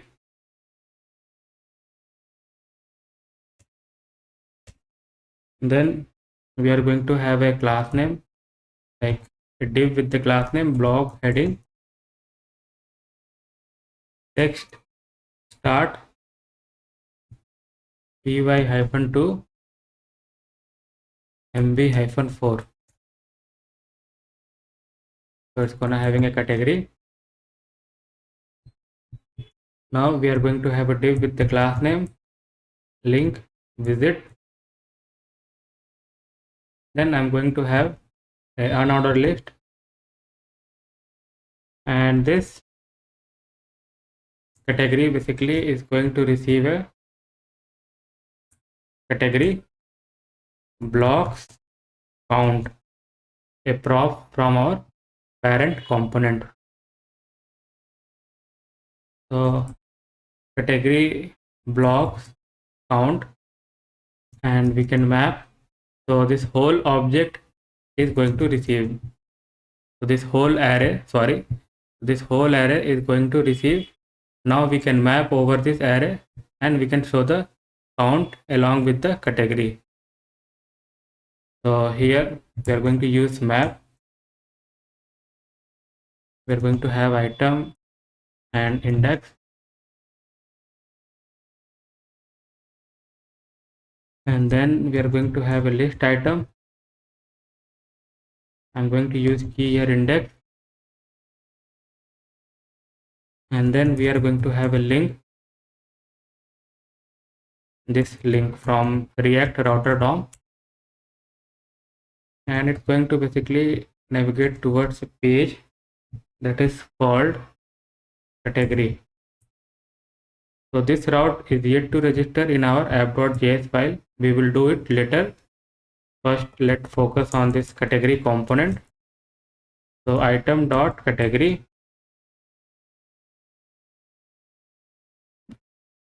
Inside this link, we are going to have item.category,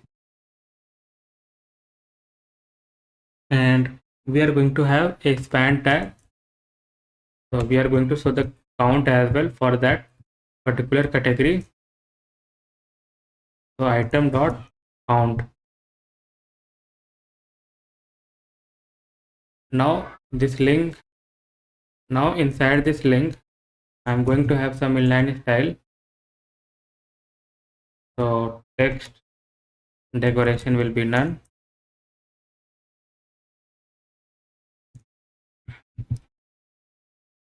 Float left, and I'm going to give a color here as 777. Let's format this one. Now this component is ready. Let's add the styling for this category component in our style.sass file. So we have a category component, and we are going to have this styling for our category component. So only up to this we have to use the style for category component.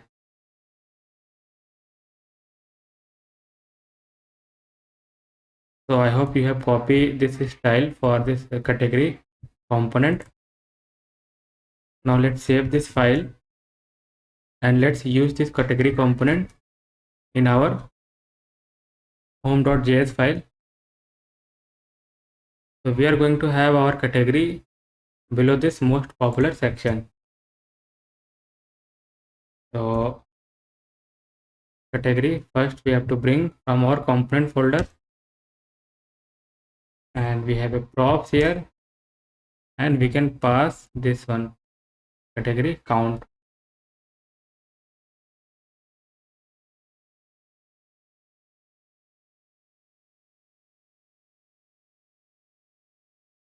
Now let's go back to browser and let's see how it's look like. Now you can see that we got our category with the count, and I want a bracket here for this count. So let's add that bracket in a category component.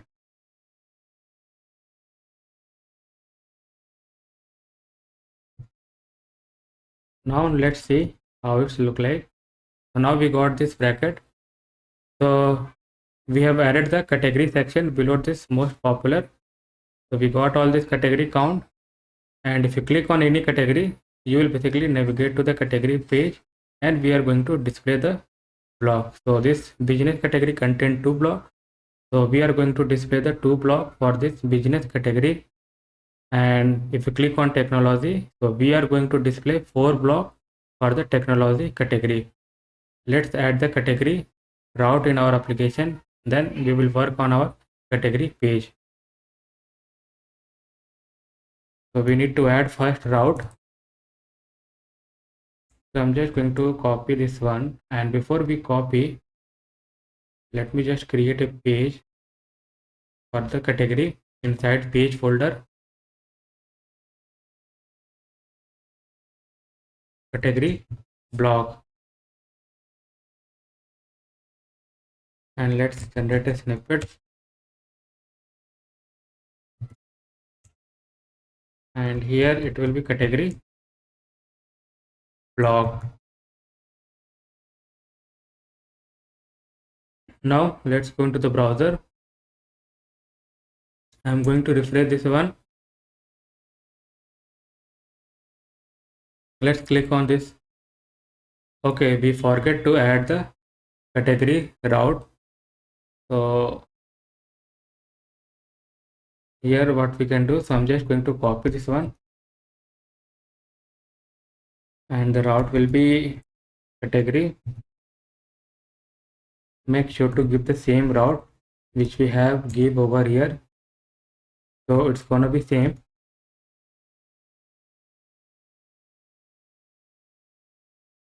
And we can put here category only, and we have to bring our category page, so category blog. Now let's go into the browser, and let's go back to home page, and let's click on any category. So we got this heading category blog that we have just added in our VS Code. Let's start working on this category page. So here what we have to do next, so it's going to ideally same that we have done for this tag blog. So I'm just going to copy this entire code, and I'm just going to paste it over here. So it's gonna be same almost, we just have to do some modification. So first we have to change this one, so it is a category blog.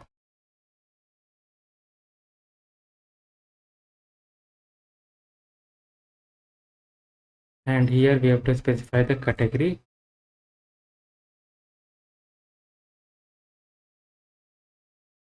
and we are receiving category, not tag, so it will be category. Let's change this variable as well. So category blocks, and this will be set category blocks, and we are going to use the same block section component for this category page as well. Now here we have to use category, and here the operator will be different. It will be just equal operator, double equal operator, and we can pass here category, and this will be the category block query. We can pass here. Now this will be category blocks. So make sure to change all this thing along with me, and this will be set category block,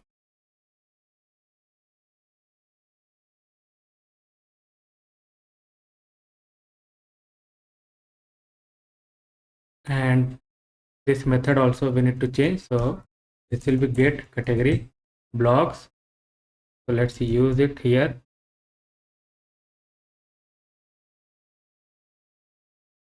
And here it will be category.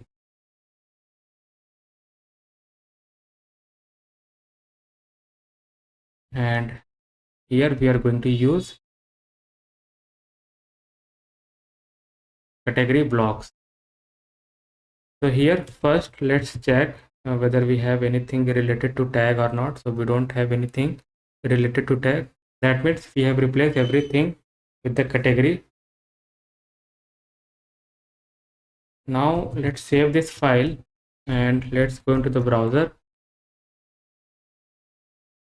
So now you can see that we got 2 blocks for this business category. Let's go back to the home page and let's click on technology. So for technology category, we got 4 blocks. So we are showing the correct amount of blocks here under the category page. So whatever the count you are going to see over here, we are going to display the same amount of block on category page. So we have also added the category page as well in our application, and it is working as expected. You can see that. So this part is also completed over here. So we have implemented tag page and category page in this section. Now let's move forward and work on one small functionality, that is scroll to top. So suppose you have scrolled down in this application. So here at the bottom, so I am going to display an icon, and if you click on that icon, you will basically move towards the top of this page. So you don't have to basically scroll manually. So once you click the icon, you will basically move towards the top of this page. So let's implement this small functionality in this application. For that, I need to go back into my VS Code, and I'm going to create a component here, that is scroll to top. Scroll to top.js file. And let's generate a snippet first over here. And from React, we need a couple of hooks like use state and use effect. And I have to define one state is visible, set is visible, use state, and that will be false. We are going to have a function here, toggle visibility, and we are going to check the offset. So window dot page y offset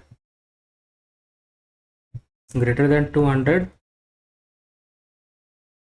then set is visible to true, else it will be false.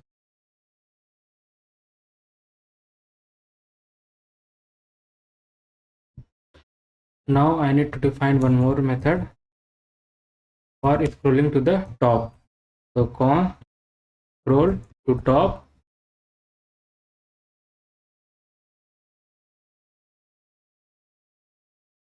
and window dot scroll to, I'm going to use this method. So top, and that will be 0.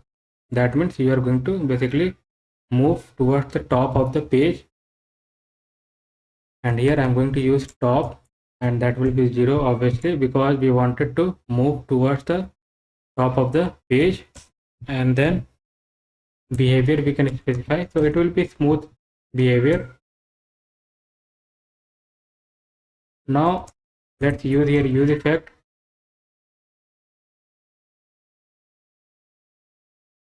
and this will be empty, the dependency will be the empty. Now window dot add event listener, so scroll, and we can pass this toggle visibility. Now we have to also do a cleanup, so we can do the cleanup like this way with the use effect. So window dot remove event listener, and again we can pass a scroll and this toggle visibility. Now let's work on our return part. So here I am going to have a class name, scroll to top. So scroll to top, and then I'm going to use that variable that is visible. So if it's visible, that means if the user is scrolling down, then we have to display the icon. So I'm going to have a span tag, and I'm going to use here on click method. In on click, I can use that the method which I have created, scroll to top, and inside this span tag I am going to display icon. So I'm going to use this icon FA. So font awesome icon I'm going to use.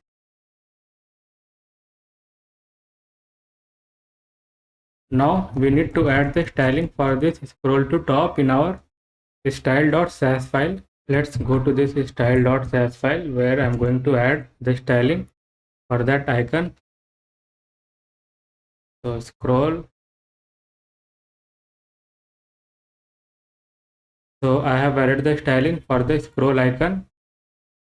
You can pause this video and copy all this styling. Anyway, I will attach the styling sheet. So let's save this file and let's go back to the app.js file. So we have to bring that scroll to top component because I want that functionality in all page in our application. So here we can bring that scroll to top component. So VS Code automatically import that component for me. Let's save this file and go back to the browser. First refresh this application. Let's scroll down. So you can see that we got our scroll icon, and if you click on this icon, it's going to smoothly scroll towards the top of this page. So this functionality is working, and this scroll functionality will be available in all page. So you can verify this one. So let's go to this detail page of this blog. So it is also available here. You can see that if you click, you will scroll to the top of this page, and you can verify here as well if you want. So let's go to the edit page. So here it will not available. So for now it's available on home page and detail page because we have more content on these two pages. So you will easily verify on these two pages. So it will only available once you start scrolling in the page. So we have also implemented the scroll to top functionality as well in this application. Now in this section we are going to cover some major functionality in this application. So let's go to this detail page of this blog. So we will be working on the detail page only, and we are going to have a functionality. For example, we will have a like functionality over here. So we are going to have a like button, so user can like the blog as well, and we are also going to display the tag for this specific blog. So below this description I am going to display the tag as well for this blog, and below that we are going to have a comment section so that the user can post a comment. And at the bottom I'm also going to have a section called related blog. So I'm also going to have a related blog section as well in this detail page. So let's cover all this functionality one by one in this section. So first I'm going to start with the related blog section, which will present at a bottom. So first I'm going to work on the related blog section. So let's go back to the VS Code, and here first I'm going to create a component called card. So we are going to display the related blog in the card. So first we need to create a card component. Now let's generate a snippet, and here I will having a link from React Rotterdam.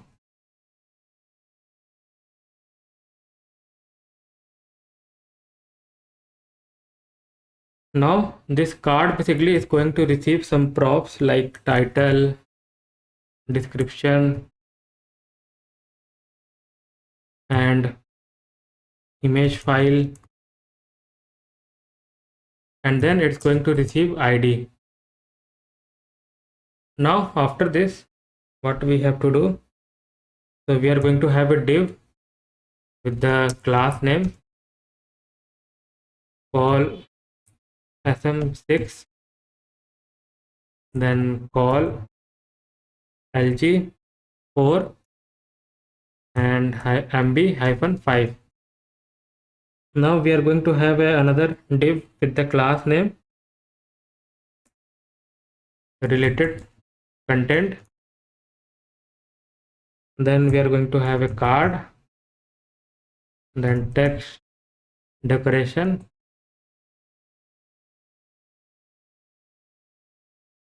none, and then we are going to have overflow hidden,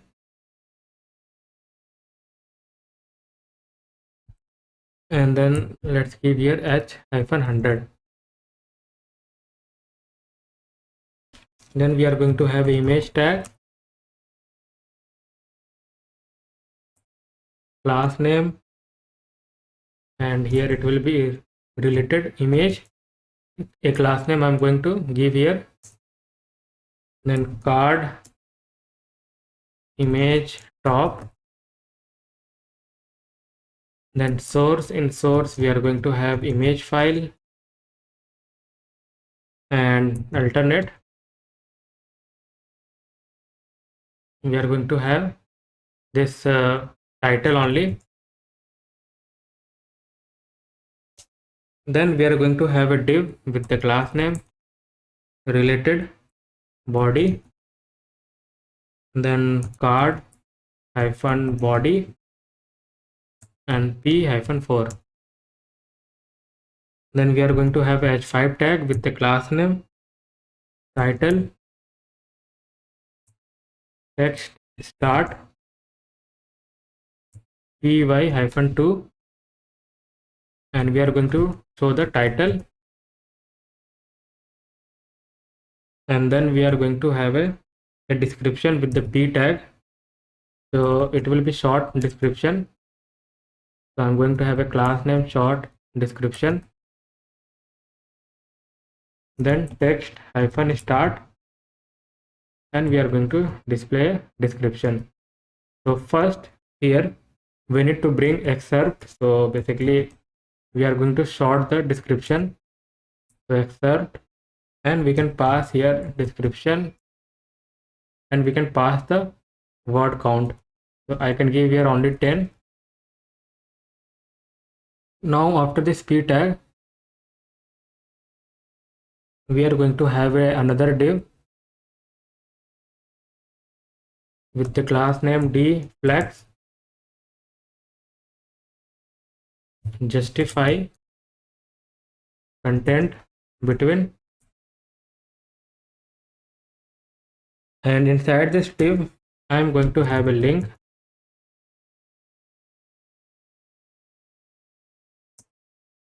and if you click related block, then again it's going to navigate towards the detail page only. So I'm going to specify that route only here, and ID, and we are going to have a span tag with the class name text primary, and it will be like read more only, and we have to also specify some inline styling. So text decoration will be none, and after this div we are going to show the count of likes and comments. So at the moment we haven't implemented the functionality, so what we can do, so just I'm going to comment, I'm just going to provide a comment here. So we are going to show a like and comment count. So a block can have a more than one like and more than one comment, so we are just going to show the count of likes and comment. So here I'm just putting a comment here like show like and comment count. which we are going to do later. So let's format this one, and this card component is ready. Now before we use this card component, we have to work on our detail page. So let's go to the detail page, and here what we have to do, so I'm going to define a state. So it will contain only the related blocks. Set related blocks, use state, and that will be the empty. We are going to have a logic for a related block in this function only, because this function basically executing whenever we have the id. So all the logic will basically going inside this function. So we are going to show the related block based on the tag only. So first we have to write a query for that one. So const related blocks query. So query, so we have to bring from Firebase Firestore, and then here we can pass block ref. So here we have to first need the block reference. So we have to bring the collection, and that will be the db and blocks. Now we got a block reference over here. Then we are going to use where from Firebase Firestore, and we are going to check based on the tags. So we are showing the related block only based on the tags. So this blocks contain some tag. So you can see that this block contains tags. So we are going to show the related block based on the tag. So here we are showing all the tags, but later we are going to show the tag related to this block as well below this description. So here we have to just show the related block based on the tags. So and operator we are going to use array contains any, and we can get the tag for this specific block by this way. So block detail, and here we can use data, and then dot tags. So this way we can get the tags for this particular block. And then I'm also going to use limit here. So under the related block section, we are just going to display only 3 blocks. So related block section will only display up to 3 blocks. So that's the reason I'm using here limit. Now we got the query, you can see that over here. After this we need a snapshot. So const related block snapshot await get docs. So here we are fetching the multiple docs from our Firestore database. So here we have to provide this related blocks query, and then we can have a empty array for related blocks, and then we can use here related blocks snapshot for each, and we can push all the block. So related block dot push, and here first I'm going to push the id doc dot id and the rest of the data like this way. So we got the related blog. So we can verify this one first. So let me just console log whether it's working or not. So we can check that one. And here I have forgot to set the related blog. So we have this state which we have defined. So it will be set related blocks. So let's use that one, set related blocks here. And we can just put this related blocks. Now we can check this one whether we are able to see any blocks or not. Let's go into the browser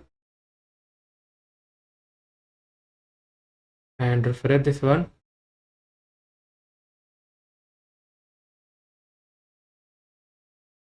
So we got only one block. So you can see that this is the same block it's returning here. Okay. So we have to also avoid to display this the same block under the related block section. So we are going to only show the unique block. So we will filter out this block because that query will always going to return at least one block. So let's try on different block. So let's go to this block. I hope this will have more than one.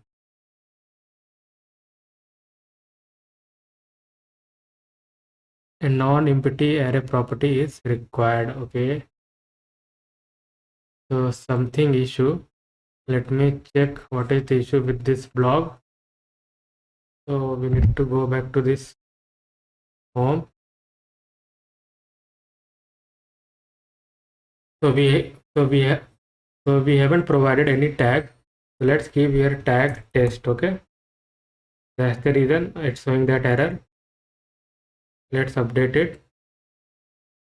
So the blog is updated. Now let's click again on read more and let's open. So now you can see that with this test we got 3 blocks. So this test tag contain in this 3 block including the current one. So let's check one by one. So we got this dummy blog update and we got 2 more additional blog as well. So this sport blog update also contains the tag test. You can see that over here. And this blog is also containing the test as a tag. So we are going to exclude this blog. So we will be excluding this blog because we are already on detail page of this dummy blog update. So under the related blog section, we are going to show only the unique blog. So we are going to have one additional component. So after this div, we are going to have our related blog. So for now, let's give whether it's working or not. So we are going to have related blog section at the bottom. Now let's save this one and see. So we got here our related blog at the bottom. Now we are going to have one more component to support the related blog section. So here we are going to have a related blog.js file and let's generate a snippet. And this component is basically going to receive props from parent component, that is detail, page, blocks and ID. After this, we are going to have a div with the class name, blog heading, and then text start, then pt-3, py-2 and mp-4, and the title will be the related blocks. Now after this div, we are going to have another div with the class name call md12, then text left, then justify content center. And then we are going to have one more class name with the row gx-5, and here we are going to check first if blocks.length equal to 1. That means it's returning the same block. It doesn't have more than one block which contain the same tag. So in that case we are going to display a message, so hash5, and we are going to have a class name text center, and the message will be like related blocks not found with the current block. Okay, you can give message whatever you want. Now after this we are going to display the related blocks. So first we have to filter before we do map. So block.id,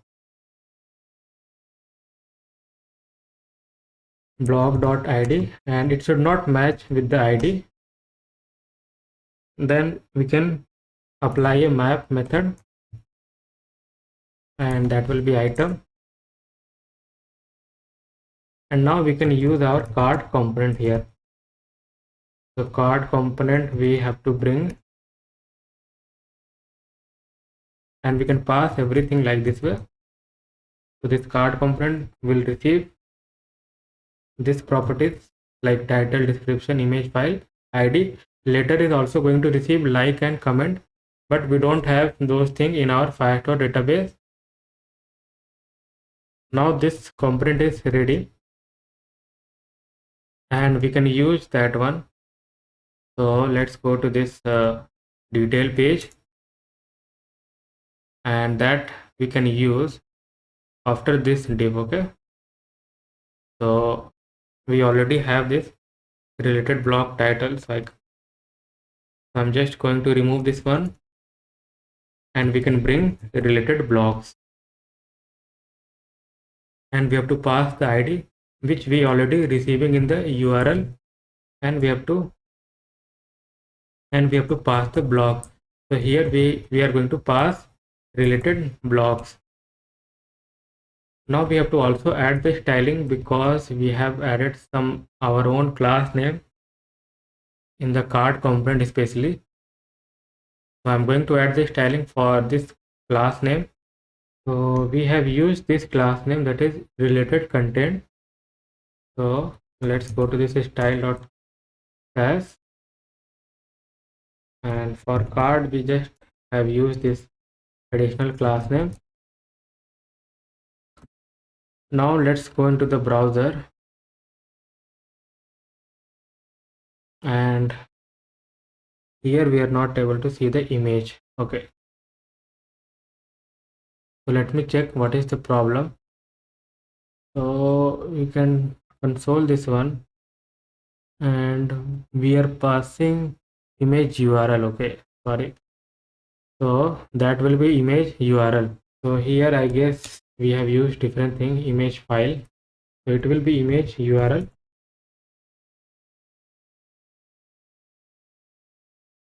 And let's use here,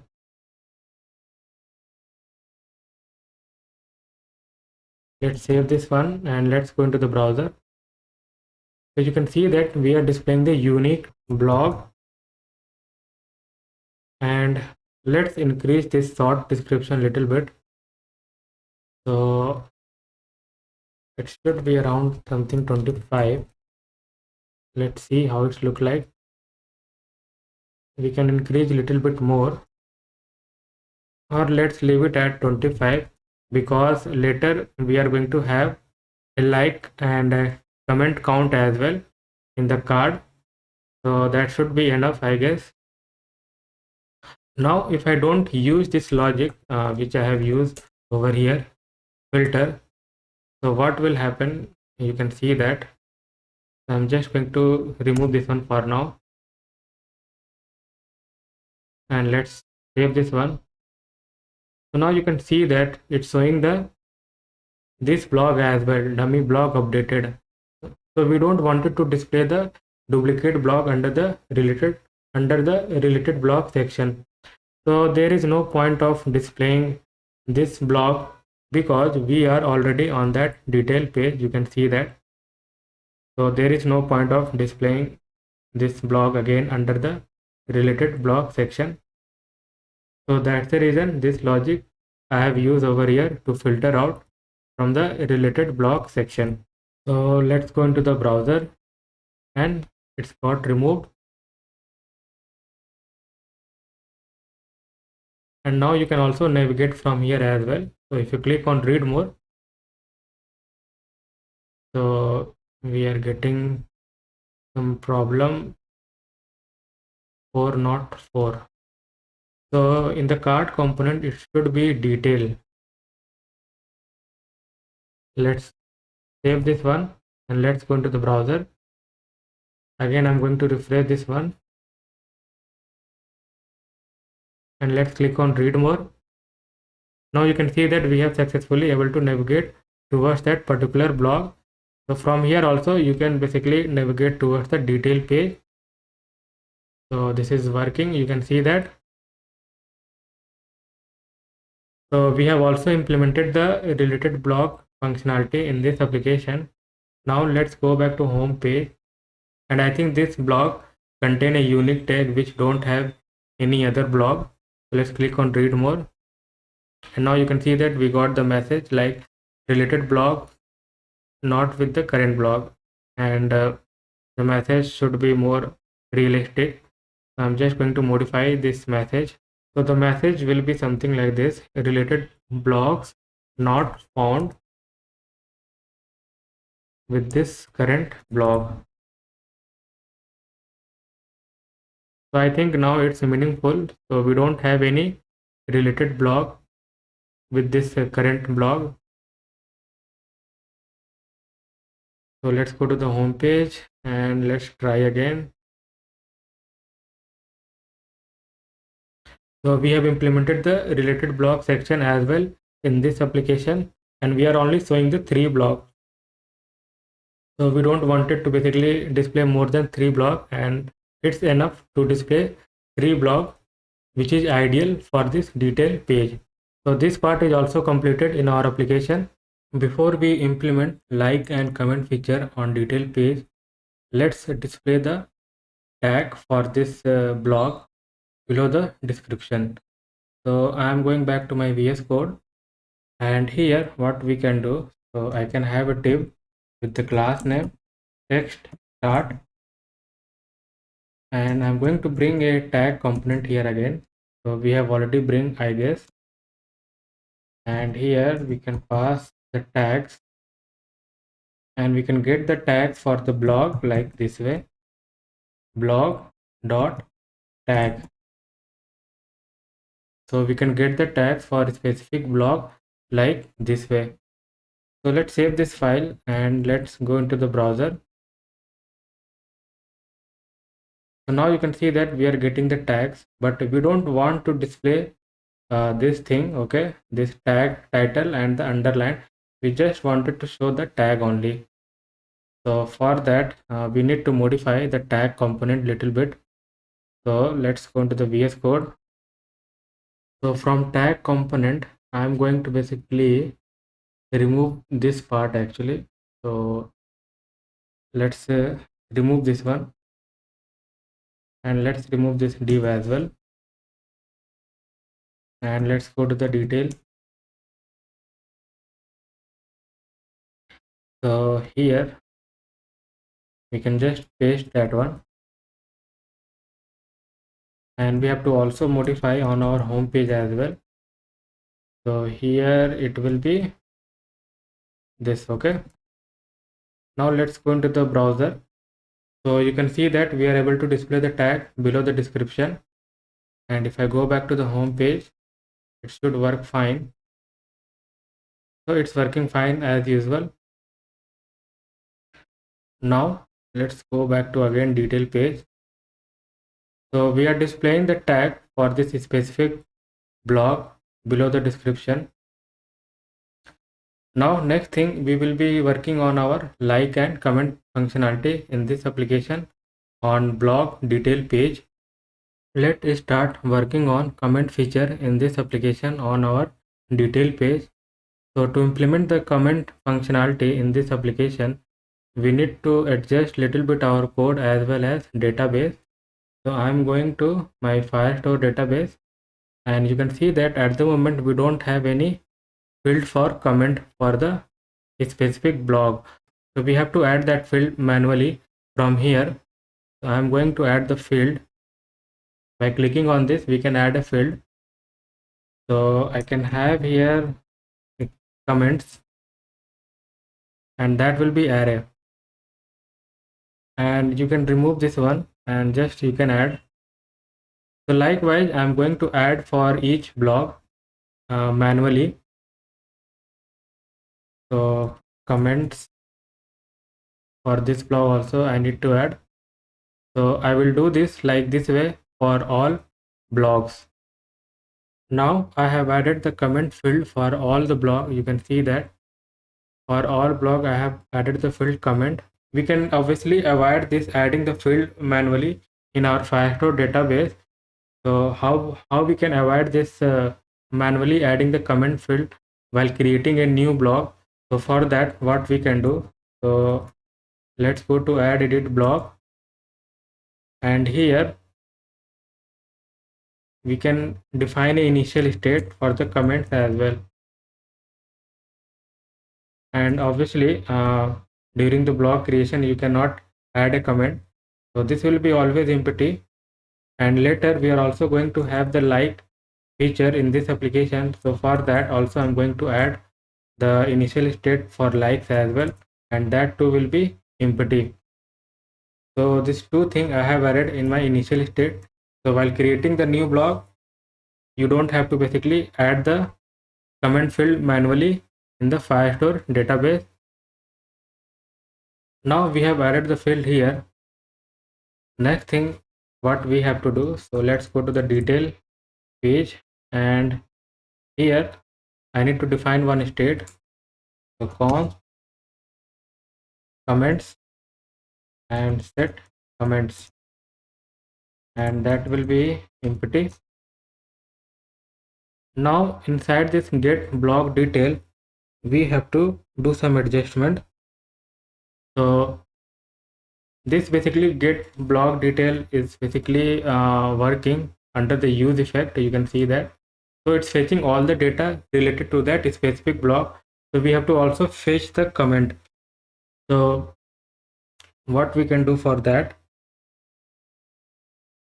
So here we can set comments, and we can check here like blog detail dot data and dot comments, which we have just added now in our Firestore database. So if we have the comment, then we are going to get all the comment, and if you don't have the comment, so currently we don't have any comment in our Firestore database, so it will be the empty. After that, what we can do, below this tag I'm going to have one break, and I'm going to have a div with the class name custom box. Okay, and then I'm going to have a h4 tag with the class name small title, and here first I'm going to check the length of comment, like how many comments we have. So we can check like this way, blog dot comments. So we are basically showing the count of comment, how many we have comment for this particular blog, and we can give here like comment. Now below this h4 tag I'm going to check if array is empty or not. I'm going to use a is empty method from load as, and it's going to check if the comments is empty or not. So if it's empty, I'm going to show a component which yet to be created. So let's create that component. So we are going to have one component called user comments, okay, .js, and let's generate a snippet here.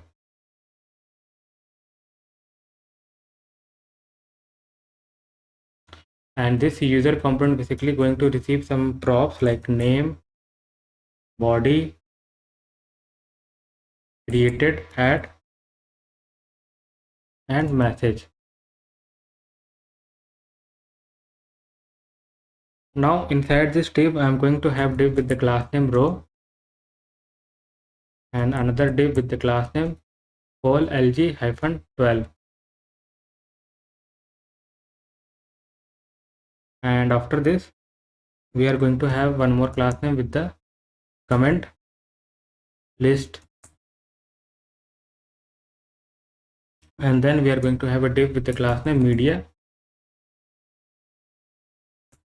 And here I'm going to check if we have the message. Then I'm just going to show the message in h4 tag.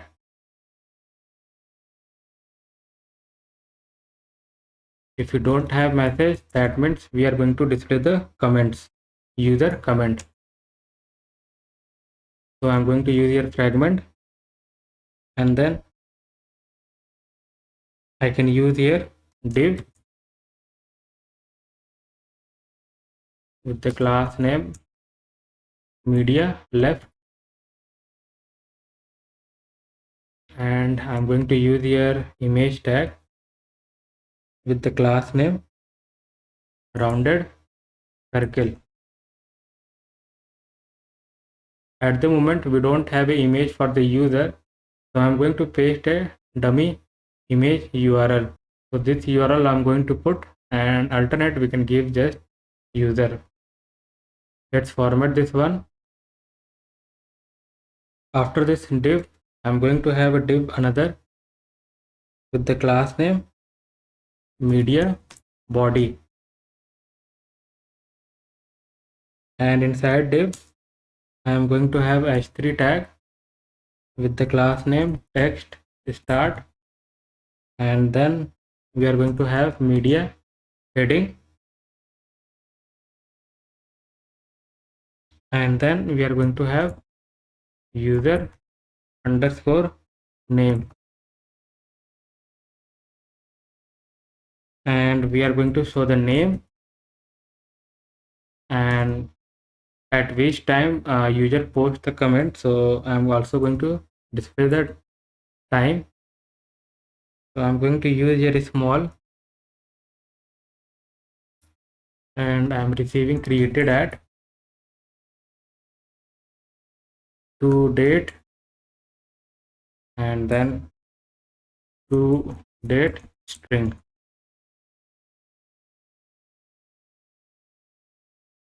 After this, I'm going to have a p tag with the class name text start. So I'm just going to show the body like what user has posted the comment for that particular blog. So let's format this one and save, and then we can use this user comment here. So let's go to this detail page, and here if you don't have any comments, that means blog doesn't have any comment from user. So in that case we can use here user comments, okay, and we can give a message like the message will be like no comment yet posted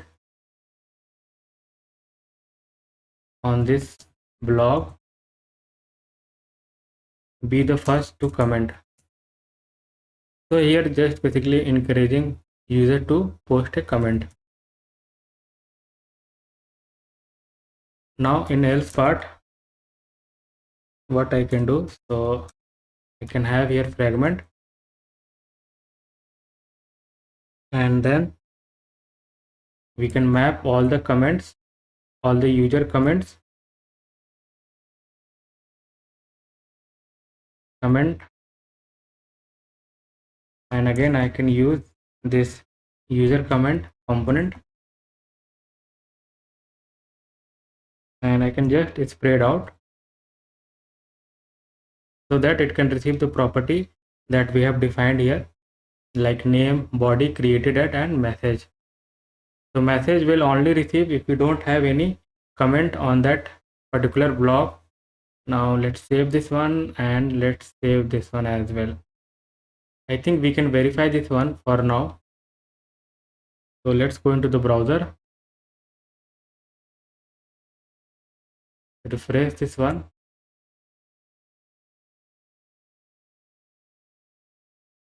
So you can see that we are getting no comment yet posted on this block with the first two comment. And we have added some class name. You can see that for user comment. So I'm going to paste the styling in my SAS file. So here I'm going to paste the styling for the comment. So this much styling we have to add for our comment. So we have this long styling for our comment. So you can copy all this styling.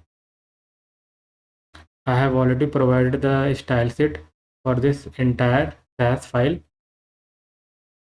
So this much styling we have to use.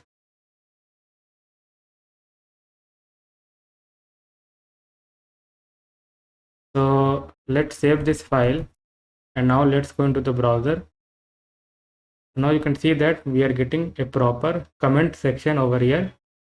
So here we have a 0 comment, and we are getting message like no comment yet posted on this blog with the first two comment.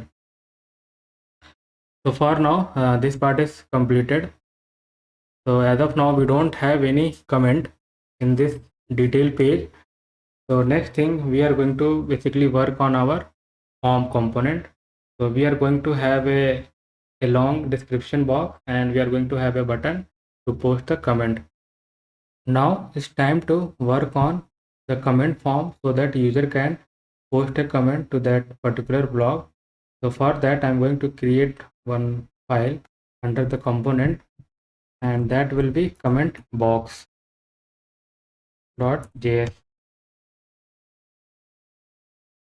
And let's generate a snippet over here. And for this also we need to bring a use navigate from React router DOM. So let's bring use navigate, and we need to store the reference of use navigate into a navigate variable. Now this comment box is going to receive some props from our detail page, that is like user ID. So user ID, user comment, set user comment, and handle comment. So I'm going to remove this div, and I'm going to use here fragment, and I'm going to have a form with the class name row and blog hyphen form. So let's remove this action part, and inside form we are going to have div with the class name poll hyphen 12 and py hyphen 3, and I'm going to use here text area with the class name form control and description box. So that will be a description, a long description. So we don't need all this thing first.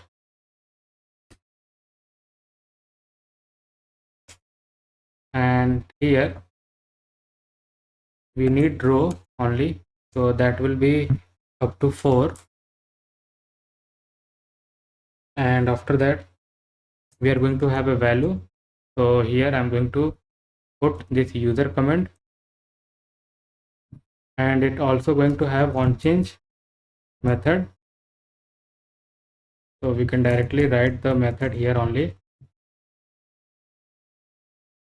Set user comment a.target dot value.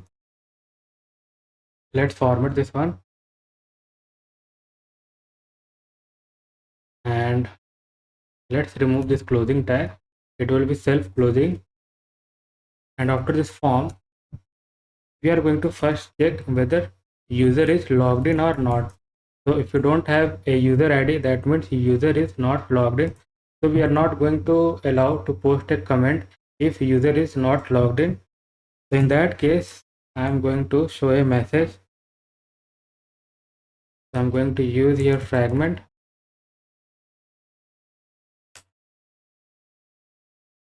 and let's just define else part as well.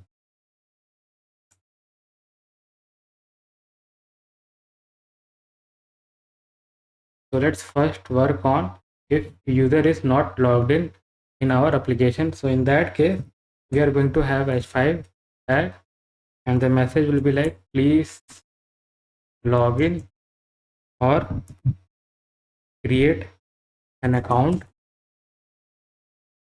to post comment. So this message I wanted to show, and we are going to have a button with the class name btn success, and I'm going to have on click method. So I'm going to use here navigate method that we have bring here, use navigate. So we have just stored the reference of use navigate into navigate so that we can navigate towards our login page. So we are going to navigate towards auth, because in auth page we both have login and sign up. So in that case, it will navigate towards our login page, and from there he can sign up or he can log in into the application. So here you can give here login. So this part is over. Now if user is logged in that case we allow to post a comment. So we are going to have a button with the class name btn primary, and type will be submit, and we are going to have a on click method, and we can just mention this method which is coming from our detail page, which yet to be defined all these props, that user comment, set user comment, and handle comment. So we have to define everything in our detail page. Now the value of button will be like post comment, and this will be a btn. Okay, so let's format this one, and let's save this one.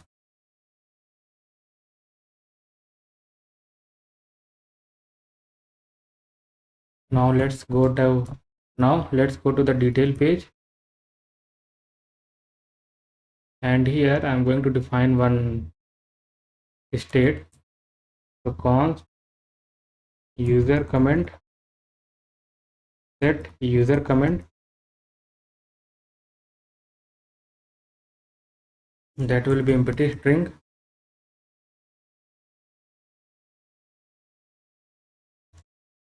and after this div I am going to have that comment box. So we have to bring that comment box component here, and we have to provide this all props. So user id, so user id we have to get it in detail page. So user id we can get it like this way. So we need to go back to our app.js file, and here we got user. I can just copy this one and I can provide here. Let's go to the detail page, and it's going to receive now user, and we can have the user ID. So const user ID user dot uid. So this way we can get the user ID. Now let's go down. So we provided the user ID. We have to provide user comment. User comment. Set user comment as well. And we have to provide handle comment as well.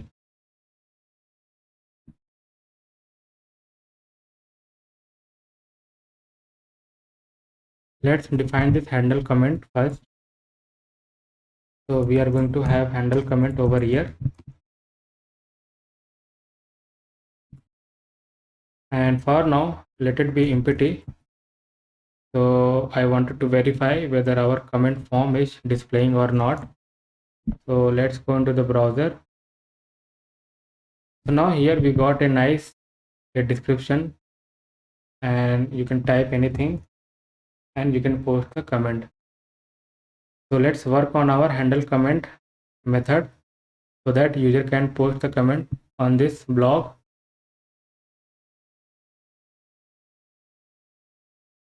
Now this handle comment will be the async, going to receive an event, and first I'm going to prevent the default behavior. So e.prevent default, and then we have a comments. So I'm going to push.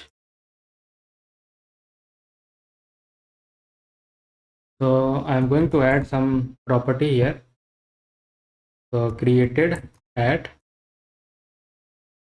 and we need to bring timestamp from date. We can pass here new date, and then I'm going to provide the user ID as well, and the name. So which user is posted. So we can get the name like this way, user dot display name, and then what user has posted the comment, so that is going into body, and we have here user comment. And now after this, I wanted to show a success message. So toast dot success, I can give a message like comment posted successfully, and after this we have to also update the document. So await update doc. So we have to bring it from Firestore, and we are updating the specific block. So doc, we have to provide db, and then blocks, the collection name, and which block we are updating basically. So we are going to provide the id, and then we are going to spread out the block, and we are updating the comments part. So we have the same key in our Firestore database, and we have to also provide a timestamp, and that will be server timestamp. So we have to also bring from Firebase Firestore, and we have to also display the comment on UI. So we are updating the Firestore database, and also we have to display the comment on UI. So we can just do it like this way, set comments and comments. So that way it will display on UI, and this way it's going to store in our database. So we have to sync both way. and after that set user comment will become empty. So we have to clear the text area field after submitting the comment for that particular blog. So I think we are done. So let's see whether it's working or not. So let's go into the browser and I'm going to refresh this one.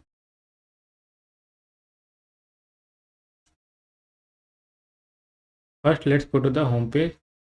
So we should know which blog we are updating. So I am going to update this one. So I'm going to post a comment for this blog, and let's also verify the logout functionality. So if I log out from this application and if I go to the home page and if I click on read more, then we are getting this message like please log in or create an account to post a comment. So you may able to type, but you will not able to post a comment. So you have to log in. I'm going to log in.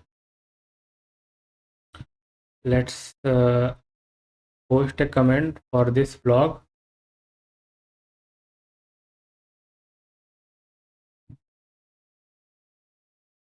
So in Firestore database, we have to check this one. So this is the blog for which I am going to post a comment. New laptop got launched. So you can see that we have a comment as of now empty. And let's check whether it's working or not. So let's give here like testing blog. Let's click on post comment. So we got a message like comment posted successfully, and we got here one comment. So we got the username and at which time it got posted, and we got a date as well at which date it got posted. So Sunday, November 20, 2022. And let's see in our Firestore database. So here it also got updated. You can see that it also got updated. Testing blog. We got name, user ID and body.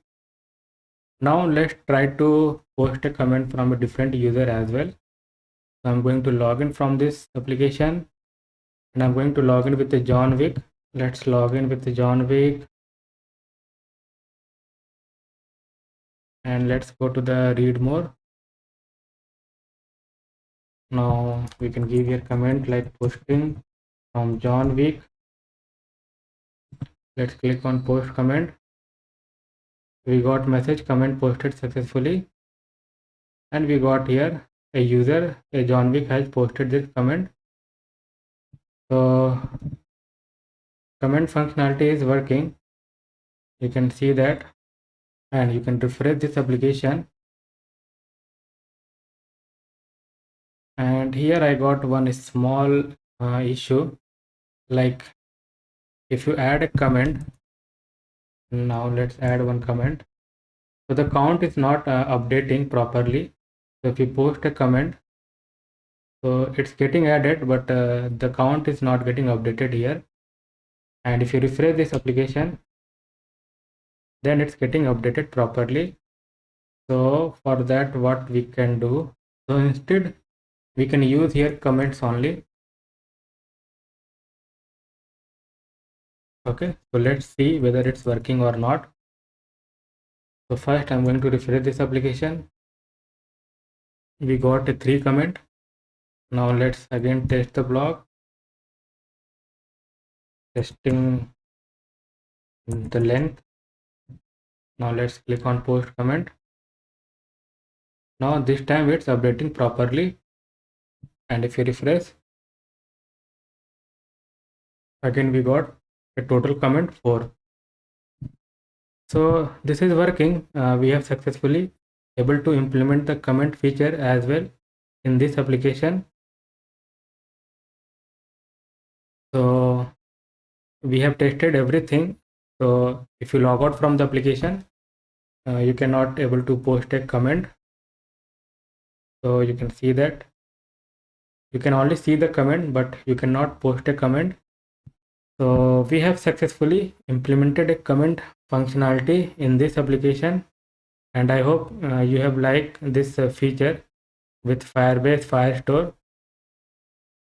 So we will move on and implement the like functionality in this application with Firebase Firestore. Now let's move forward and work on the like functionality in this application. So here we are going to have a like button, and if user is logged in, then only user can perform the like operation. So he can like the post and the count will get increases, and if he like again, then count will get decreased. So only logged in user can perform the like functionality, and if user is not logged in, so he cannot like, only he can see the count of like for this particular post. And I am also going to show a message if user is not logged in, and if you try to click the button, then I'm going to show a tooltip with a message like please log in to like the post, something like that I will display if user is not authorized and try to like the post. So this is what functionality we are going to implement related to like, and we have to follow the same approach that we have did for the comment. So again, I'm going to add a field here for likes. So it will be likes and it will be array, and we have to remove this one. So I'm going to add the likes field for each block so that we can perform the like operation. I'm just going to add the field like, and the type will be the array, and we have to remove this one. So likewise I will add for each block. Okay, and earlier I have already mentioned the like state in our add edit blog. So let's go into the VS Code, and here I have already added this like state. So whenever you create a blog in future, so you don't have to manually add the field like the way we did in our Firestore database. So here also I have added the like state here. So while creating the blog, you cannot perform comment or like operation, but it will be there in your Firestore database, so that later any user wanted to perform like or comment feature during the block creation, obviously you cannot perform comment or like functionality. So once the block is created, then you can perform the comment or like functionality. So for that reason, I have added the state for comments and like. And in future also, you don't have to basically create a field manually, because we have already added over here. Now let's go to the detail page. So detail.js, and here again we have to define one state.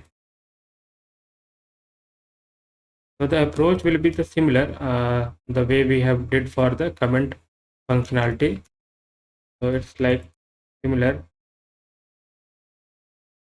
Now this get block detail is running whenever we are navigating towards the detail page. So here again we have to basically get the latest count of the like of that particular post. So here we can do like set likes block detail dot data, and that will be dot likes. So if you have this one, then we are going to set the likes from our Firestore database, else we are going to have an empty array. So in likes, we are going to basically store the user ID only. Okay, so we will be storing the user ID only, like which user has liked the post.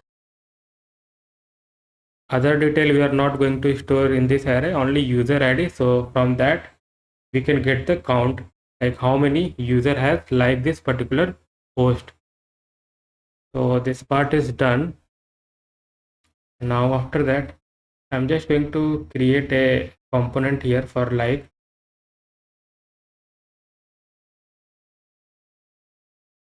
like.js, and just I'm generating a snippet.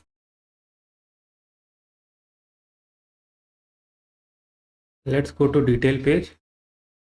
So after this, we are going to have our like component, and in like component basically we are going to pass some of the props like handle like, which we have to define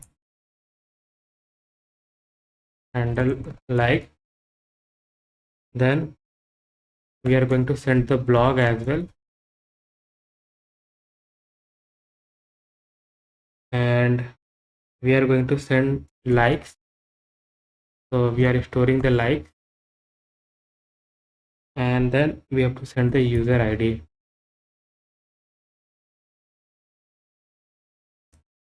So this fourth thing we have to send to our like component. Now let's quickly define this function here outside the return. So const handle like, that will be the async, and let it be empty for now. Now let's go to this like component, and this like component is receiving like handle like,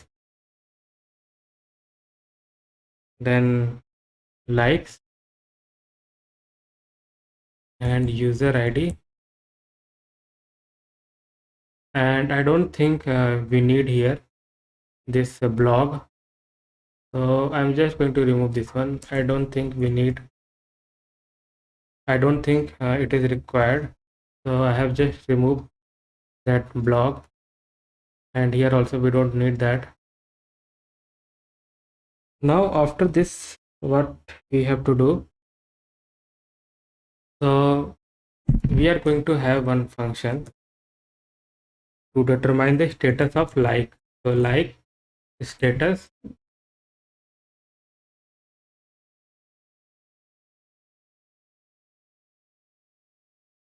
and we have to check if like dot length greater than 0, means if we have some like, then it's going inside this condition.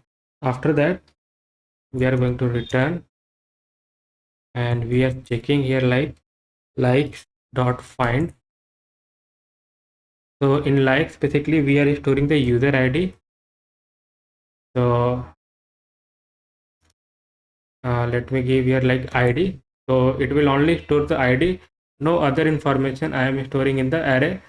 So it will be only user ID in the likes array.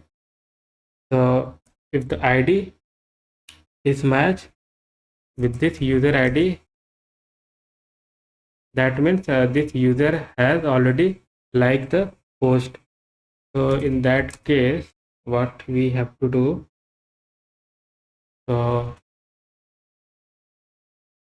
I'm going to use here fragment, and I'm going to use a font awesome icon. So bi and thumbs up,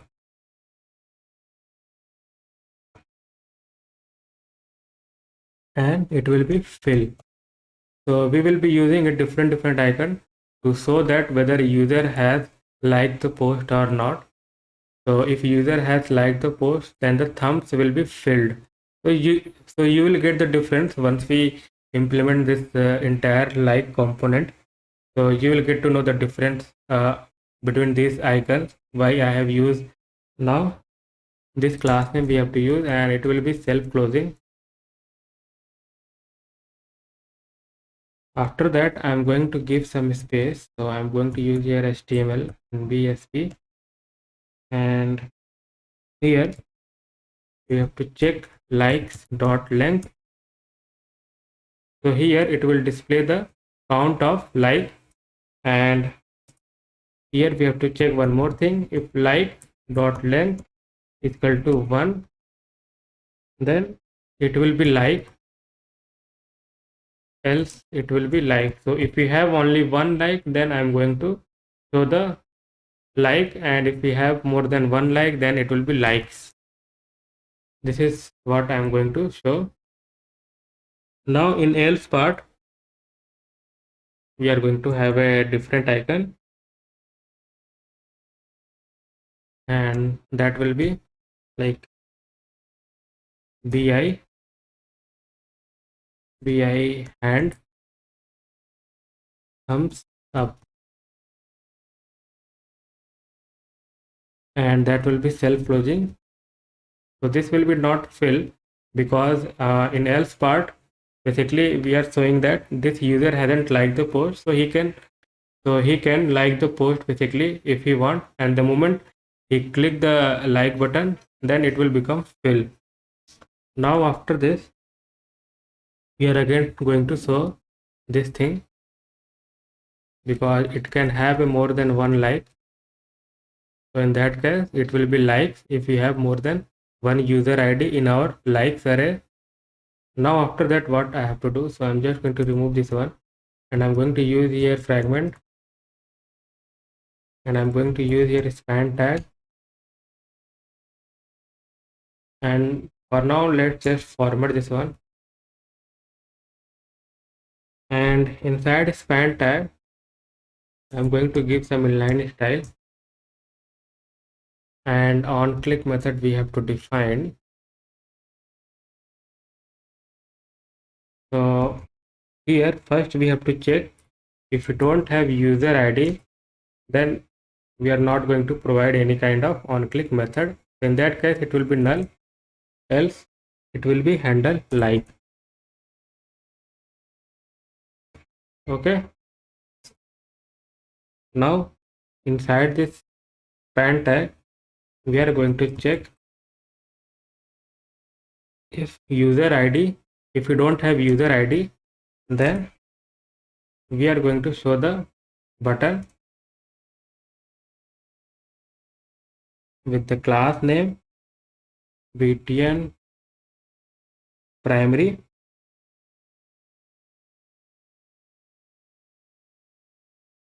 btn primary,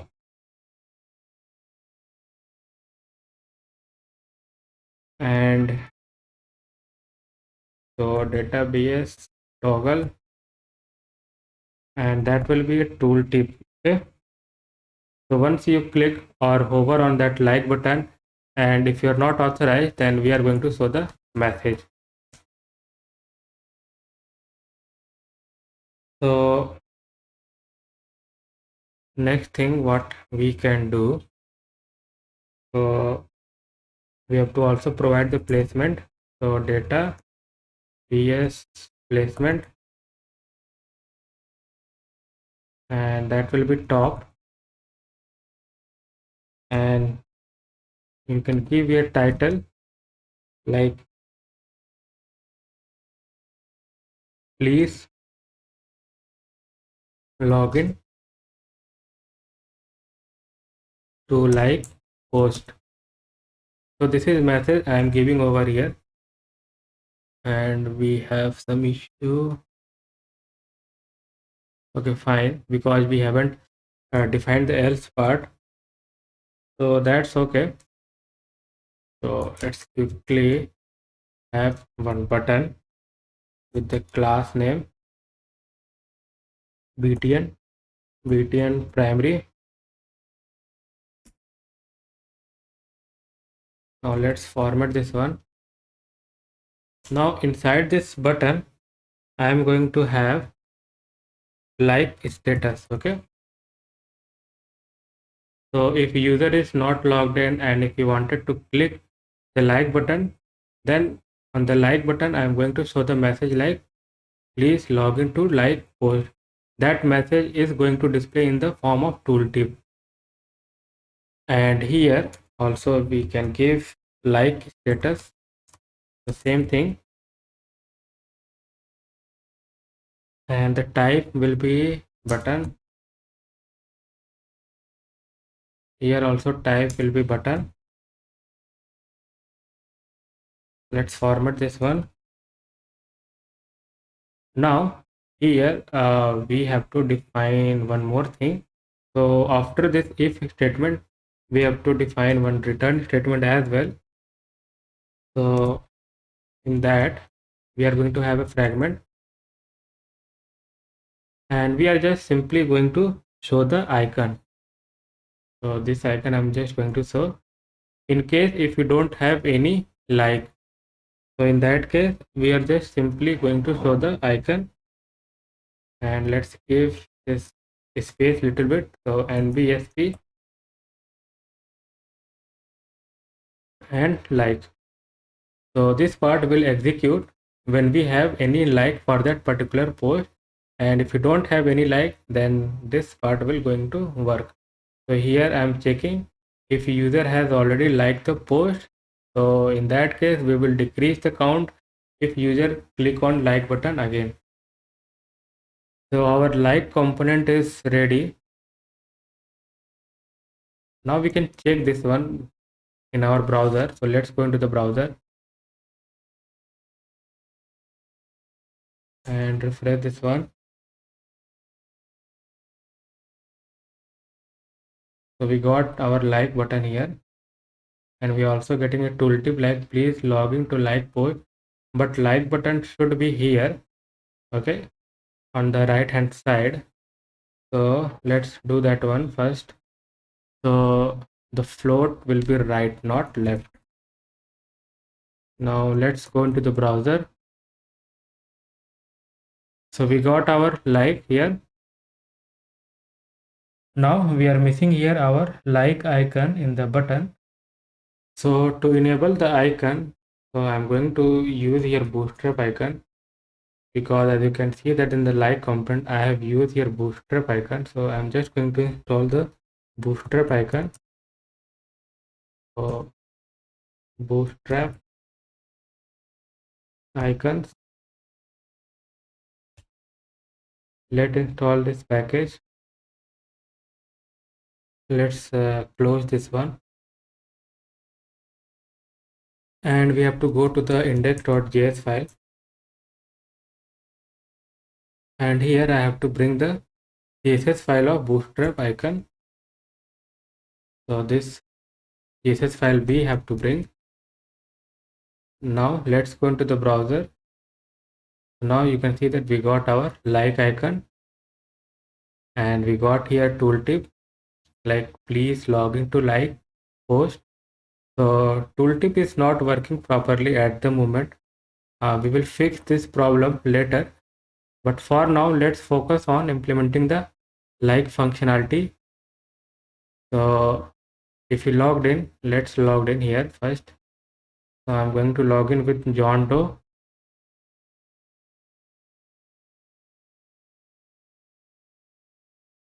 Let's go to read more. So if you logged in, then you are not going to see the message upon hovering or clicking the like button.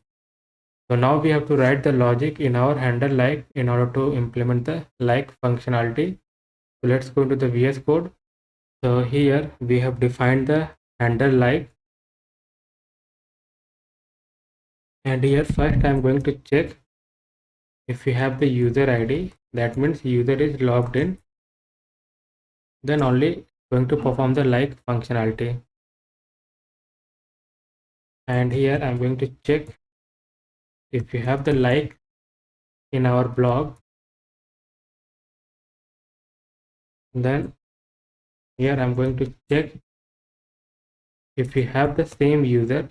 So likes dot find index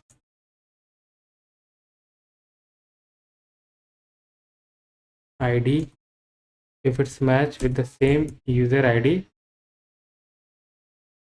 then in that case I'm going to basically decrease the like count. Okay, so here we are going to have one if condition.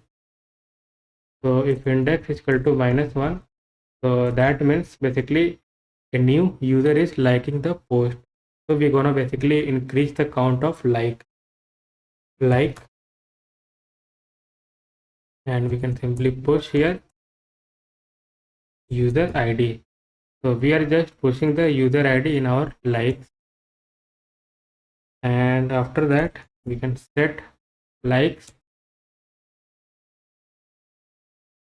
and here I'm just going to spread out new, and I wanted to basically store the unique user ID, okay, not any kind of duplicate user ID, and that will be taken care through this set. Now this if statement tell us that if new user is going to like the post, then we basically interested to increase the like count, and we are also making sure that each user should be the unique. So that's why I have used here set. Now in else what we can do, so like is equal to likes dot filter. So if the same user is liking the post, then we are basically going to decrease the count of like. So id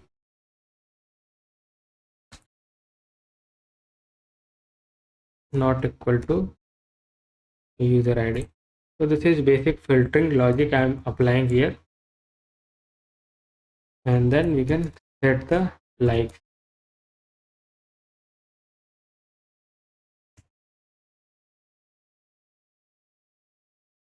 Now after this we have to update the document. So update doc, and we have to update only the particular document whatever the like we are receiving from user. So db, and that will be a blog collection name, and then which blog user has liked, so we have to provide the id. After that we are just going to spread out the blog. We have to update the like, and timestamp we have to update, so that will be a server timestamp. So I think that's it from this handle like. So handle like method is ready. We can test this one in browser. So let's go into the browser. Now at the moment we don't have any like, and let's open this blog in our Firestore database as well. So at the moment we don't have any like. Now let's click on like. Now you can see that the count is increases and it's got filled. You can see that it got filled. That means this blog is liked by this current user. Okay, and we can verify in our Firestore database as well. So here you can see that in the likes array we got user ID here. So this user has liked this post. Now this blog is liked by this John Doe user, and if you log in again with a different user, then the icon will be the different. Okay, so it will be not filled. So let's see whether it's working or not. So I'm going to log out, and I'm going to log in with John Wick. Let's keep a password here.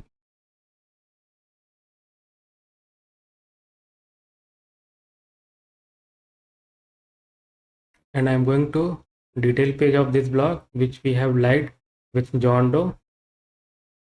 So now you can see that we got here one like, but the icon is not filled because this user hasn't liked this post. So if you click on like, the count will get increases and the database will also get updated. You can see that now we got two user ID in our likes array. Now let's see whether this like is getting decreased or not. If you click on like again, I'm going to click again, so this should be decreased, but it's not decreasing the count. If I click again like, so let's go into the VS code, and here this will be let, okay, not const. So we are updating here, you can see that. So we are updating here, so it won't work with the const. So let's see whether it's working or not. I'm going to refresh this one. Now this blog is liked by this current logged in user, that is John Wick. So if I click again, now it's getting decreased and the icon is also got changed. And let's verify in our Firestore database as well. So here also it's got updated. You can see that we got only one user ID in our likes array. And if you click again, then it's going to increase by 1. And the icon is also getting changed. And here also it's getting updated. You can see that. So the like functionality is working. Now one thing we have to work on here. So if I log out from the application and if I go back to the same blog on which we have performed the like, so we are getting this message like please log in to like post, but it's not in a proper way. So the tooltip is not working properly in this application. So we will work on that part. Now let's work on this tooltip issue that we are facing if user is not authorized. So we need to go back to our VS Code, and here we have to install two things. So npm install dash save bootstrap, and one more thing we have to install, and this one also we have to install. So these two packages we have to install. So the package got installed, so let's close this one and let's go to this like component. So we have to basically enable the tooltip so that it can display properly in our application. So from bootstrap we have to bring tooltip, and from React we need a use effect. Okay, and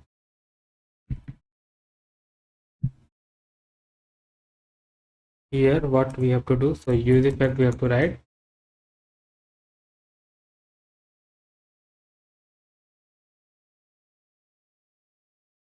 and here let's define one variable, let tooltip trigger list, that will be empty array slice dot all,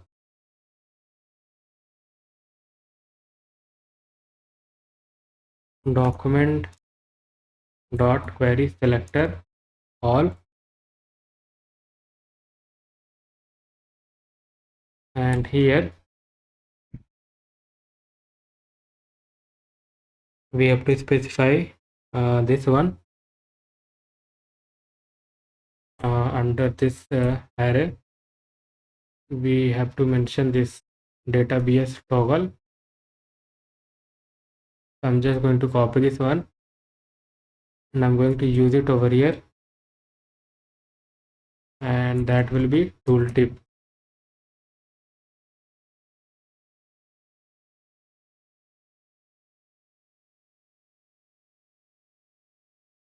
After that we are going to have let tooltip list, then we can use this one tooltip trigger list dot map. We can pass one function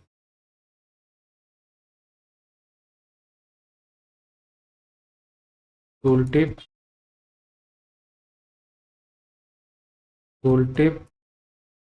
trigger element, and we can return new tooltip. So I have already bring this tooltip from bootstrap, then we can use this one tooltip trigger element. So it will be single T, so it will be tooltip. Actually the spelling is not correct.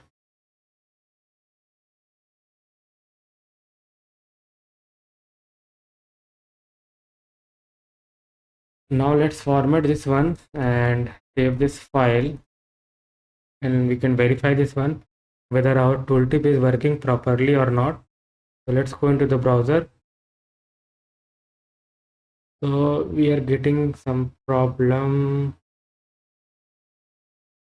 detect overflow. Okay, let me check our package got installed or not. So we have installed Bootstrap and Hopper.js 4. So it should work. Let me restart the server, and I'm going to restart server. Okay, so that might fix that issue. Now our app is working fine after restarting the React development server. So you can see that we are not getting that issue, and we are also able to perform the live. So now you can see that we are getting a proper tooltip, and hence we are not authorized. So we are getting this message, please log in to like post. So we are getting here tooltip. Now let's log in and perform one more time like functionality. Now this time let's like different posts. So we don't have any like for this post. So let's click on like, and if you click again, it's gone. So this is working, you can see that, and it's also getting update over here. So this blog we have updated just now with the title dummy blog update. So you can see that we have one like, that means we have one user ID in our likes array. So we have successfully able to implement the like functionality as well in this application. So we have implemented two important features, that is like and the comment.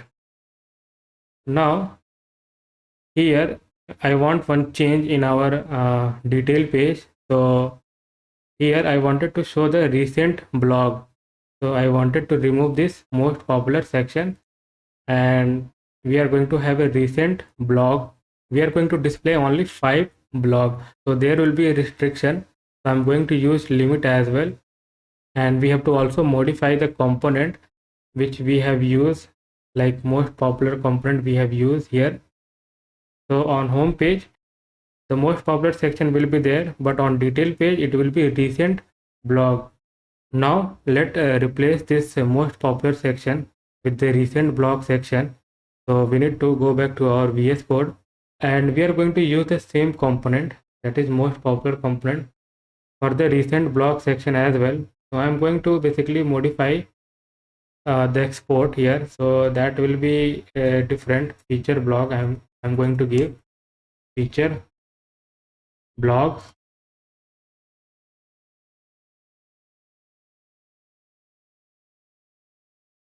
and now this component is going to receive the title dynamically. So we are not going to hard code.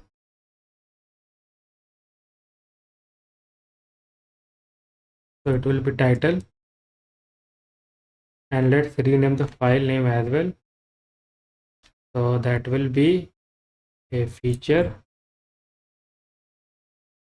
blogs.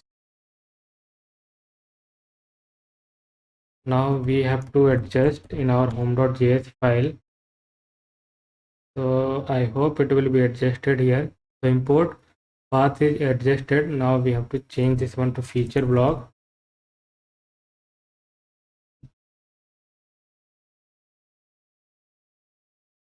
And that will be feature blogs. And now it's going to accept the title. We can give here like most popular. Now let's go to the detail page, and here also we have to change to feature blog. So feature blogs, and we have used here, so it will be feature blog,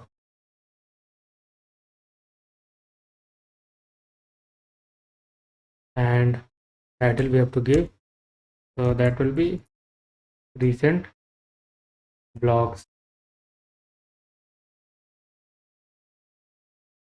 Now we have to adjust this use effect as well little bit.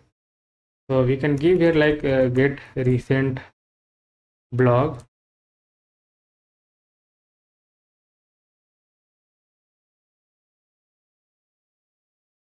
and after that let's rename this one as well. And we have to also do some small adjustment here.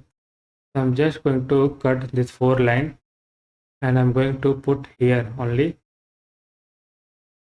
So let put here.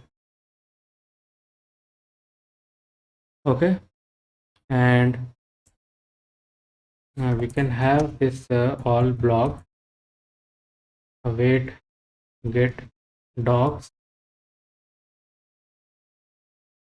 blog ref. So let's see first of all this is working or not. So I'm going into my browser and I'm going to refresh this one. So this is working. We are getting our all tags. Okay, now we have to work on this recent blog section. So here I will write one query, basic query. So the query will be like on recent blogs equal to query. We can pass here blog reference and then order by we can use, and we can order based on the timestamp that will be descending, and we can give here limit 5. So we only wanted to show the 5 recent blog.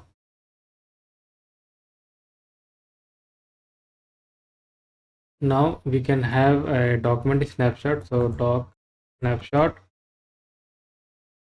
and we can pass here,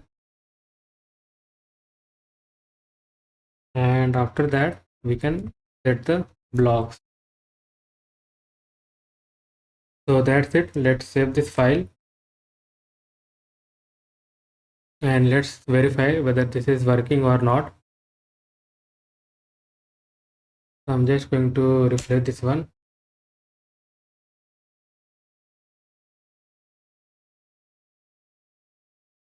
So it is not showing. Let me verify the error. So we are getting some problem. We might have bring something from Lodash. Let me verify. Okay, so order by we have to bring from Firestore. Okay, not from Lodash. So we have to keep that in mind.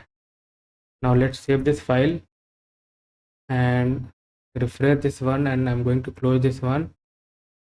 Now we got our recent blog here. You can see that.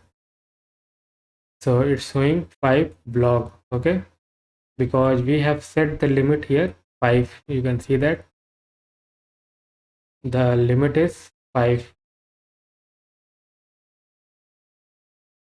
So we have also replaced this most popular section with the recent blog on our blog detail page. So this part is also completed over here as well in this application.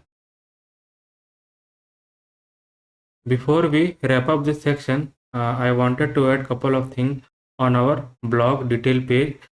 So here I'm going to add a vertical scroll bar.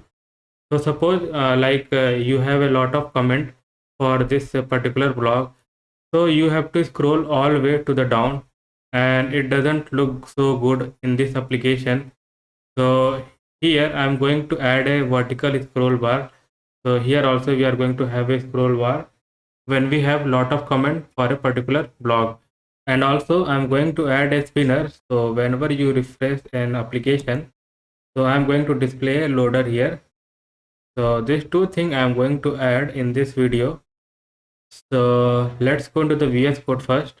And here I'm going to add one div with the class name scroll. And this div is going to close here. Okay. Now I need to add the styling for this class name scroll. So let's add that one. So this styling I need to give. So let's save this file and let's first see whether it's working or not. So I'm just going to refresh this application. So now here we got our vertical scroll bar. So if you have a lot of comment for any blog, then we are going to see this vertical scroll bar. So you don't have to scroll all the way to the down. Now we have already got a vertical scroll bar in this div. So this part is done. Now I am going to add a spinner on this detail page as well. So let's go to the VS Code and let's go to the detail. And here I'm going to define one state. So let's define state loading, set loading, use state, and this will be a false. I'm going to use this state here where we are fetching all the detail about particular blog. So that will be set loading to true, and then set loading will become false. Once we fetch all the data from our Firestore database, now here what we can do,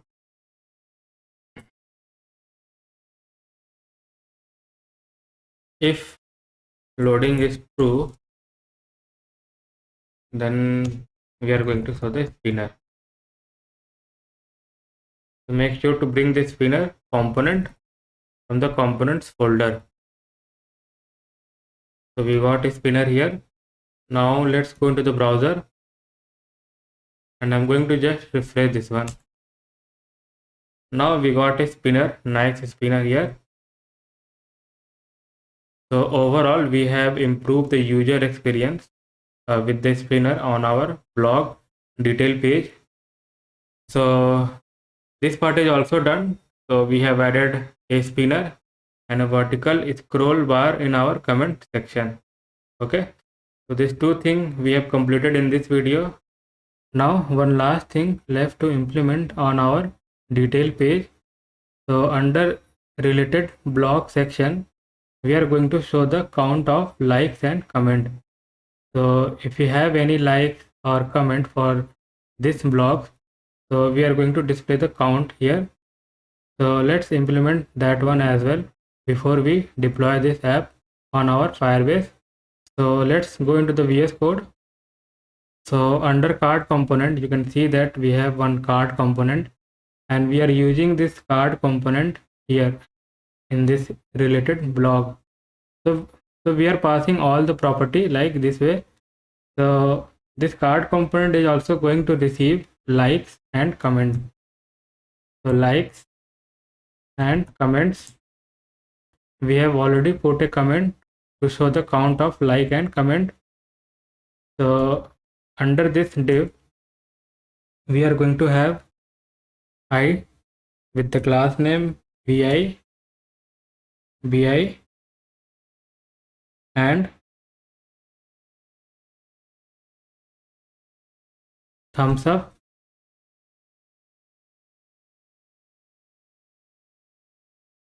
and m-2, and here I am going to show the count of likes. So likes dot length, and we are going to have one more I tag with the class name bi hyphen chat, and that will be left only, and m-2, and here I'm going to show the count of comment. So likes and comment are in array format, so that's the reason I'm using here length. Now let's format this one, and we have to show the count like this way. So it should be here,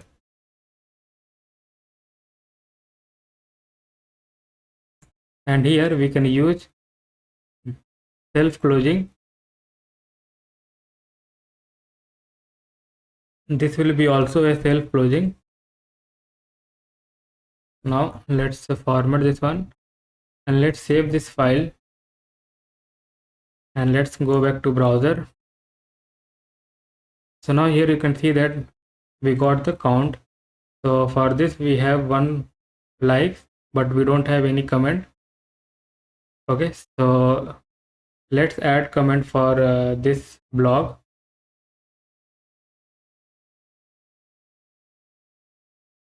So I'm going to put a comment here. So testing count of comment. So comment is posted successfully.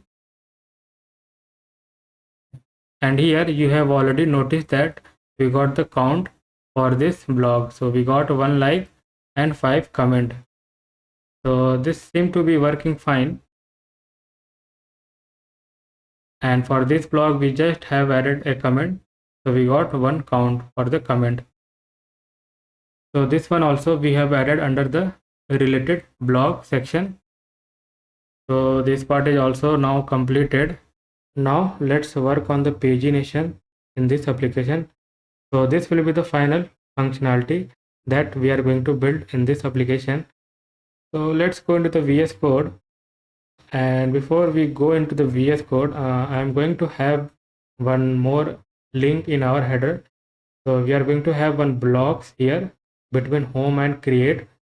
So if you click on blocks, then you will navigate towards the all blocks page where we are going to basically implement the pagination.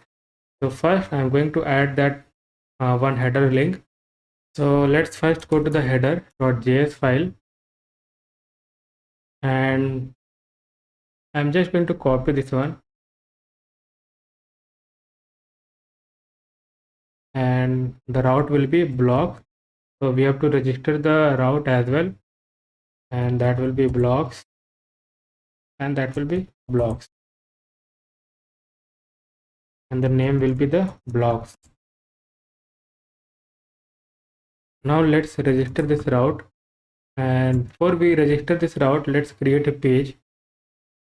So I'm going to create a page here, blocks.js, and let's generate a snippet. And here just have here like pagination. So initially we are going to display the 4 block, then we are going to have a pagination with next and previous button. So let's hook up this page in our app.js file. So I'm going to have here, so route path will be blocks and element we have to use over here blocks. So first let's check out whether this is working or not. So now we got blocks. Let's click on this. So now it's rendering this page. So this is fine.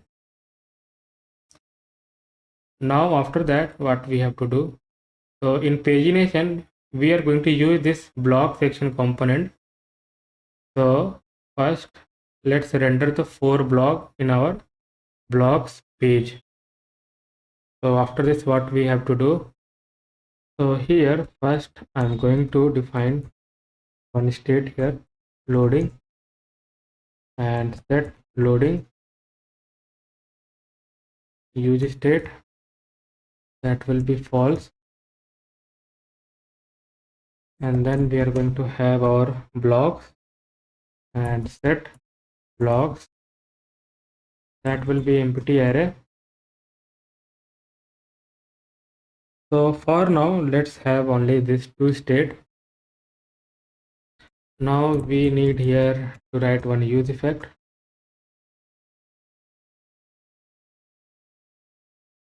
and that will be like get blocks data. Now we are going to define this get blocks data below this use effect. So get blocks data,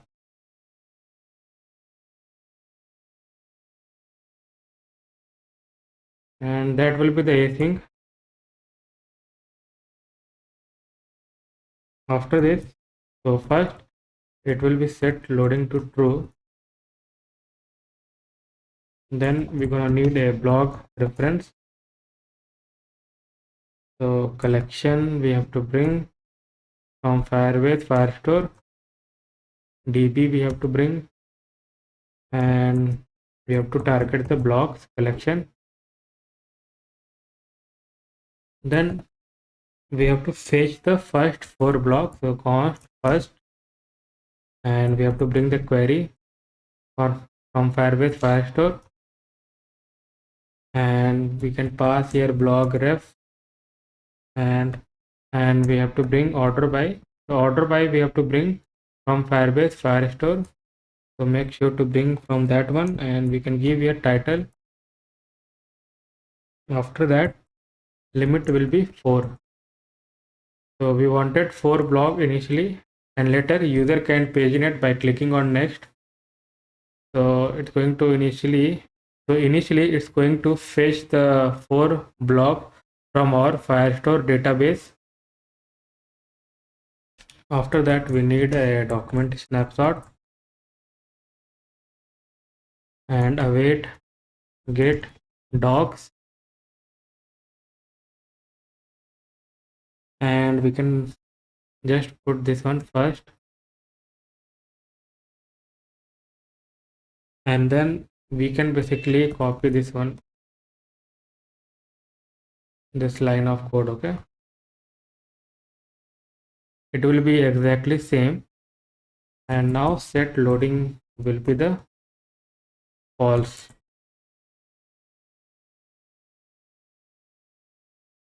After this, let's work on our return part. So we are going to have a div with the container class name, and then we are going to have a div with the row, and I'm just going to copy this one.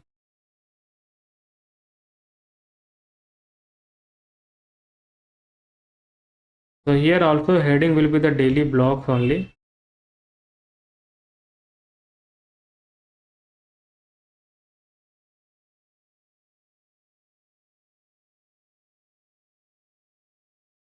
And that can be in center.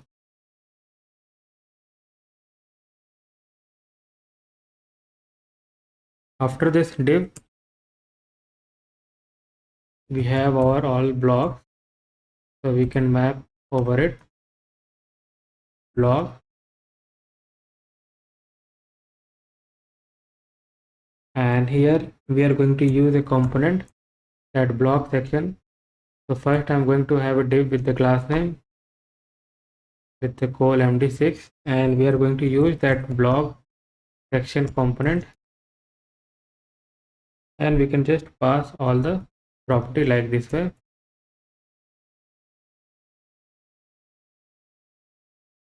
Now first let's see whether this is working or not. So let's go into the browser. So now we are able to display the 4 block in our blocks page, and below we are going to have our pagination component. So we are going to have previous, next, and along with the page number, like on which page basically we are currently. So those things we are going to have. So for that we need to create a component in our components folder. We are going to have a pagination component, pagination.js. Let's generate a snippet for now.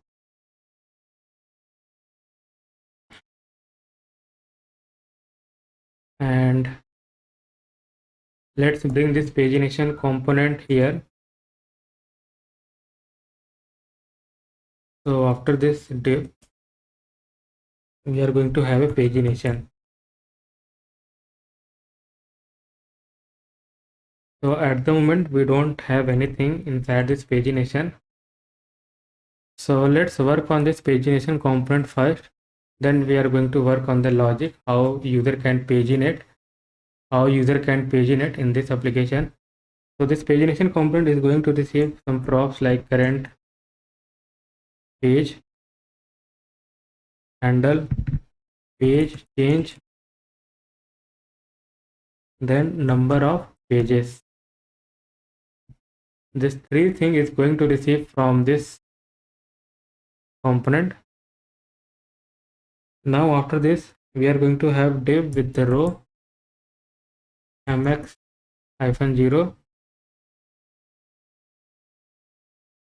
and inside this div we are going to have one more div with the code-12 text center and pb-4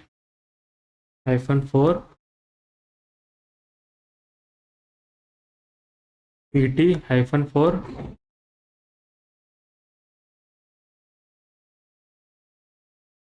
pt-4. Now we are going to have a button with the class name btn manage paging. Okay,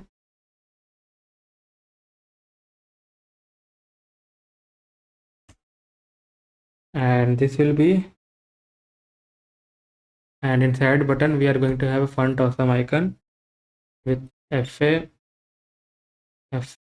long arrow. So this will be basically a previous button, so it will be arrow left, and then we are going to have some space. So nb sp, we are going to have one more nb sp, and then we can have the previous. So the value of button will be the previous.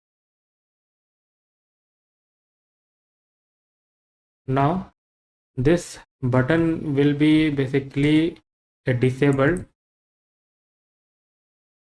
if you are in page 1. So if the page is 1, then it should be disabled. Obviously you cannot click on previous if you are in first page, so in that case the previous button will be disabled.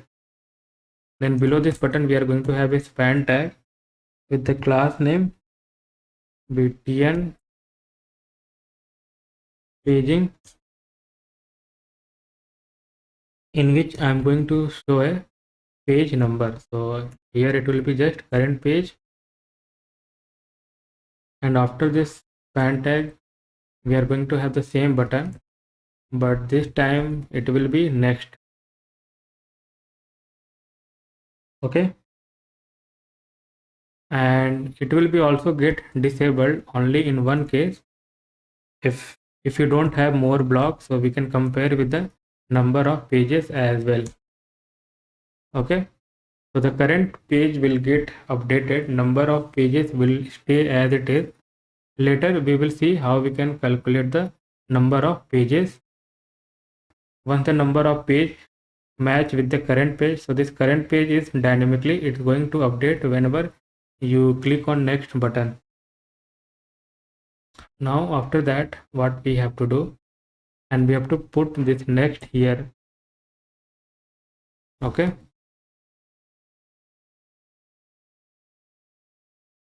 now after this what we have to do, so we have to use this method on previous and next button. So on click we are going to have,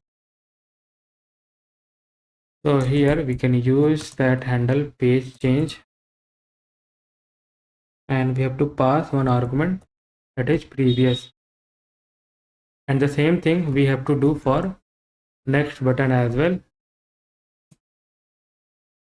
and here it will be next. So our pagination component is ready. Now I'm just going to paste the styling. So I have used some class name over here. I'm going to paste the styling in my SAS file. So I'm going to paste the styling below comment style. So for pagination I'm going to have this much style.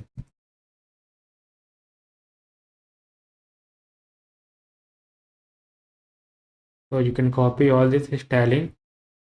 Anyway, I have already provided the style sheet for the entire SAS file. So let's save this file. And now let's go to this pagination component. So this component is ready. We don't have to do any more changes in this component. Now let's go to this blocks.js file, and here we have already bring that pagination. So for now, let's keep current page 1 and number of pages 3 and handle page change. So we have to define this method handle page change. So for now, let's define this one.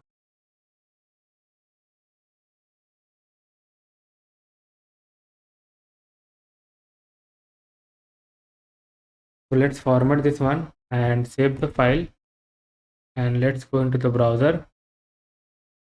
So now here we are getting the pagination, but the styling is off for this page number. So let me check what's going on.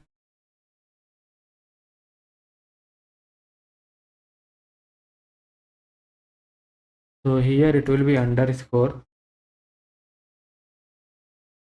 Let's go into the browser. So now we got this page number. So currently we are in page, and this will be arrow right, not left. So this will be right. So we got this pagination component in which we are displaying previous button, next button, and the page number. And as of now, this page number is hard coded. So let's implement rest of the functionality related to pagination so that user can paginate properly in this application. Now let's write the Firebase query in order to paginate in our application. So first we need to define some state. So we are going to have one state for current page and set current page, and initially it will be 1, and after that we are going to have one more state for last visible. So the approach will be the similar that we have done for load more functionality. So it will be kind of similar. So here also we have to track the last visual document whenever user click the next button or previous button. So we have to basically track the last visual document, and that will be null initially. And after that we have to define one more state for pages. So number of pages, set number of pages,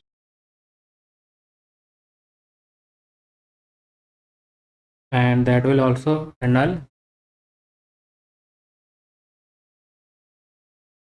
After this we have to also define a state for count. So count, and it will be set count,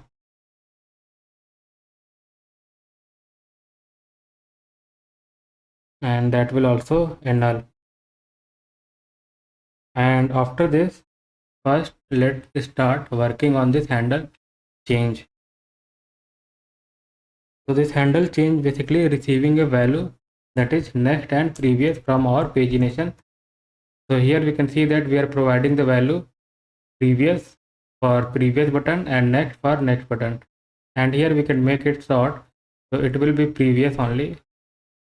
So that should be enough to inform the user that this is a previous button.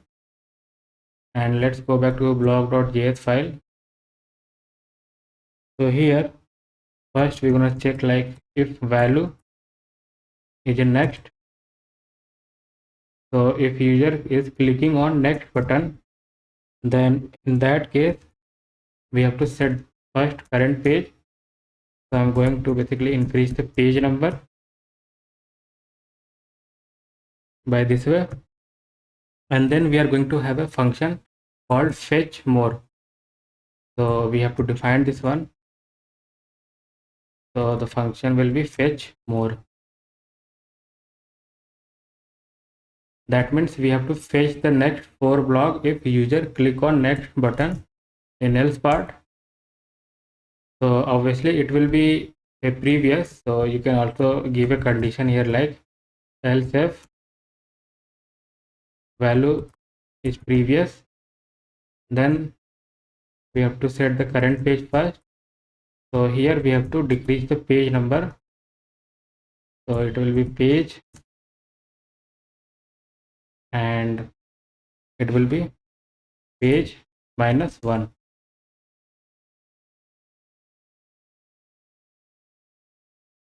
After this, we are going to have different function.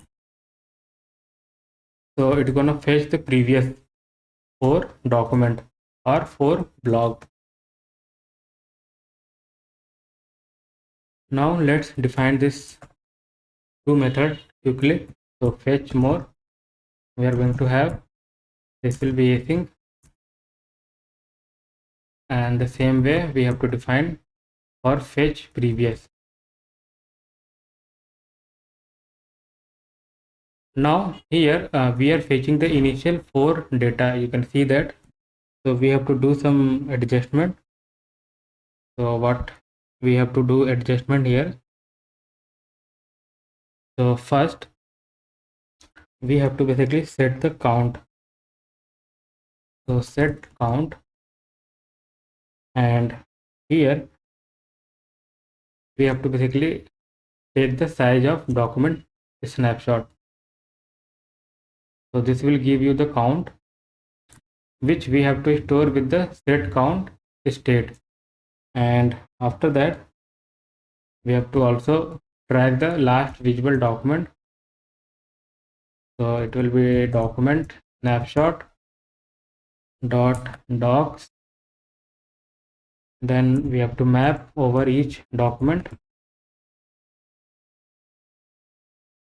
and it will be first id, then doc dot id, and rest of the data.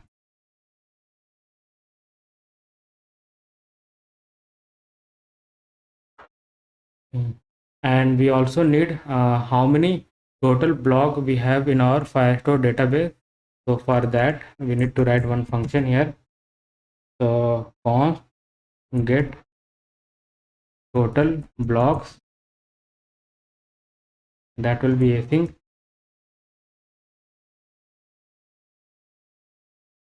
and we can just copy this one.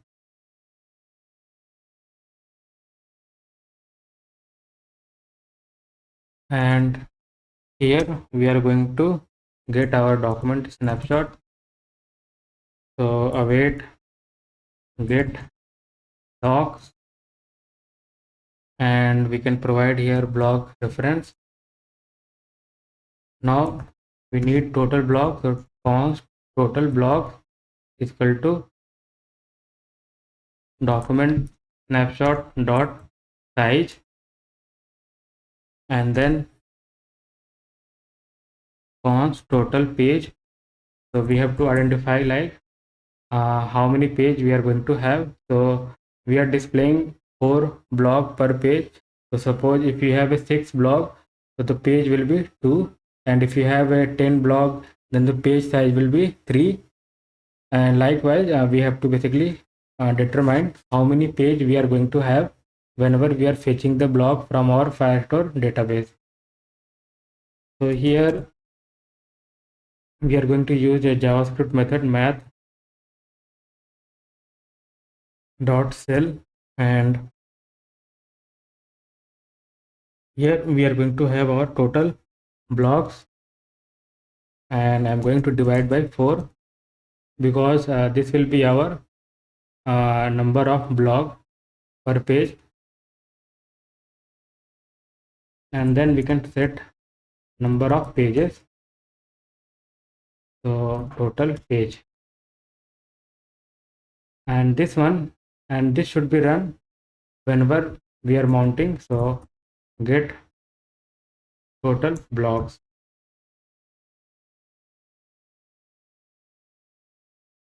Now next thing, we have to work on our fetch more.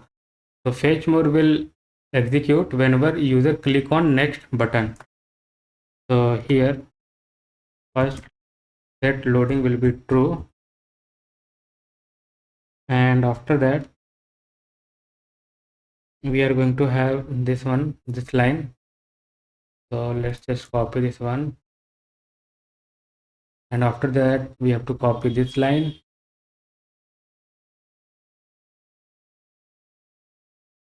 So this will be next. Okay, so not next, we can say like const more block query. Okay, something like that, and the query will be different for fetching the more block by clicking on next button. So it will be start after we have to use from Firebase Firestore, and we have to provide here last visible that we have stored while fetching the block initially when our page mount. So here we are storing that last visible document, and we can use here, and again we are going to fetch the next set of 4 block from our Firestore database. Let's format this one.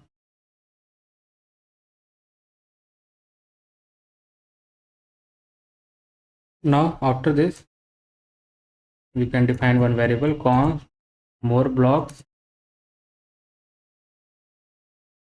or you can give here next block query. Okay, and this will be next blocks. That will be little bit more meaningful, and we can use await get docs, and we can just put this one here, and after this we have to set the block again. So I'm just going to copy this one because it's gonna be same,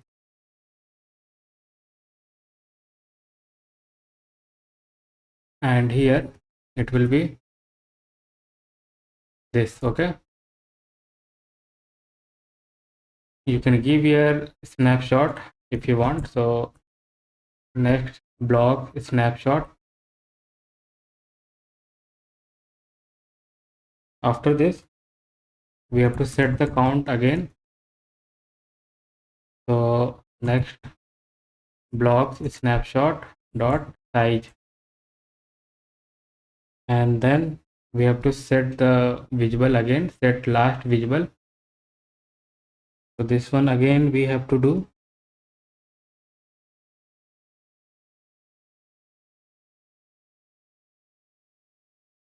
and here we can use this one.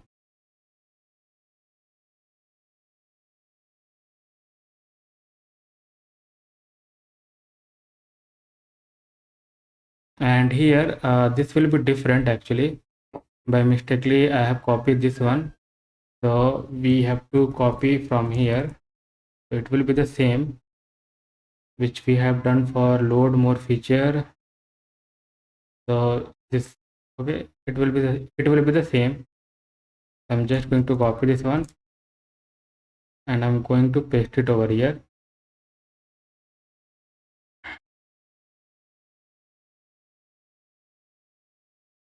So same thing we have to do for this fetch more as well. So it will be next blog snapshot,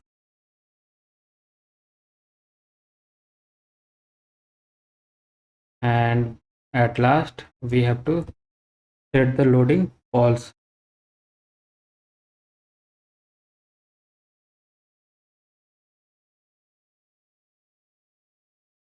So let's save this one, and we can try this one whether the next button is working or not. Basically it's fetching the next set of 4 block or not. So let's go into the browser, and I'm going to refresh this one first, and the previous button is disabled, so it won't work. You can see that. Now if you click next, so you can see that we are getting the next set of 4 block, and now we don't have any block, so this will also get disabled. So it's not getting disabled, I guess. So we will check that one. So let's focus on previous, and here what we have to do for previous. So previous will be little bit different. So we can just copy the entire thing. The query will be the different completely for fetching the previous, because Firebase doesn't provide a proper query to paginate between previous and next. So we have to write our own custom query, whatever the tools provide by Firebase. So I'm just going to copy this one and paste it here. Now here we have to basically change this one. This two thing will change. Okay. So I'm just going to remove this one, and here I'm going to define a variable end, and we have to see like if number of pages not equal to current page, then in that case we have to use end add from Firebase Firestore, and here we have to provide last visible, else we have to use end before, and in both cases we have to provide last visible. Now we have to also write a variable for limit data. So we are going to have a limit, and again I am going to check here number of pages not equal to current pages. Then in that case I am going to use normal limit, which we have used a lot in this project. So it will fetch 4, else we have to check here count. So if count is less than or equal to 4 and number of pages, sorry, and number of pages, if it's even, so we can check the even like this way, then we are going to use limit again here 4, else we are going to use limit to last from Firebase Firestore, and we have to provide 4. So this is a very little bit complex query we are using here for fetching the previous data, and this will be a previous block query. Firestore or Firebase doesn't provide a query to paginate properly between next and previous data. So this will be a previous block. Due to that reason, I have just written this logic, and hopefully this logic will work. So here we have to pass previous block query, and we have to use these two variable which we have defined with the const. So here we can use that one, and this will be a limit data. And now we can use this one here.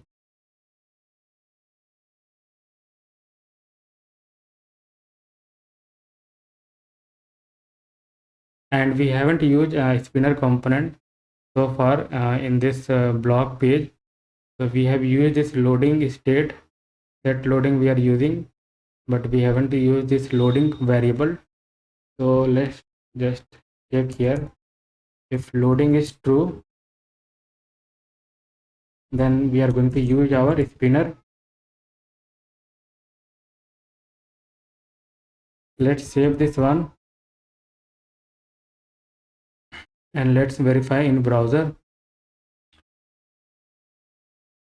I'm going to refresh this one. Let's click on next. This is working. Let's click on, so previous button is still disabled and the page number is not updating properly. So actually we have just hard coded, so we haven't used that variable. So it will be current page, and here we have to pass number of pages. So let's make these changes, and let's go into the browser and verify. and we have to fix this issue because this should be active when we are in blogs page. So we will fix that later. Let's focus on this part first. So let's click on next.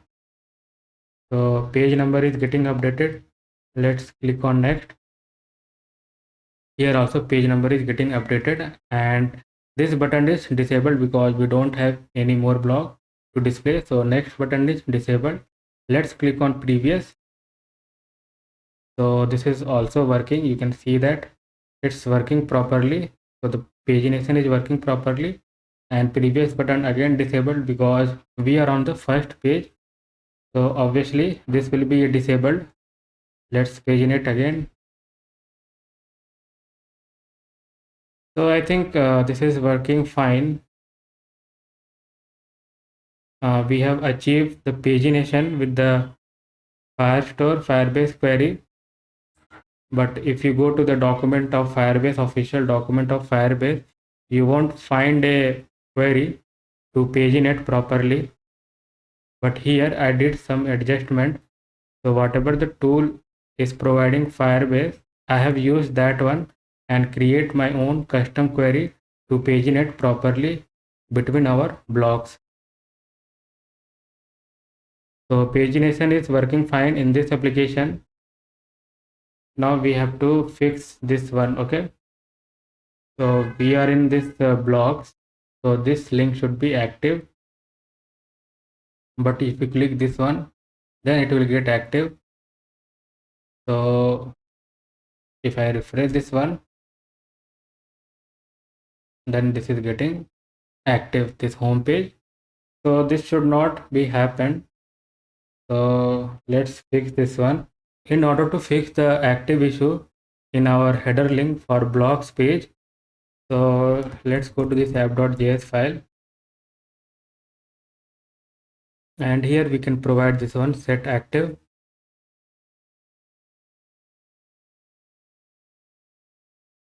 Now let's go to this blogs page, and it's gonna receive set active, and we can use it here. Set active blocks, and we can check here again in header.js file.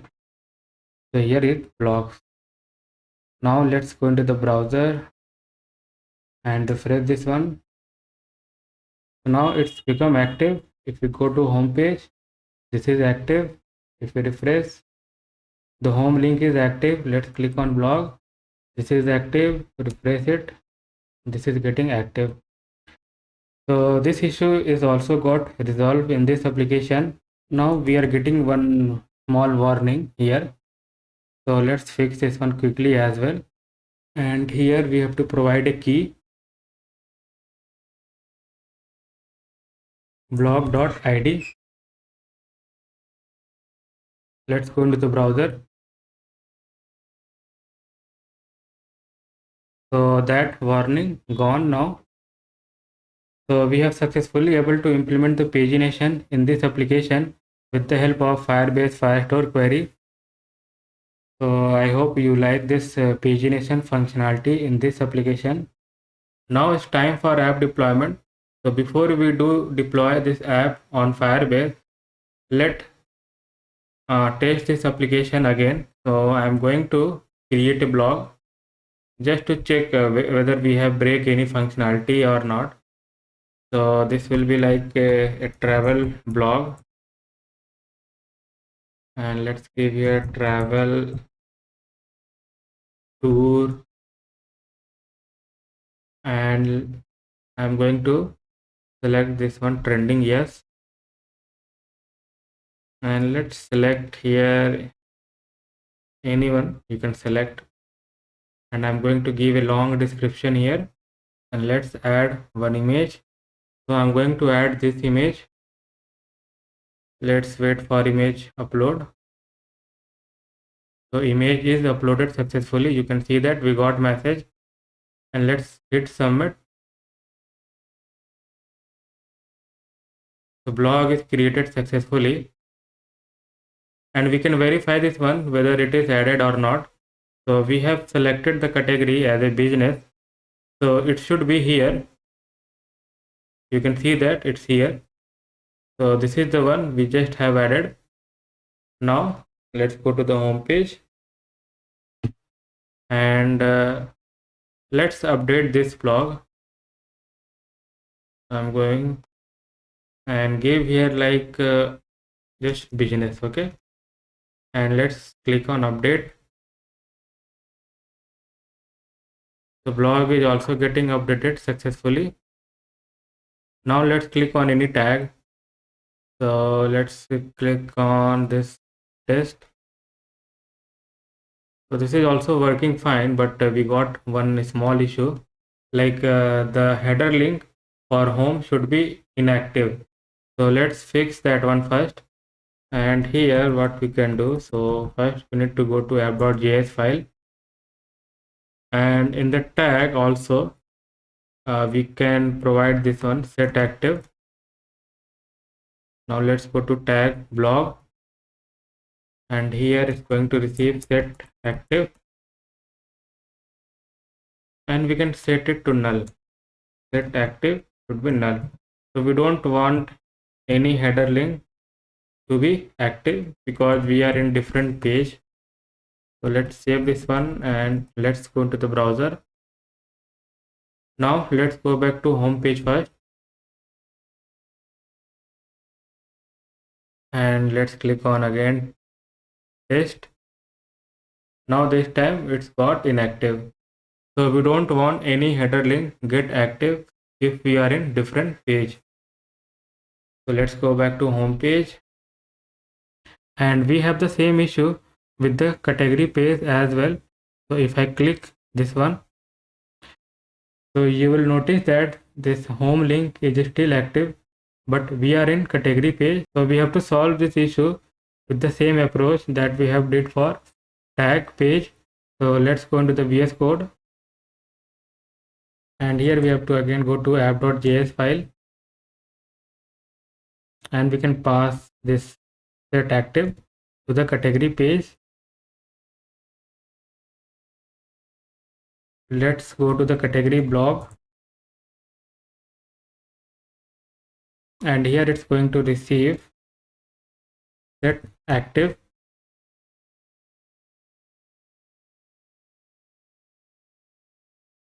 and we can use here set active, and that will be null. Now let's verify this one in browser. So you can see that this issue is also got resolved, and if you click on home, then it will become active, and if you try to visit again category page, then this home link will become inactive. So this issue also we have fixed in this application. Let's click on this one, read more. So everything is working fine. You can unlike this one. So it's going to remove the like count. So this is also working. Let's see comment is working or not.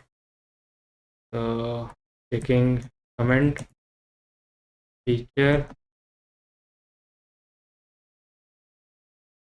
So this is also working. So you have to scroll down in order to see your comment. Now let's log out from this application and just verify everything is working or not. So it's all look good. We will not able to update or delete any blog if you are not authorized. And if you click on read more, then also you cannot post any comment. Okay, so you cannot post any comment, and this message should be in the middle. So let's put this message in the middle. So let's go into the browser, and here what we can do in the comment box, not comment box, sorry, user comment. So we are displaying this message. So we can give here margin top 4, margin top 6 we can give.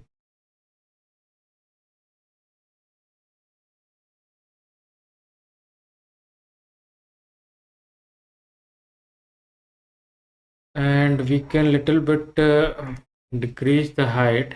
So let's go to the style.sass file, and height we can give 250 pixel.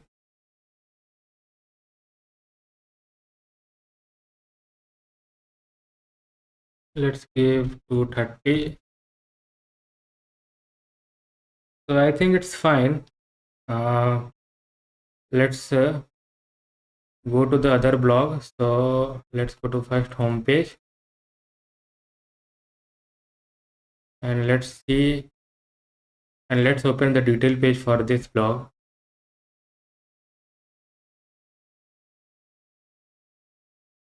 Okay, so I think it's fine.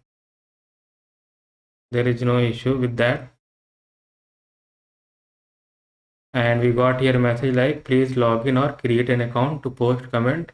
So only authorized person can post a comment on this blog. So everything working fine as expected in this application after implementing so many features after our first deployment. And let's open the terminal as well. Okay, so we got this warning. So what we can do to avoid this warning? So let's go into the VS Code. So in tag blog, so here I'm going to add this comment, and let's save this file. Now you can see that in our terminal, we no longer see that warning. So this issue is also resolved. So we have fixed a small issue in the application, and our app is working fine. So it's ready for deployment now. So we will deploy this application in the next video. I found couple of more issues during the app testing. So let's address those issues first before we deploy our app on Firebase. So first, delete is not working properly. So if I delete this blog, so let's delete this one. You can see that after deleting, and we have also got a message like blog deleted successfully, but our blog is still there. But if you refresh the application, that blog will no more. Okay. So actually what happened over here, like our blog got deleted from our Firebase, but it's not deleted from our UI. So we have to also remove from UI. So for that, what we can do, so let's go into the VS Code, and here what we have to do. So when we delete a blog, so after deleting the blog, we have to call this function, that is get blog. Okay, so this function is responsible for fetching the initial blog from our Firebase Firestore database. So it's going to fetch again the 4 blog. So whenever we delete any blog, we have to call this function just right after deleting the blog. So we have to call this function, and this will fix our problem. So let's save this file and test one more time. I'm going to refresh this application, and I'm going to delete this blog, the second one. Let's click OK. Now this time you can see that our blog is deleted successfully. So it's working as expected.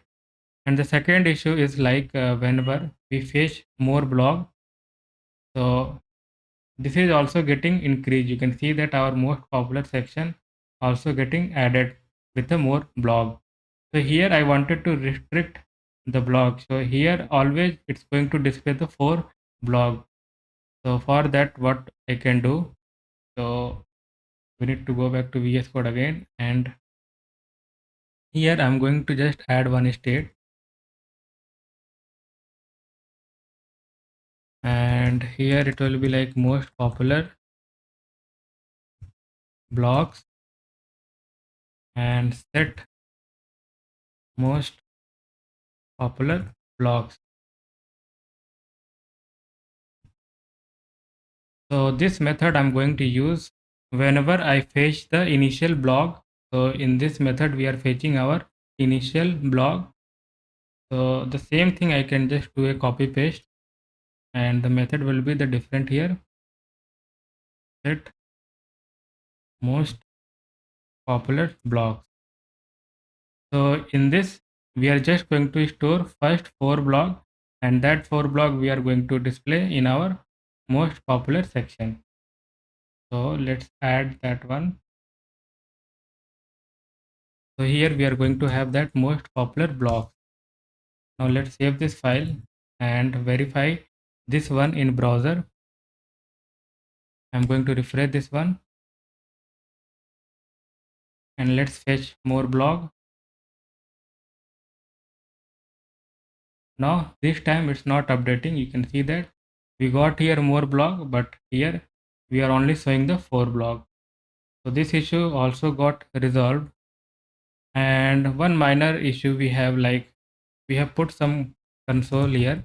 So let's search all the console log that we have in our file. So I'm just going to remove the console which is unnecessary. So this is necessary, so we can keep it.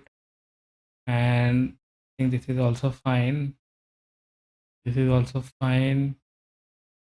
This one we can remove. This is not required. We can remove this console log and this one as well. And this one also we can remove.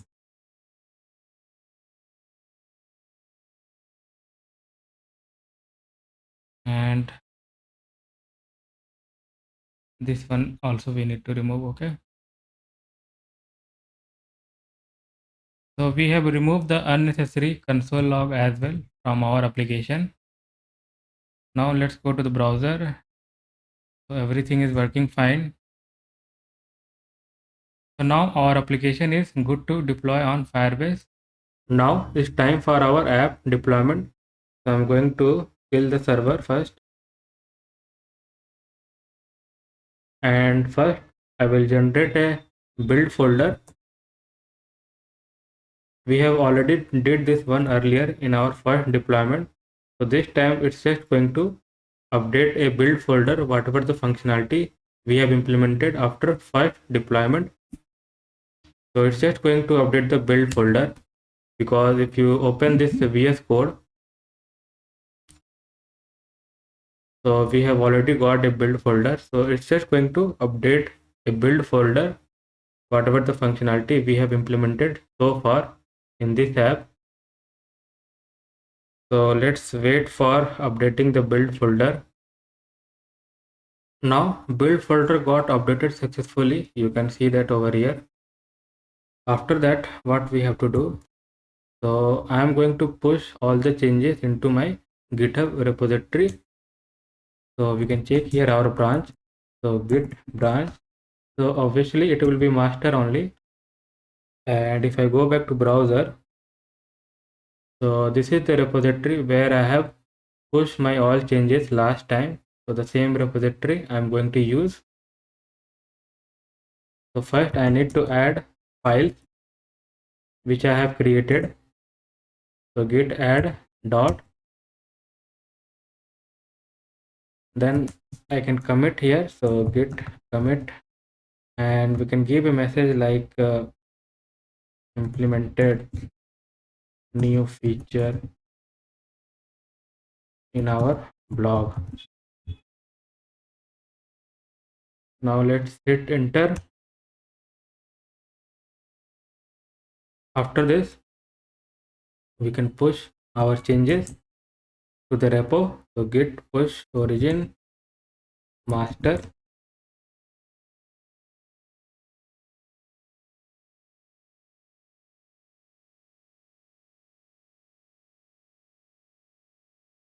So there is some issue.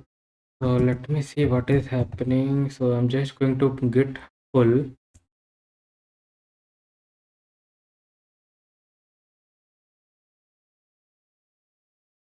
Okay, now let's check status.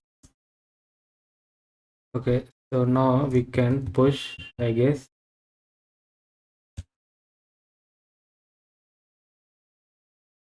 So now we have pushed our code into GitHub repository. So let's go into the browser and we can refresh this one to verify. So now you can see that we got our message like implemented new feature in our blog, and we have pushed in our master branch only. Now after this I am going to write some Firebase command. So last time when we deploy our app, so we install this Firebase tool globally on our machine. So you have to install this Firebase tools package in your machine globally. So I hope you have installed this package. Now what I will do, so first I am going to log out from my Firebase. So Firebase logout, because I am already logged in my Firebase. Now I'm going to log in again, Firebase login, and here I'm going to give Y, and I'm going to select this account and I'm going to allow. Now let's open this terminal again. After this I'm going to do a Firebase init. So we need to write this command.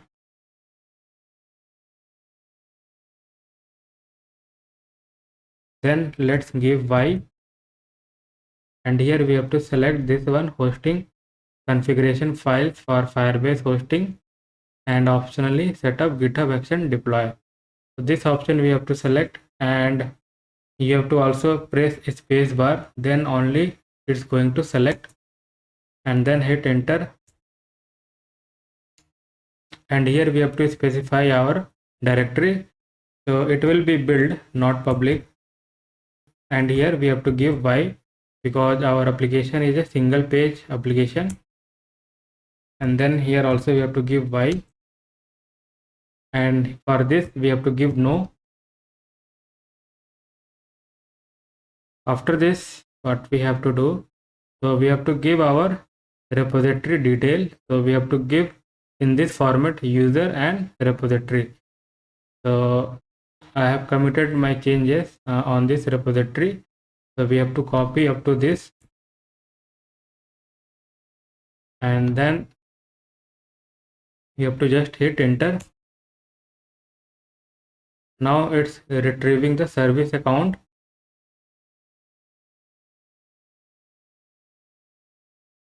Now after this we have to give Y, and you can hit enter for this, and then we have to give Y, and for this also Y we need to give, and this will be master only because we have only master branch in our GitHub. So this will be master, so we can just hit enter. And for this also we have to give Y.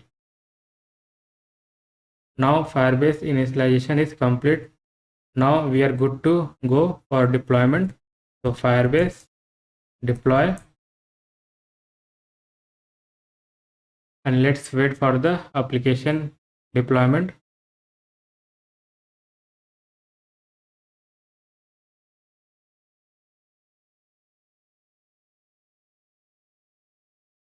So guys, our application got deployed successfully. We got here message deploy complete. So we can verify this one in our Firebase. So I'm just going to refresh this one.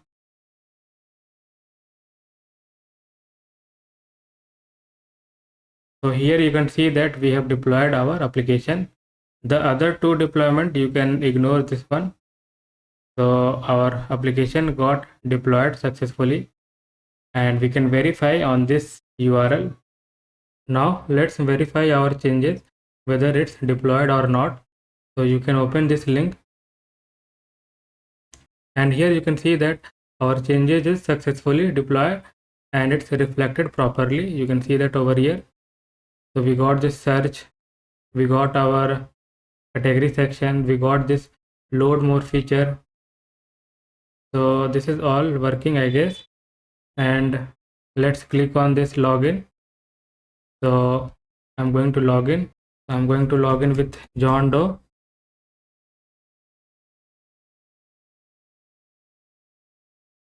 And let's try some of the functionality that we have implemented so far. So let's search a blog. I'm going to search a blog with this name only.